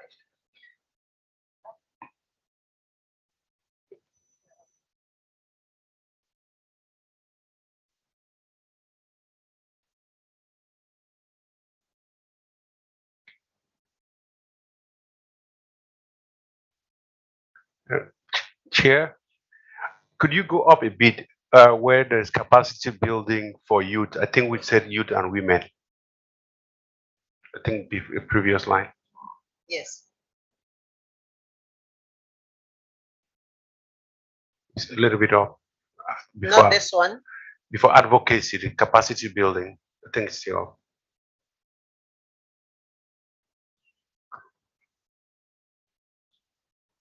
This one.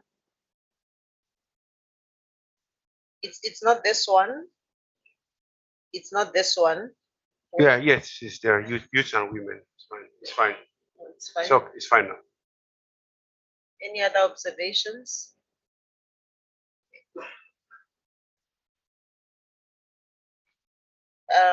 Yes. I believe we are still in the same AFCFTA recommendations. I saw earlier, and I thought I would comment on it when we have received the report, the draft report. But I can as well say here, you have said that there is no legitimate private sector representation on the African continent on the AFCFTA. Perhaps the members here will not know this, but the Africa Business Council, which was hammered on Tuesday, I think it is, no, on Wednesday, was an organ that was created by the same decision of the African heads of state to have an African Business Council to try to facilitate bringing the private sector in the African continent together. And whereas it may have had challenges towards this implementation because, of course, it's still young, as I said, the decision was made the same day, the same decision actually of the heads of state that created the Africa Continental Free Trade Area. That time we called it Continental Free Trade Area. We fast-tracked creating the market, but we didn't actually go ahead and create the similar private sector body to support this. But something was done. I think we worked on that work mainly in June, in COVID time, working online, basically. And last November, I think it was, in Cairo, they tried to put together a framework. It is still work in progress, but that is what the African Union is recognizing, to bring the private sector all in the continent together at some point. So that is not actually the right recommendation. It is not legitimate. It is not illegitimate. It is legitimate. Africa private sector representation for the purpose of implementing Africa Continental Free Trade Area. That's all we are saying. Okay. So refocus on that one, because I think we really don't want to work. Civil society works differently. Private sector does completely different way of working, and we might have difficulties putting that kind of statements there. Yes. Thank you. Can you please Maybe assist me? question of clarity. Yes. Is that only the Africa Business Council recognized as legitimate, or would there be any other private sector alliances that can be considered also? Pan-African Chamber, which is of course made up of the chambers of commerce in the continent, is recognized as a member of the executive board of the Africa Business Council. So in essence, even we ourselves in the chamber network find it very, very, we find that we belong there. We do belong there. So it is that statement that looked a bit odd for me. And So the question is, I know would the African Business Council only legitimate, or would there be any other private alliances with a different naming that would be legitimate too?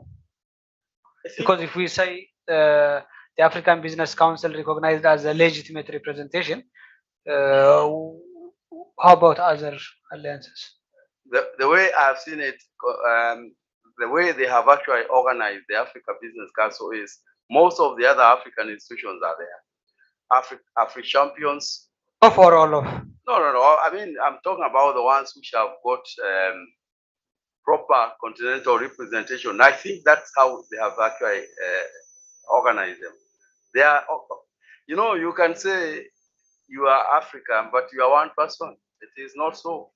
I mean, you can't actually claim to be that. But I wanted to just demystify that issue that there is, no legitimate private sector representation for the purpose of driving AFCFTA in a continent.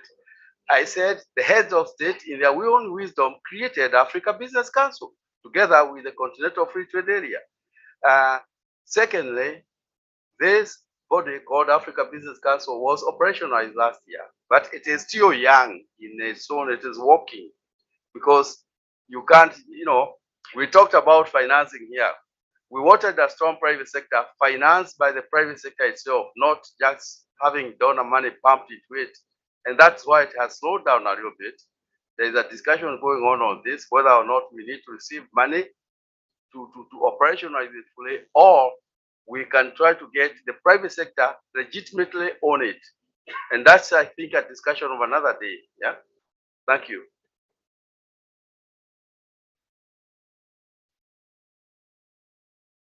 Their hands. Okay. Please, one minute, very quick. Thank you, Minister.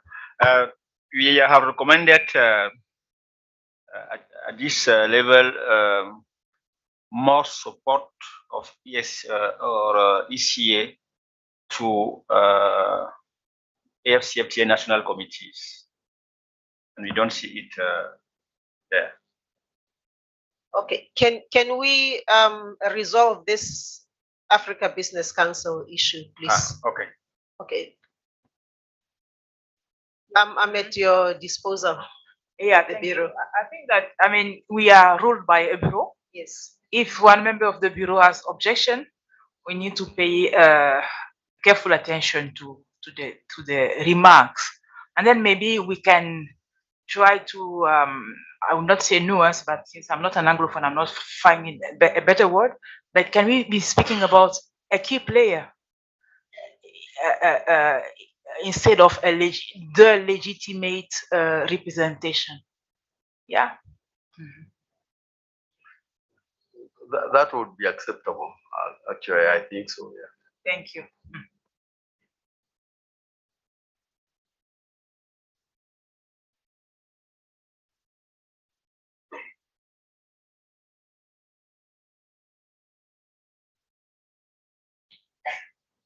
Can you please repeat your comment about the national committees? Yeah, recommendation is that we need more support of ACA to AFCFTA national committees.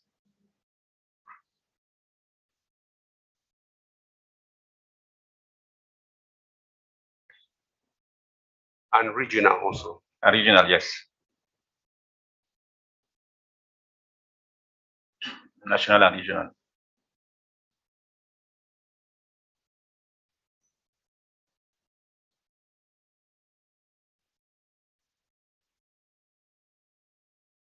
Thank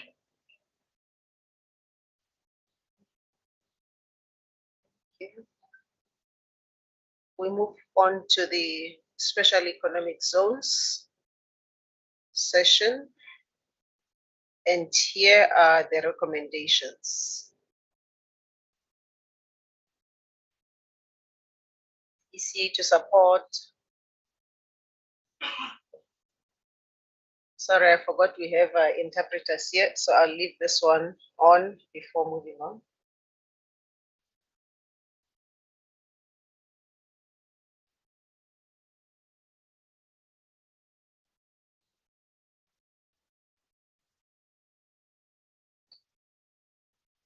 These were the only captured recommendations.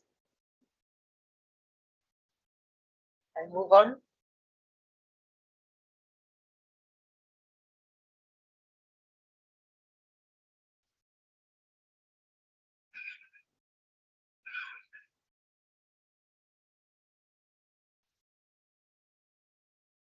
No recommendations here.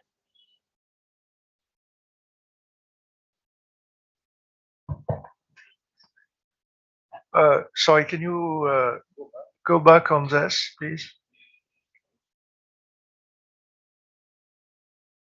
Very fast. Oh, okay, sorry. Or it could be that it was a continuation because it's the same subject.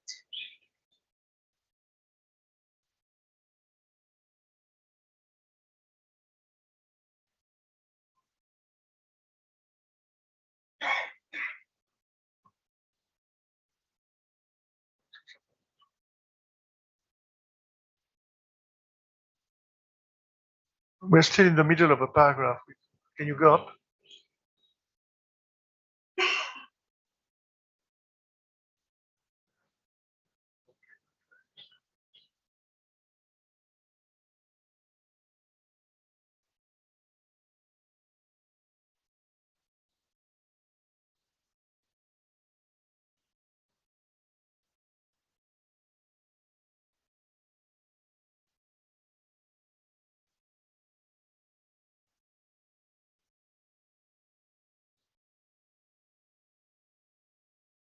Okay, you can go down.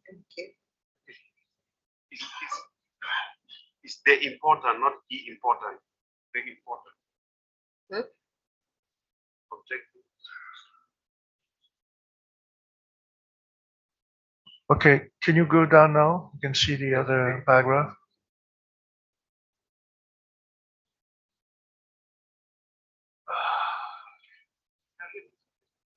That's all.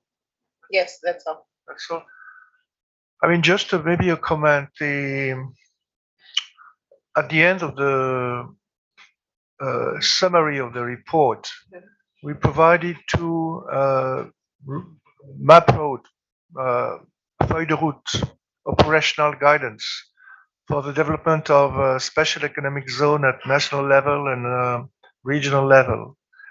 And also at the end of the presentation that I made, we provided some recommendation of what should be, and it is part of the program, that there should be some recommendation to improve the legislation which have been checked in the Central Africa countries. And we provided for each provision, like objectives, governance, operationalization of zones, some recommendations. And I don't see that here. Maybe it's not at that state that it should be adopted. I don't know. No, this is well noted. These are the recommendations from the discussions, because you may want to recall that even on the economic report, there were much more recommendations than the ones that were displayed here on the screen. So which means that those recommendations that are in the documents are de facto validated, so we will not show them here. So, so it's okay. I mean, took good note of it. These are the recommendations based from the discussions. Thank you. And maybe just to add that we do have some of the sessions where ad hoc expert group meetings. There will be reports of the AEGMs which will factor in all those recommendations. Right, just to add to that, in fact, on a intégré les recommandations concernant les règlements au niveau du cadre réglementaire et opérationnel dans la totale du rapport. Alors, c'est pas exactement là, mais on a bien noté, c'est dans the content of the report. Ok, merci beaucoup.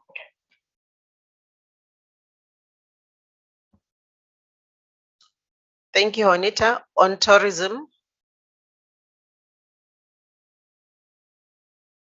Go ahead.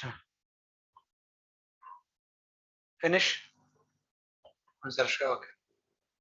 On tourism, there are, okay, you can show the recommendations first. Madam?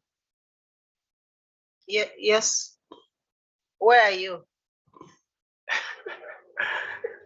Sorry, no, it's okay. I think I can hear from here. I heard from here. It's regarding the presentation on the working document on special economic zone new generation. It seemed to me that it was articulated that the new generation aspect is to bring more developmental content.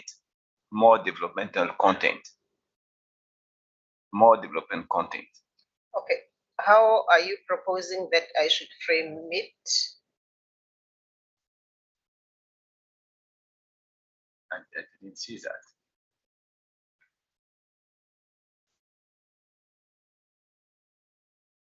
What is the recommendation? How can we frame this as a recommendation because it treats more like this? Since Adama is part of the team, so we'll give him Okay. a room to rephrase it, Yeah. and then we'll add yes. it. Thank you.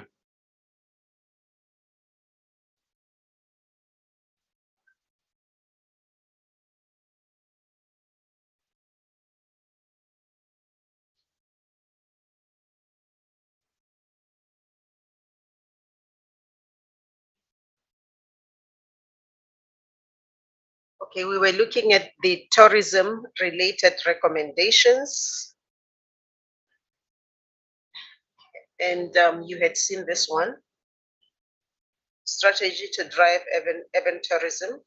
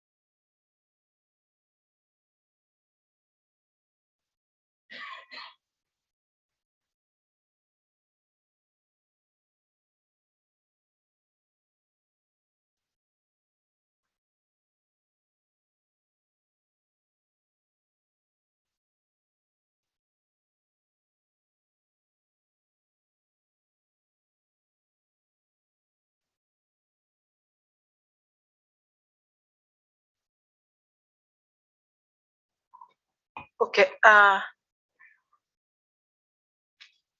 presenter, please. Presenter, I'm already given an opportunity by moderator to add that bullet, which say enhance policy planning.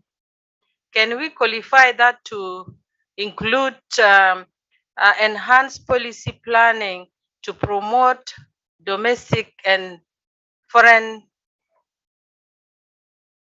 tourism? To promote tourism. Tourist, yeah, tourist.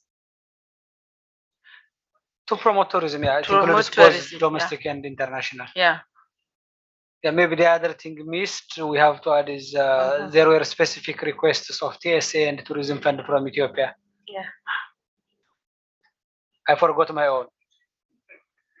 But my focus is to really to bring in the change of mind for countries to promote domestic tourism, because those countries that does very well in tourism, 60% of the income that come from tourism, it come from the domestic tourism.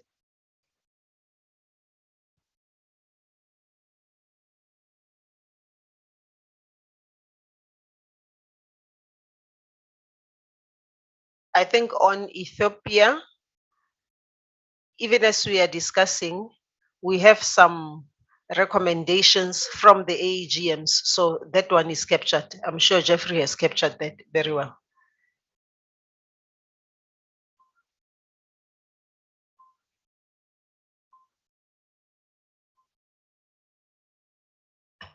Thank you. I think arising from the presentation on the second session, tourism, there was a recommendation, if I got it right, that UNECA supports the matter of environmental economic accounting for tourism and the framework for assessing social dimension on tourism. I think that came out as a recommendation as an area of future support by UNECA for the member states. And I don't say specifically for Kenya. Yes, Kenya will be asking for that, but I believe all member states. It was meant to be a recommendation about that. Thank you. Please, if you don't mind, I will get the correct phrasing from you afterwards. That's okay. Thank you. Djibouti. Oui, bonjour. J'ai pas vu le renforcement des institutions pour le développement et le suivi des données du secteur tourisme. C'est une des recommandations qu'on avait.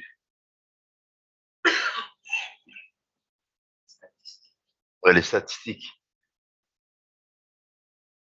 Yeah, I think you better write it there because sorry. it was raised 2-3 times.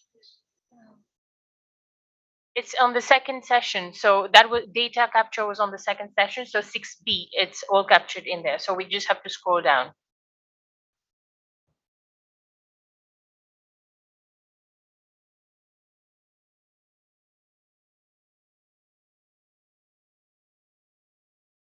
As you would recall, we had 2 sessions on tourism. So these are the recommendations from the second session.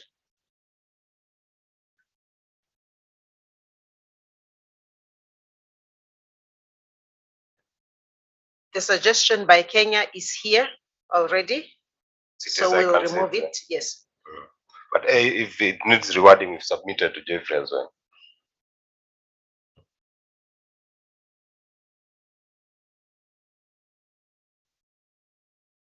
The statistics is again not there in the second session.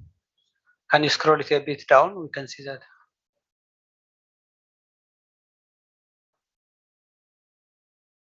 Yeah, that is, it's there.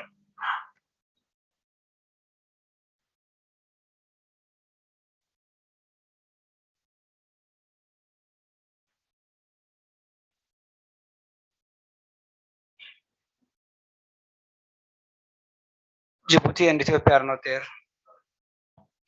On Djibouti is not there as in the country to be considered. okay. On Ethiopia also.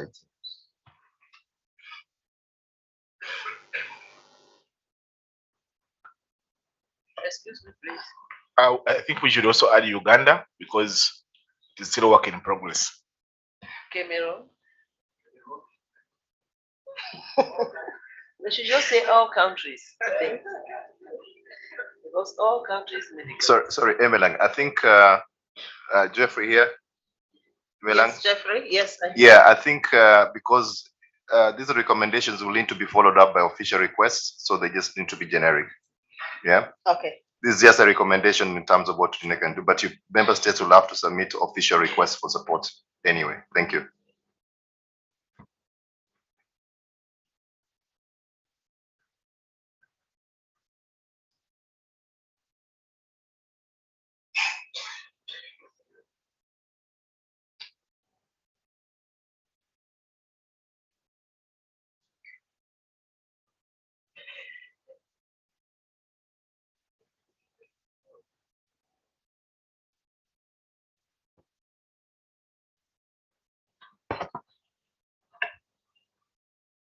Is this tourism statistical research or just tourism statistics?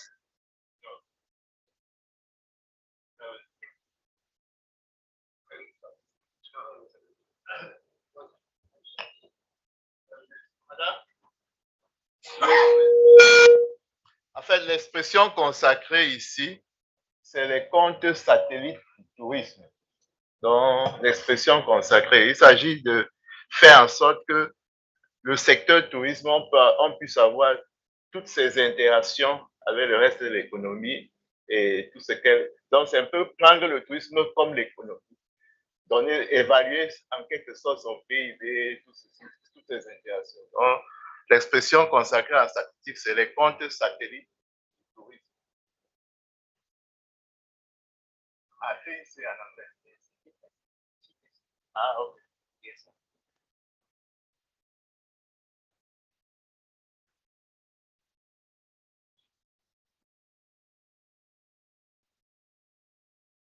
I move on to the consortium.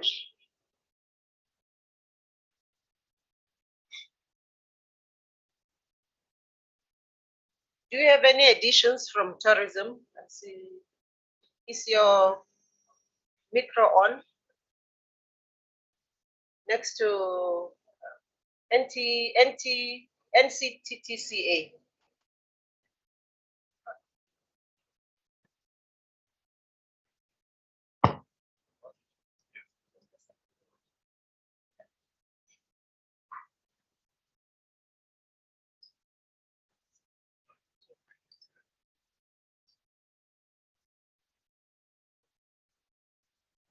On the consortium, here are the recommendations.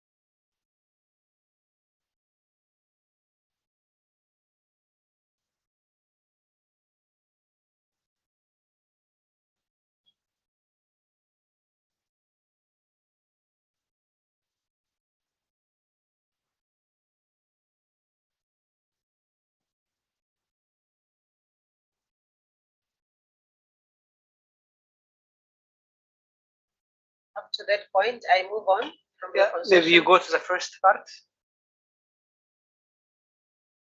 This one. First day. Oh.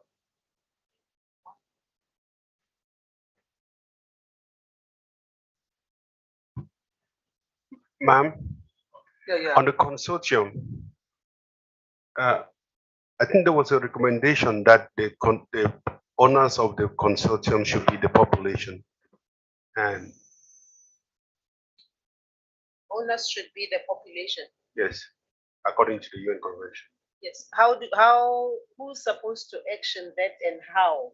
The implementation organs are going to figure out.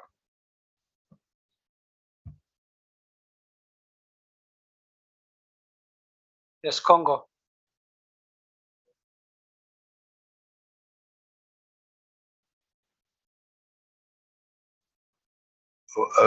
Oui, nous avions évoqué aussi une recommandation sur la valorisation de la chaîne de valeur des plantes sur les plantes médicinales en vue de la production des médicaments.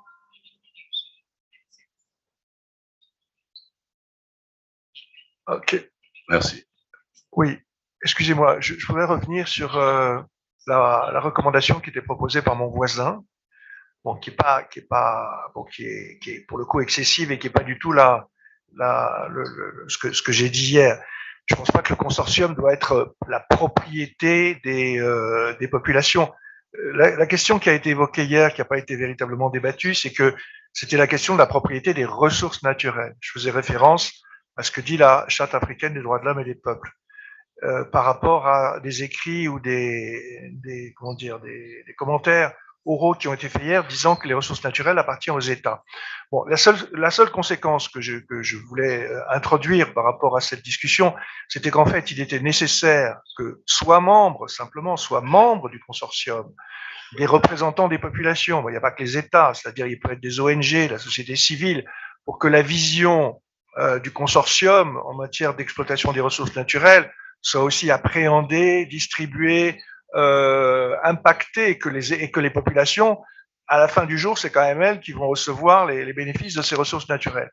Et que deuxièmement, dans la phase aval, dans la gestion des projets, peut-être que là aussi, les populations doivent être impliquées. Il y a des ONG qui assurent la gestion de projets. Bien évidemment, là, ça dépend de la taille des projets. Hein. S'il s'agit de faire un barrage ou une petite exploitation agricole, voilà. Donc, il ne s'agit pas de dire que le consortium est la propriété des populations. Je ne pense pas qu'on peut aller jusque-là.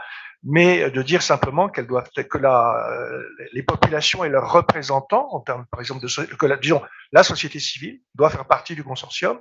Après, on verra qui est représentatif ou pas, et qu'elle peut également participer à la gestion des projets. Merci. Oui. Si je peux ajouter aussi. I think Yeah, I'm afraid that we are going to go back to different presentations. So community is at the center of any development issues, and experts will have their own intervention and ladder of community involvement strategies. So I think the environment is very well addressed, and now we have put, if it has to be, population, I mean the community to be in the consortium to be represented. So maybe you go to the first part and better we finalize, I think. If there are critical issues that should not be missed, we still can accommodate. Non, mais ce qui vient d'être rajouté est parfait. Là. This part. Okay, excellent. Excellent. So the countries mentioned here, I'm thinking the concern, you list of the countries. Not this one, or the recommendation. You go down.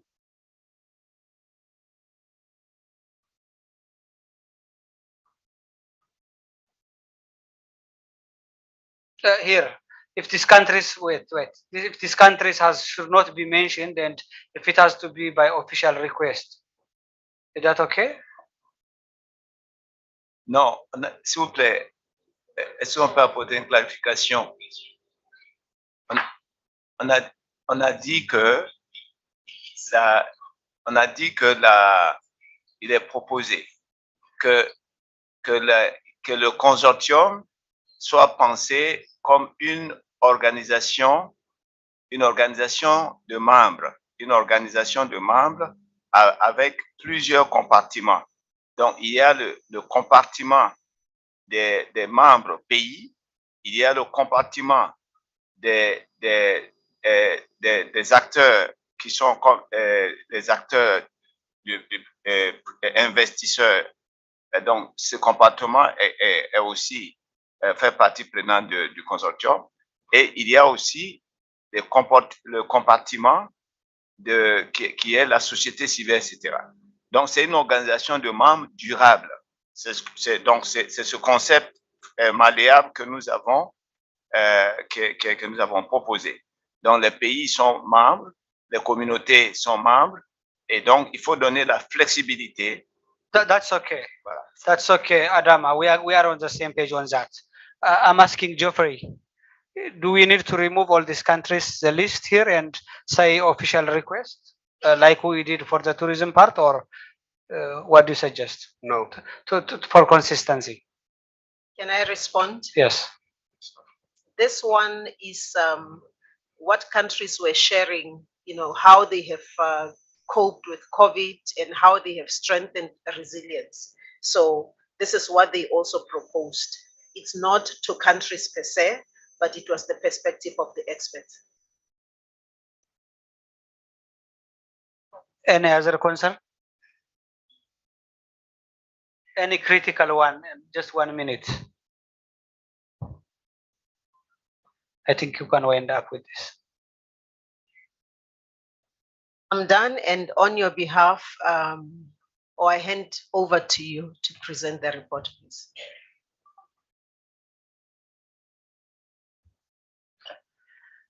I think we are done. Anyone who has a critical concern before we go to lunch?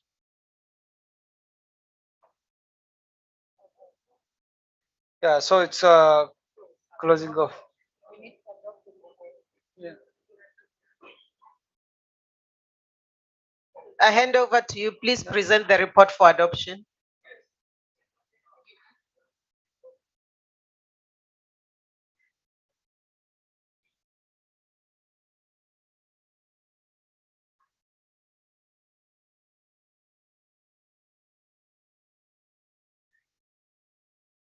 So we don't raise hands, we do it like this. If you all agree, you can clap, and we finalize.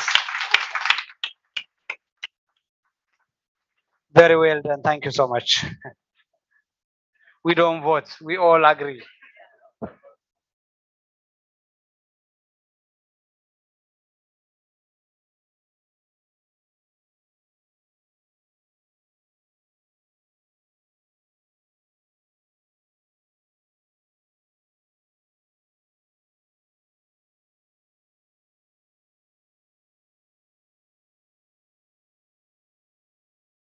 Okay.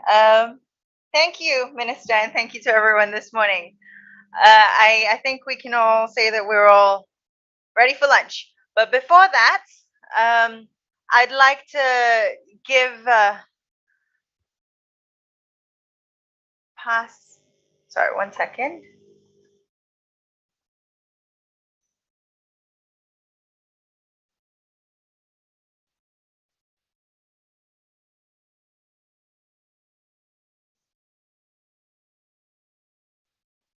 Okay. Before we close, I'd just like to pass the mic on to a fellow colleague from Congo to say a few words. Thank you.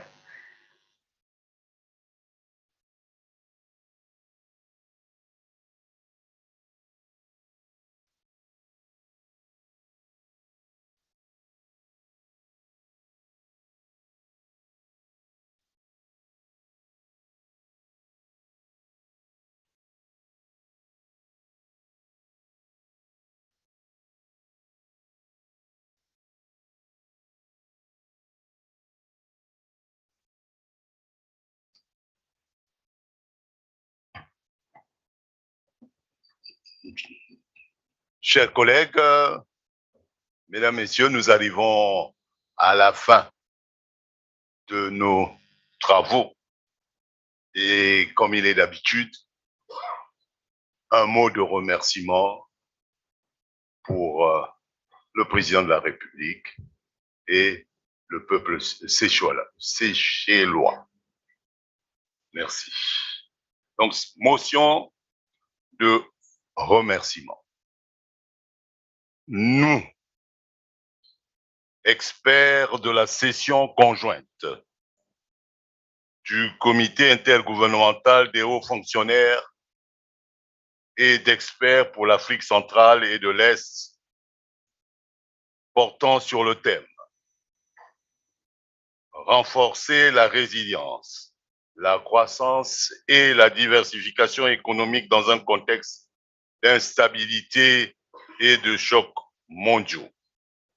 Le rôle des zones économiques spéciales, des financements innovants, du tourisme et de la zone de libre-échange continentale africaine, exprimons nos vifs remerciements et toute notre gratitude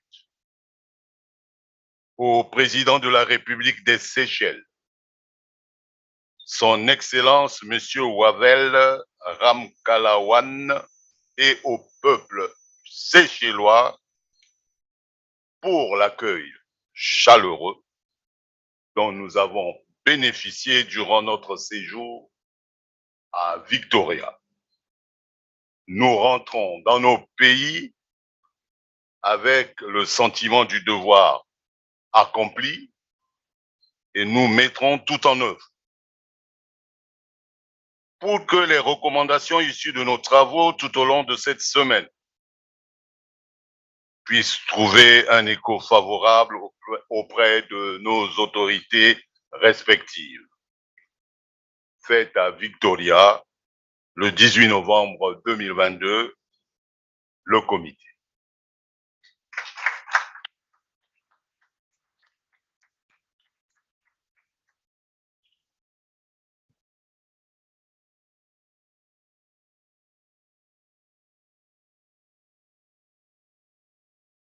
Thank you very much for those kind words. Thank you. With that, I'd like to call upon Ms. Mamakita, Mr. Jean-Luc Mastaki, and Ms. Elizabeth Agatin to please come forward for some final words. Thank you.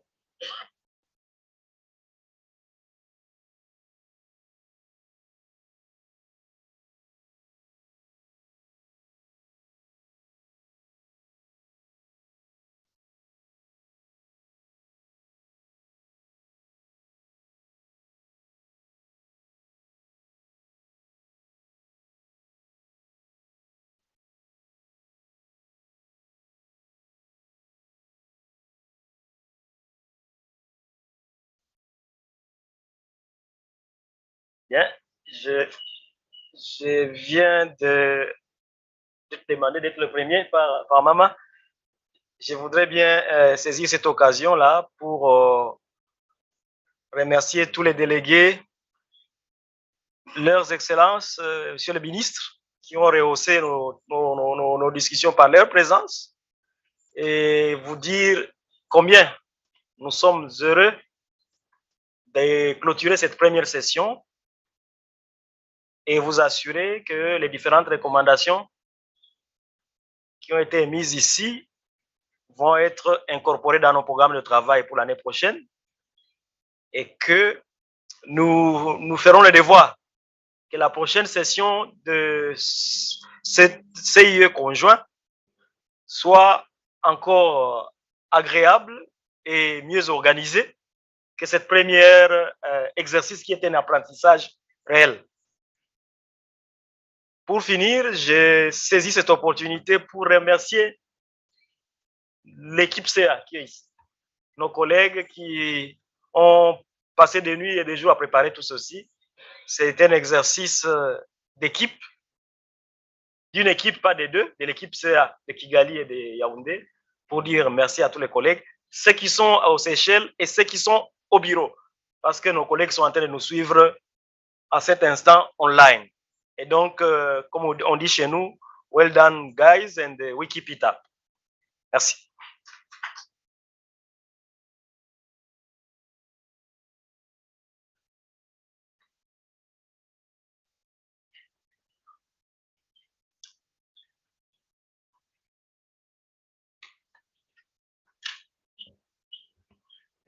No, Honorable Ministers, Minister of Trade and Industry of the Republic of South Sudan, State Minister of Tourism from Ethiopia, to all senior officials, all participants, colleagues, all who helped us, all protocol duly observed.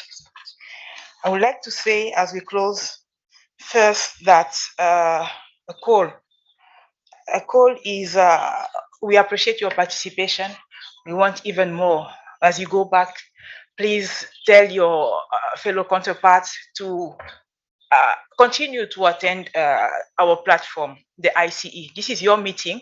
This is where we craft agenda for the next years. This is where we know how best we can help you. So it is extremely important that you continue to participate, and we want even a stronger participation for the upcoming sessions. Also, there is a point that we did not discuss, is that the country, the host country next year. So we have two bureaus. We have a bureau for Central Africa. We have a bureau for Eastern Africa. Please reach out to the bureau through us. We are your secretariat to tell us if you are willing to host this country. It's always good for your own country to make it known. Okay, so take participation in the platform and also, actively. Okay, so this call is open until maybe end of February. You need to let the bureau know if you want to host the ICE, and we'll be happy to work with you to make it happen. So this being said, I would like to say that the objective again of this platform is to discuss emerging issues, to discuss challenges, but also opportunities that our countries, our member states are faced with. I think that for this year, we have achieved that goal. I think that the discussions have been rich. This platform has played its role as a learning platform, as a peer learning platform, as a knowledge sharing. I hope that after the 4 days, you know a little bit more about the service lines of the ECA. You know how we can help you. You know the kind of discussion that you can bring to the table. You know how you can help this platform. So we think that this platform has really achieved that. Important topic have been discussed into the details with the best expert that you can find in the continent and outside the continent. We are very proud of that. We are very grateful to those great minds that came together to offer all this knowledge. I really thank you for that. One of our best achievements that we should all be proud of is that we have all contributed directly or indirectly or celebrating a great thing, because we say we want prosperity, we want happiness in Africa. And you know that here some of our friends celebrated the 32nd anniversary of the marriage. So let's clap for them. This is the kind of Africa that we want to see. Happiness, success, resilience, sustainability. So great, great, great. Now, the thank you. The thank you should not forget anyone. Ministers from South Sudan and from Ethiopia. You have been with us. When we started at 8:30, we were first in the room. When we ended at 7:30, you were here in the room. No ministerial attitude. We are appreciated, really, sincerely. Thank you so much. You are role models. Yeah. Thank you. To all senior officials, thank you so much. Head of organization, REX, IGOs, thank you. Representative of private sectors, CSOs, women, our brave and brilliant women that we had in this room. Let's clap for them, please. Same for the youth, brilliant youth that we have. We are proud of you guys. Thank you. Academia, media representatives, experts, thank you so much. Interpreters, communication people from ECA and from elsewhere. IT people, let me thank Jean-Claude. He has uploaded all our presentation and we had many. Thank you so much. We'd like to thank our camera colleagues, those who did the photos, came from Addis. Thank you for your support. I'm speaking on behalf of the UN family, not the ECA. And when I thank you with the RCs that are with us here, with the RCOs. But still, even your own family, when they do something for you, you need to thank them. So RCs, thank you so much. Thank you very much, really. And we'd like to continue the great collaboration. RCOs, thank you so much for coming, for knowing better what we do and how we can collaborate better together. There was UN agencies who came.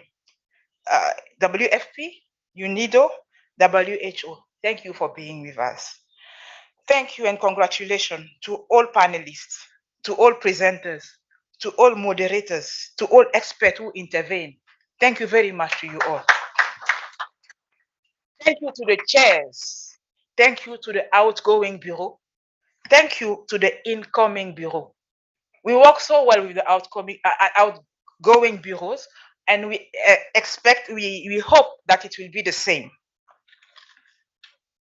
Now, je vais continuer en français. Chers collègues de la CEA, un grand merci à vous. Vous avez tous passé des nuits sans sommeil, de nombreuses nuits sans sommeil, pour que ceci soit une réalité. Merci infiniment à chacun de vous. Ça prendrait du temps de citer tout le monde, mais les collègues de Addis, la délégation de Addis conduite par Jean-Paul, qui est un fils de ce pays, qui est venu et qui a tenu à être avec nous, merci infiniment. Les collègues de Yaoundé, merci infiniment. Et les collègues de Kigali, toute notre gratitude. Merci infiniment. Now, the core team was really led with strong leadership. We need to thank them. I would like to thank Emelan. I would like to thank Mamadou Malik Bal. I would like to thank Pierre, who is part of the team here. I would like to thank WHO Office. Je ne sais même pas comment dire ça. C'est une collaboration au-delà de out of this world. I would like to thank Ibrahim. I would like to thank Bernard. I'm just citing the leaders here. Okay, Adama did the intellectual work, but those who organize, I'm calling the organizers here. Okay, otherwise, I would like to thank Adama and Andrew Mould, the intellectual leads of our work. Thank you to you all.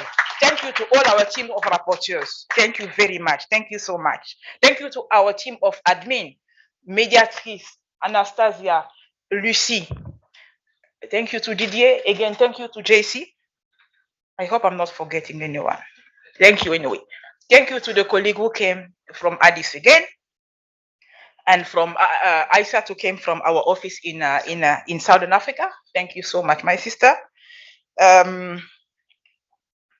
Yeah.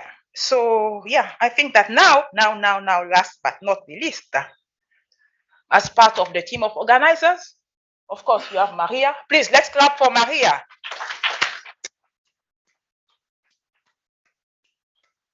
I'd like to thank Minister Nadir Hassan for allowing his team to work with us. And then our very own star, PS Elizabeth Charles. Please, let's clap for her. Tout ce que j'ai oublié, je vous prie de me pardonner, mais je remercie du fond du cœur tout le monde. Nous remercions du fond du cœur tout le monde. Cette première édition du CIE conjoint, c'est une édition expérimentale. Il est clair que tous, même, on attendait des couacs. On prend note de vos remarques et on va essayer d'en tirer des leçons et de voir comment on s'améliore. Merci à tous les participants. Merci d'être venus et nous vous souhaitons bon retour. Mais prenez le temps de bien profiter de cette de la jolie Seychelles pour le reste de l'après-midi et certainement pour demain également. Bon retour à chacun de vous. Merci infiniment.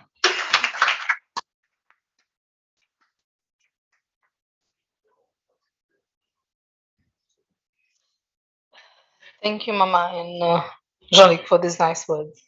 Honorable ministers, fellow delegates, representatives of the RECs, of the UN, representatives of the private sector, international institutions, and civil societies. All protocols observed, a very good afternoon to you all. First of all, please accept the apologies of the minister who, due to the ongoing budget process, is unable to be here with us for this closing session. As the meeting reaches its conclusion, I sincerely hope that you have made the most of the opportunity these past few days to share experiences, learn, and as well as to make new connections. I would like to express our appreciation to all the presenters and panelists for their valuable contribution to the meeting. Additionally, to all of those who attended the meeting either in person here or virtually and helped to make it such a successful event. I believe that the meeting has been effective in meeting its purposes of considering the issues around innovative financing, fintech, crypto, the state of play and the effective implementation of the AFCFTA, the new generation special economic zones, tourism, as well as the challenges and opportunities of the which we heard last night at the last session of a consortium of the evaluation of natural capital. These were important and interesting issues that were discussed and raised these past few days. And as we had just seen, various recommendations have been made. As we reflect on the discussions and recommendations, we must all ensure that we play our role and commit to the implementation of these recommendations. This is what will, after all, ensure that this meeting is a successful one. On that note, I would like to convey a special thanks to all the participants for their priceless contribution these past 4 days, to the Sub-Regional Office for Eastern Africa and Central Africa. Thank you for bringing together an impressive group of people, of presenters and panelists, and for all the hard work that has gone in bringing all of us together for such important discussions. Last but not least, thank you to the team here locally from the Ministry of Finance, National Planning and Trade, who has done tremendous work over the past few weeks in order to assist and ensure that we have a successful 4 days here. So once again, thank you all. I wish you all a safe journey back home. But before you do, please take the time to at least enjoy some of the sights and the beaches of Seychelles. With that, we would like to bring the meeting to a close and thank you once again.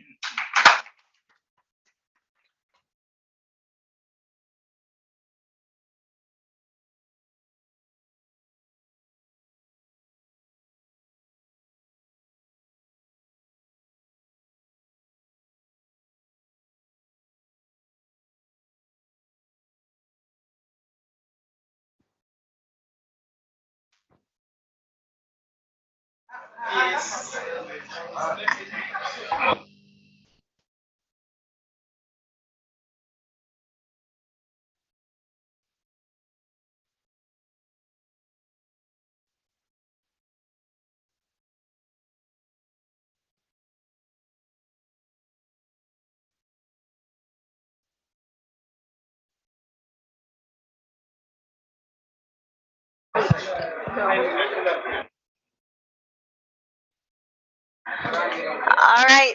Thank you so much.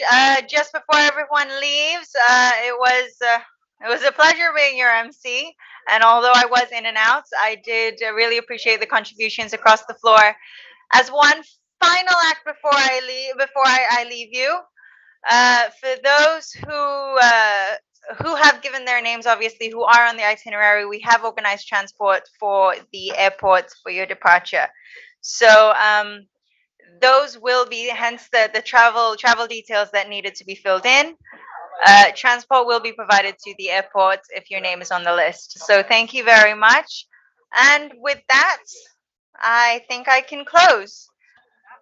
I do realize that I didn't actually go ahead and introduce myself when I started. So I'm Maria. And with that, have a pleasant afternoon.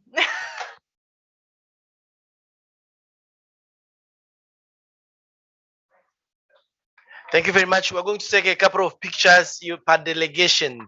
A few pictures for those who want. They can come as a delegation, then we take a few pictures. Thank you very much. Just a moment. Oui.